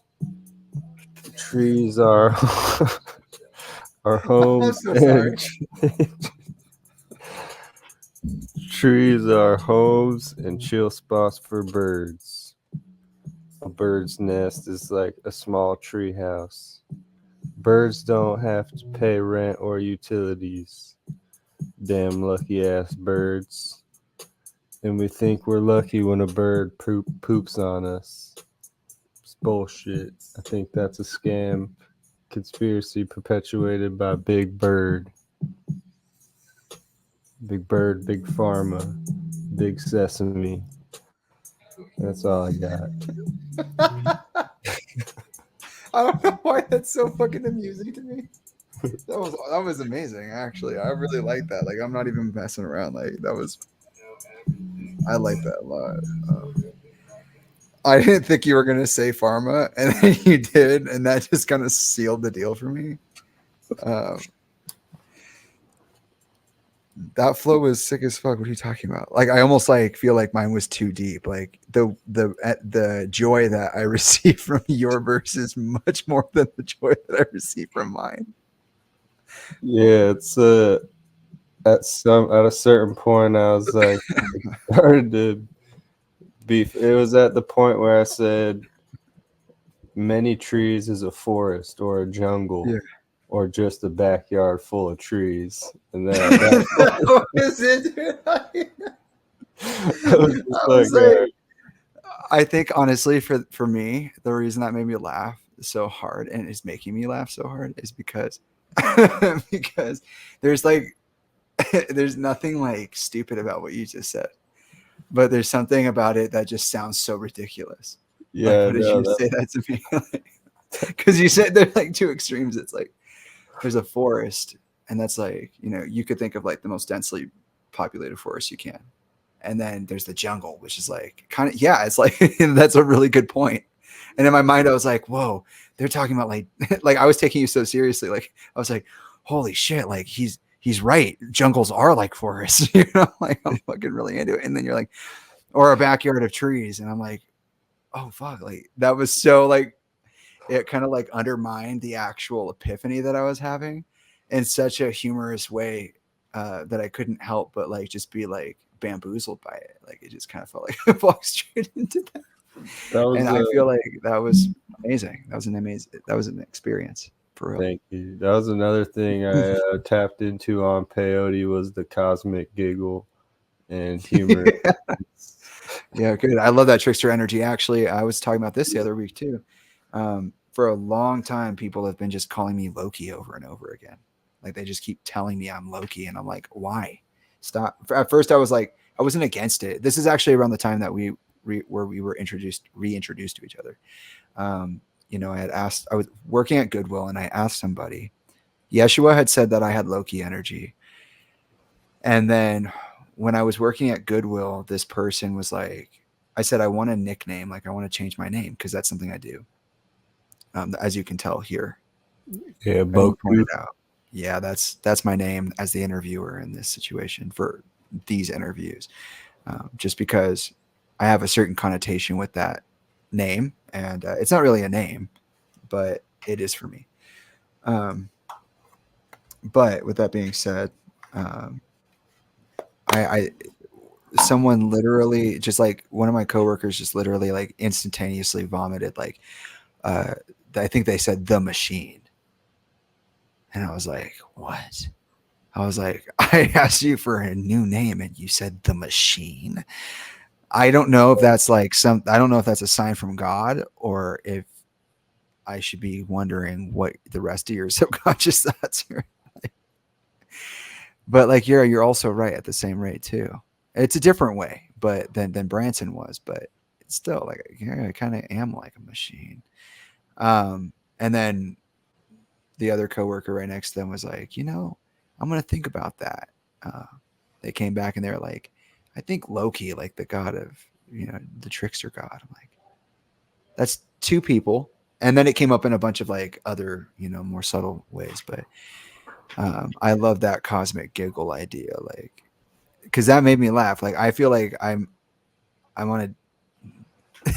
There was something so gratifying about that turn. And then later when you were like, I knew you were gonna go into like the I just sensed it, like, oh, he's gonna switch to the birds soon. And then you did, and I was like, okay. And then you're like, what did you say? You like scolded the birds for like being so lucky or something like that. Like, yeah, I said birds after the backyard or a backyard full of trees. I thought trees are homes and chill spots for birds. Yeah, that was sick as fuck. I heard that and I went, more truth. Like that was so clean. A bird's nest is like a small tree house. That's where I laughed again. And then when you did when you said that, I laughed really hard. Birds don't have to pay rent or utilities. And then I sobered up because I was like, yeah, he's right. Damn lucky ass birds. Damn lucky ass birds. But we think we're lucky when a bird poops on us. I think that is bullshit. I think that's a scam. When you got to that part, you were like questioning yourself. So when you said that, you were like, that's bullshit. It just sounded like you were on a different thought, not like you wrote that down. And that really, I could sense that I knew you wrote that down. Like I knew you were rolling through it, but like the delivery, because you had like been finding your balance again. Because that was right after that, I was like, oh, is that all? Like I think because after my laugh, you stopped again. I was like, oh, is that all? And you were like, yeah, there's like nothing left. And then you went off for like another full verse.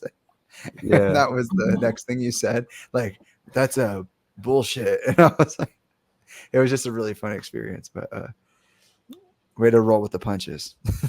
Yeah, I know. I did that. That was the part where I was like, okay, it was getting ridiculous, but I thought it was funny because I was like, I think that's a conspiracy perpetuated by Big Bird. And then Yeah. I was like, wait a second, Big Bird, Big Sesame Street. I know. You said Big Bird, and then you went Pharma, and then you said Yeah. something, and then you said something Sesame, and I laughed again because I was like, "What the fuck? Why'd you say Sesame after?" Like I knew why you said it, like I understood, and I saw it in my head, but the delivery was so abstract that I was just kind of like, I wasn't expecting the trigger, you know, like Yeah. That's another one of my part-time hobbies is I watched this show called Kill Tony. It's like a comedy show, and they'll have regular comedians, and they'll also a lot of people like sign up and get pulled out of a hat, and they'll come up with like jokes they wrote. So ever since I've been like a fan of this show, I try to think of like jokes and stuff and draw the correlation between like writing verses and wordplay and punchlines and like stand up and setting up a punchline and stuff. So yeah, it's some on when I was during the peyote trip, I feel like I was tapping into just like that like humor and like thinking of funny things and shit, and it was just having a good time and laughing and stuff. So this kind of thing I structured as if I was like writing it in a joke book or something. That's kind of the direction I went with it. there's some serious Mad Libs vibes about this. I think damn lazy or damn with the scolding line is like one of the, because there are so many like lines in that where like you could have been flashy with it. And honestly, when you were like a conspiracy perpetuated by, I was like, oh fuck, he's going hard, he's gonna go. And then like you stopped right there. It's like this moment where that was like, when you the were like, time ended. it was just over. It didn't like there was no. I would have went And, into like birds aren't real next. That's amazing. I feel like that was a very fun and telling modification of the experiment. Do you want to come up with a third one, or What do you think? I could probably think of one. I do have to eat dinner sometime soon. 10 minutes? But I could do one more. Let's do one more. I know. I was like, okay, 3 could be a long time, but and that is like 30 minutes at the minimum. But we can do a like a lightning round. Instead of doing 3 10-minute rounds, maybe we could do like half that time, or let's do a challenge in 4 minutes and 20 seconds just to be cute. We can do.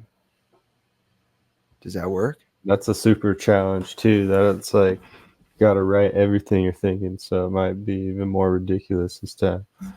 It might be even more.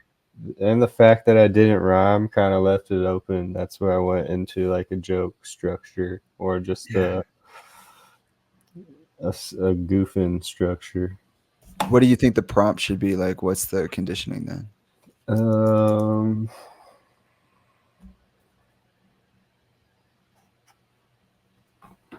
Wait, let's play this song again.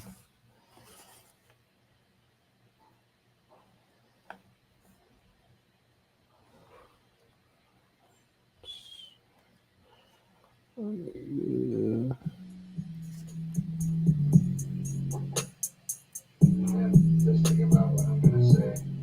On the beat, gonna hit things I could say, but I don't know what I wanna say. Maybe I don't know what I wanna say. Got a few things, but now I'll just forget what I'm gonna say. I had a pretty obvious idea just now. If you want to hear it. yeah, what's your idea? What if we just did exactly what the lyrics are saying? What if we wrote out as many different ways as possible to say, I forgot, I don't remember what I was trying to say. I'm trying to remember what I'm trying to say. Oh, okay, I like that. Like that, whatever it is, it could be the punchline, it just has to focus on that. Like it could be as many ad libs as possible. It could be a narrative, like a punchline of some sort, or it could be like a story. It could be anything. Okay, I like that. I'm already thinking of some like synonym phrases. Yeah. I love cinnamon. Synonym. Synonym and similar phrases. Okay. Some more associative language. All right, so let me know when the time starts. Okay. 3, 2, 1. It's really frustrating. Sometimes I think I know everything, then I know absolutely nothing.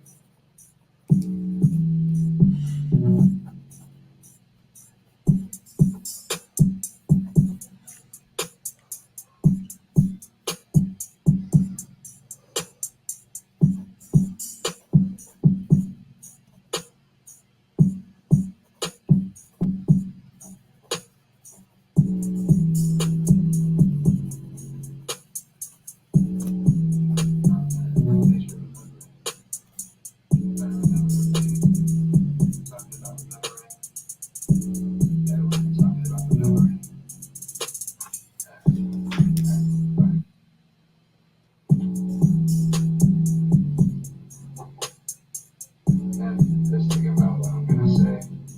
On the beat, got a few things I could say, but I don't know what I wanna say. Don't know what I wanna say. Got a few things, but now I'm just forgetting what I'm gonna say. Forgetting what I'm gonna say. Hey. That 3-layer voice is so crazy.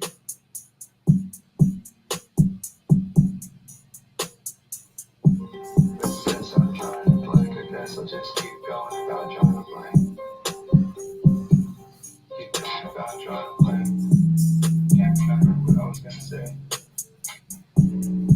Can't remember what I was gonna say.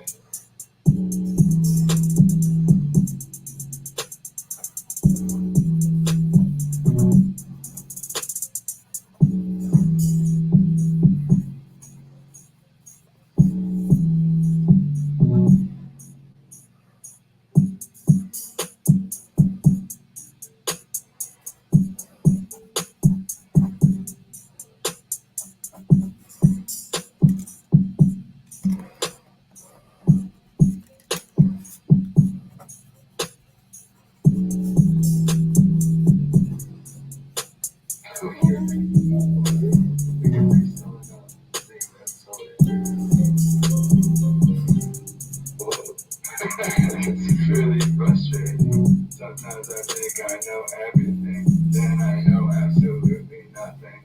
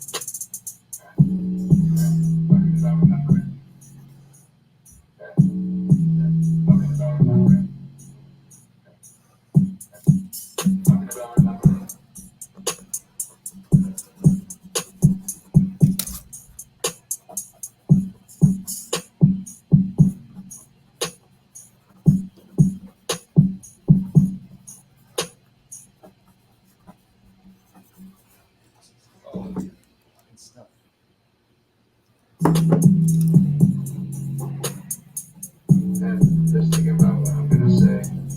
On the beat, got a few things I could say, but I don't know what I wanna say. Don't know what I wanna say. Got a few things, but now I'm just forgetting what I'm gonna say. Forgetting what I'm gonna say. Hey. That 3-layer voice is so crazy.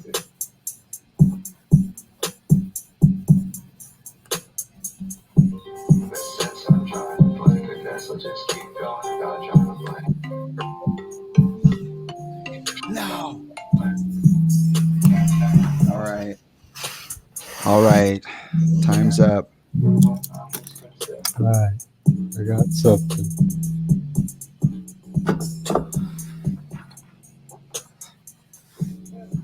Got about a page worth of Scrabble, of cactus scribbles. Would you like to go first? You want me to go first?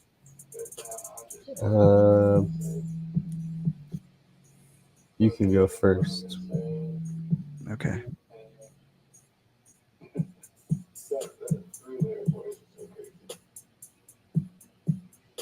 Okay, I think I want to switch those two. Okay. It's the time of telling. I'm ready. I'm listening. Let's hit it in my head first.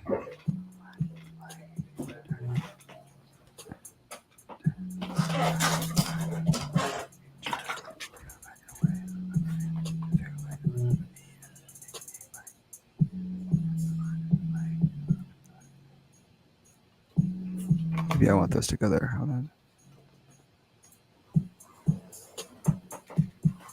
Ooh. Hold on. I understand. I'm going right now. I need to put numbers on these lines because I see a different order.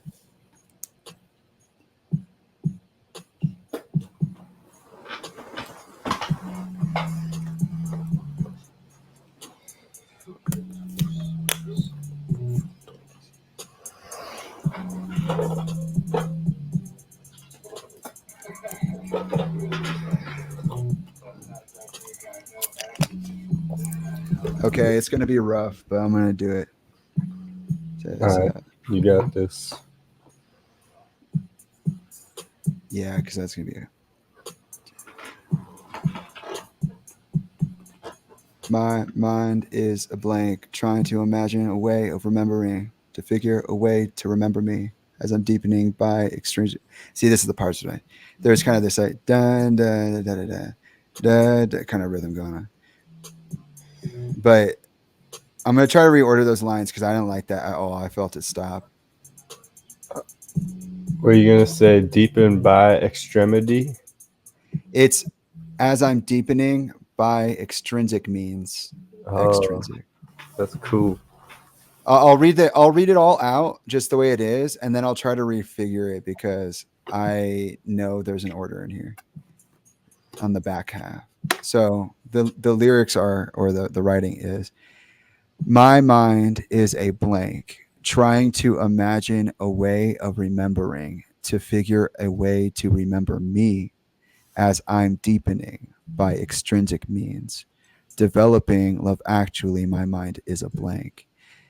I think what I wanted to write was, my mind is a blank, developing love actually as I'm deepening by extrinsic means. Dang. So that there are two sections of my mind is blank. So the first one again would be, my mind is a blank, trying to imagine a way of remembering, to figure a way to remember me.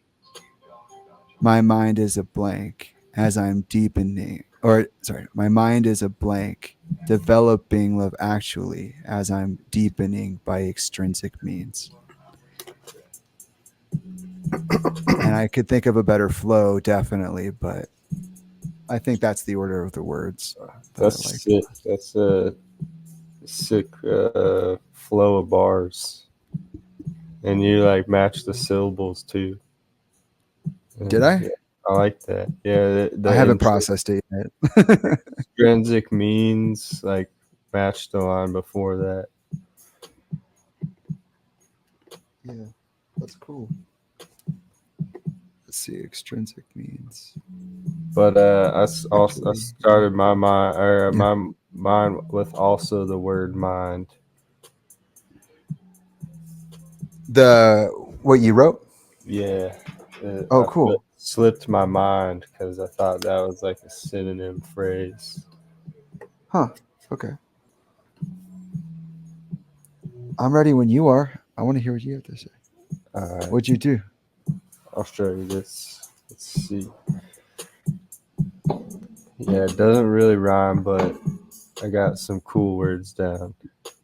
Let's see where we're at.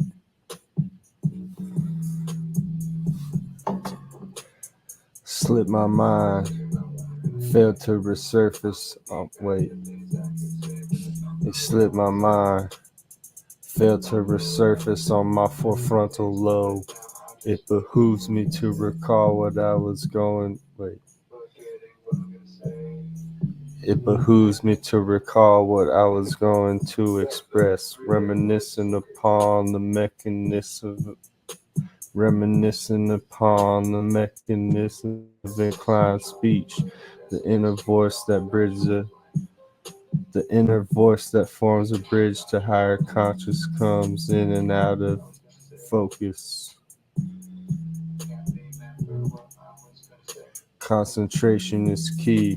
Discipline the busy mind. That's what I got. Wait, can you read those to me? Yeah, it's my mind failed to resurface on my forefrontal lobe. I don't know if that is a real thing. Frontal lobe is, but I called it my forefrontal lobe in the forefront. And the word behooves popped into my head, so I looked that up, and it behooves me to recall what I was going to express. So I feel like that means it's my duty to recall what I was going to express. Yeah. Reminiscing upon the mechanisms of inclined speech. Okay. The inner voice that forms a bridge to higher consciousness comes in and out of focus. Okay.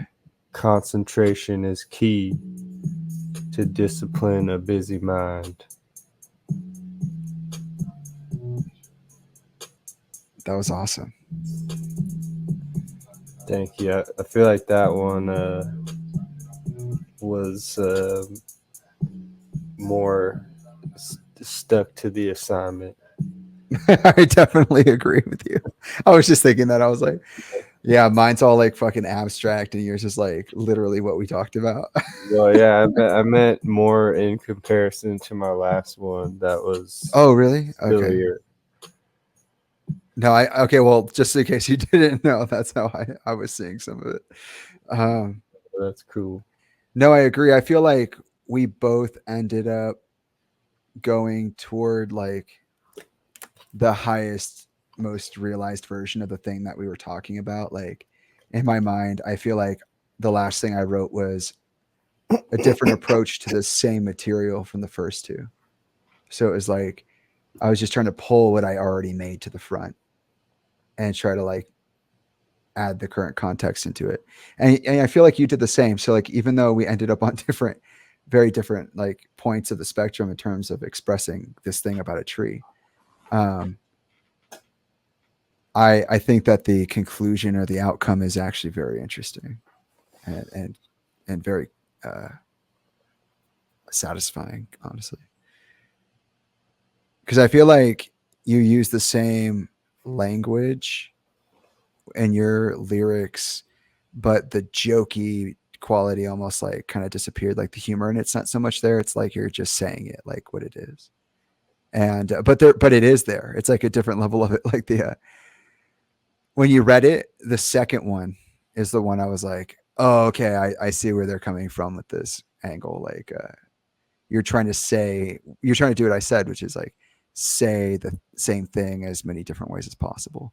And that That's was exactly what I was doing. clever. Trying to do. But yeah, that was really cool. Thanks for participating. Thanks for sharing all of your life energy with us. Thanks for being here for going on 5 hours now. This is pretty sweet. This is like, I don't know, kind of like, what do you think, guys? Kind of like legendary. Yeah, I don't know. Awesome, dude. Not playing, but I do think that this is very cool. And I know you have to go as well. So whenever you're ready to depart, it's good. Thank you for being here. I appreciate your presence. Like I said, this was really fun. This is like we kind of got like a little. I didn't think we were going to do anything like a challenge, so we kind of got like a little creative session there too. Yeah, dude, this is cool. That this like opened up a whole new avenue with the whole StreamYard thing of doing podcasts like this, because I've always wanted to like do podcasts and stuff, and this is the perfect tool to do it. I want to put the friends in the Discord onto this as well. I can see a lot of potential of like everybody within there doing podcasts or interviews with each other, which would be really No, totally. We didn't talk a lot about the Discord, but it's there's quite a network in there, and I feel like I see exactly what you're saying. Yeah, this could be a whole series.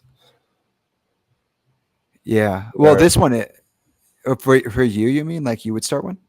Well, yeah, I mean, yeah, you already have the series, but like I'm thinking of like doing a podcast too, and like I had the idea to have it like multiple mics in the same room, but this is kind of cool and allows more possibility to like interview people within the Discord. So it kind of gave me an idea, but also not just for me, but other people within the Discord to start their own podcast series like with this, or us doing a separate series where we interview and we're like co-hosts of a podcast.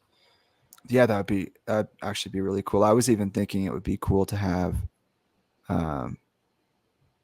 like a show that is a documentation of our music making process. Yeah. Like just like record all of our sessions and then put them up. That would be sick, like a documentary. It'd just be like the making of Pyramidion in perpetuity. the constant construction of our pyramids. Like that'd be pretty sweet. I wouldn't mind doing something like that. I look forward to the potential of like, having the same person on multiple times. Like that's so cool. Like each one of these, in theory and so far in practice, they've been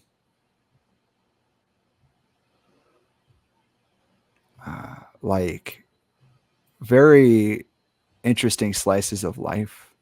It's like you're in a sitcom and then somebody from a different sitcom comes over. It's like Brooklyn Nine-Nine meets New Girl, but it's like way better shows.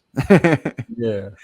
And it's like, but it's our real lives. It's like, and this week we have Branson, or for this project here, I feel like you and I are going to probably find a use for this pretty fast, like you said.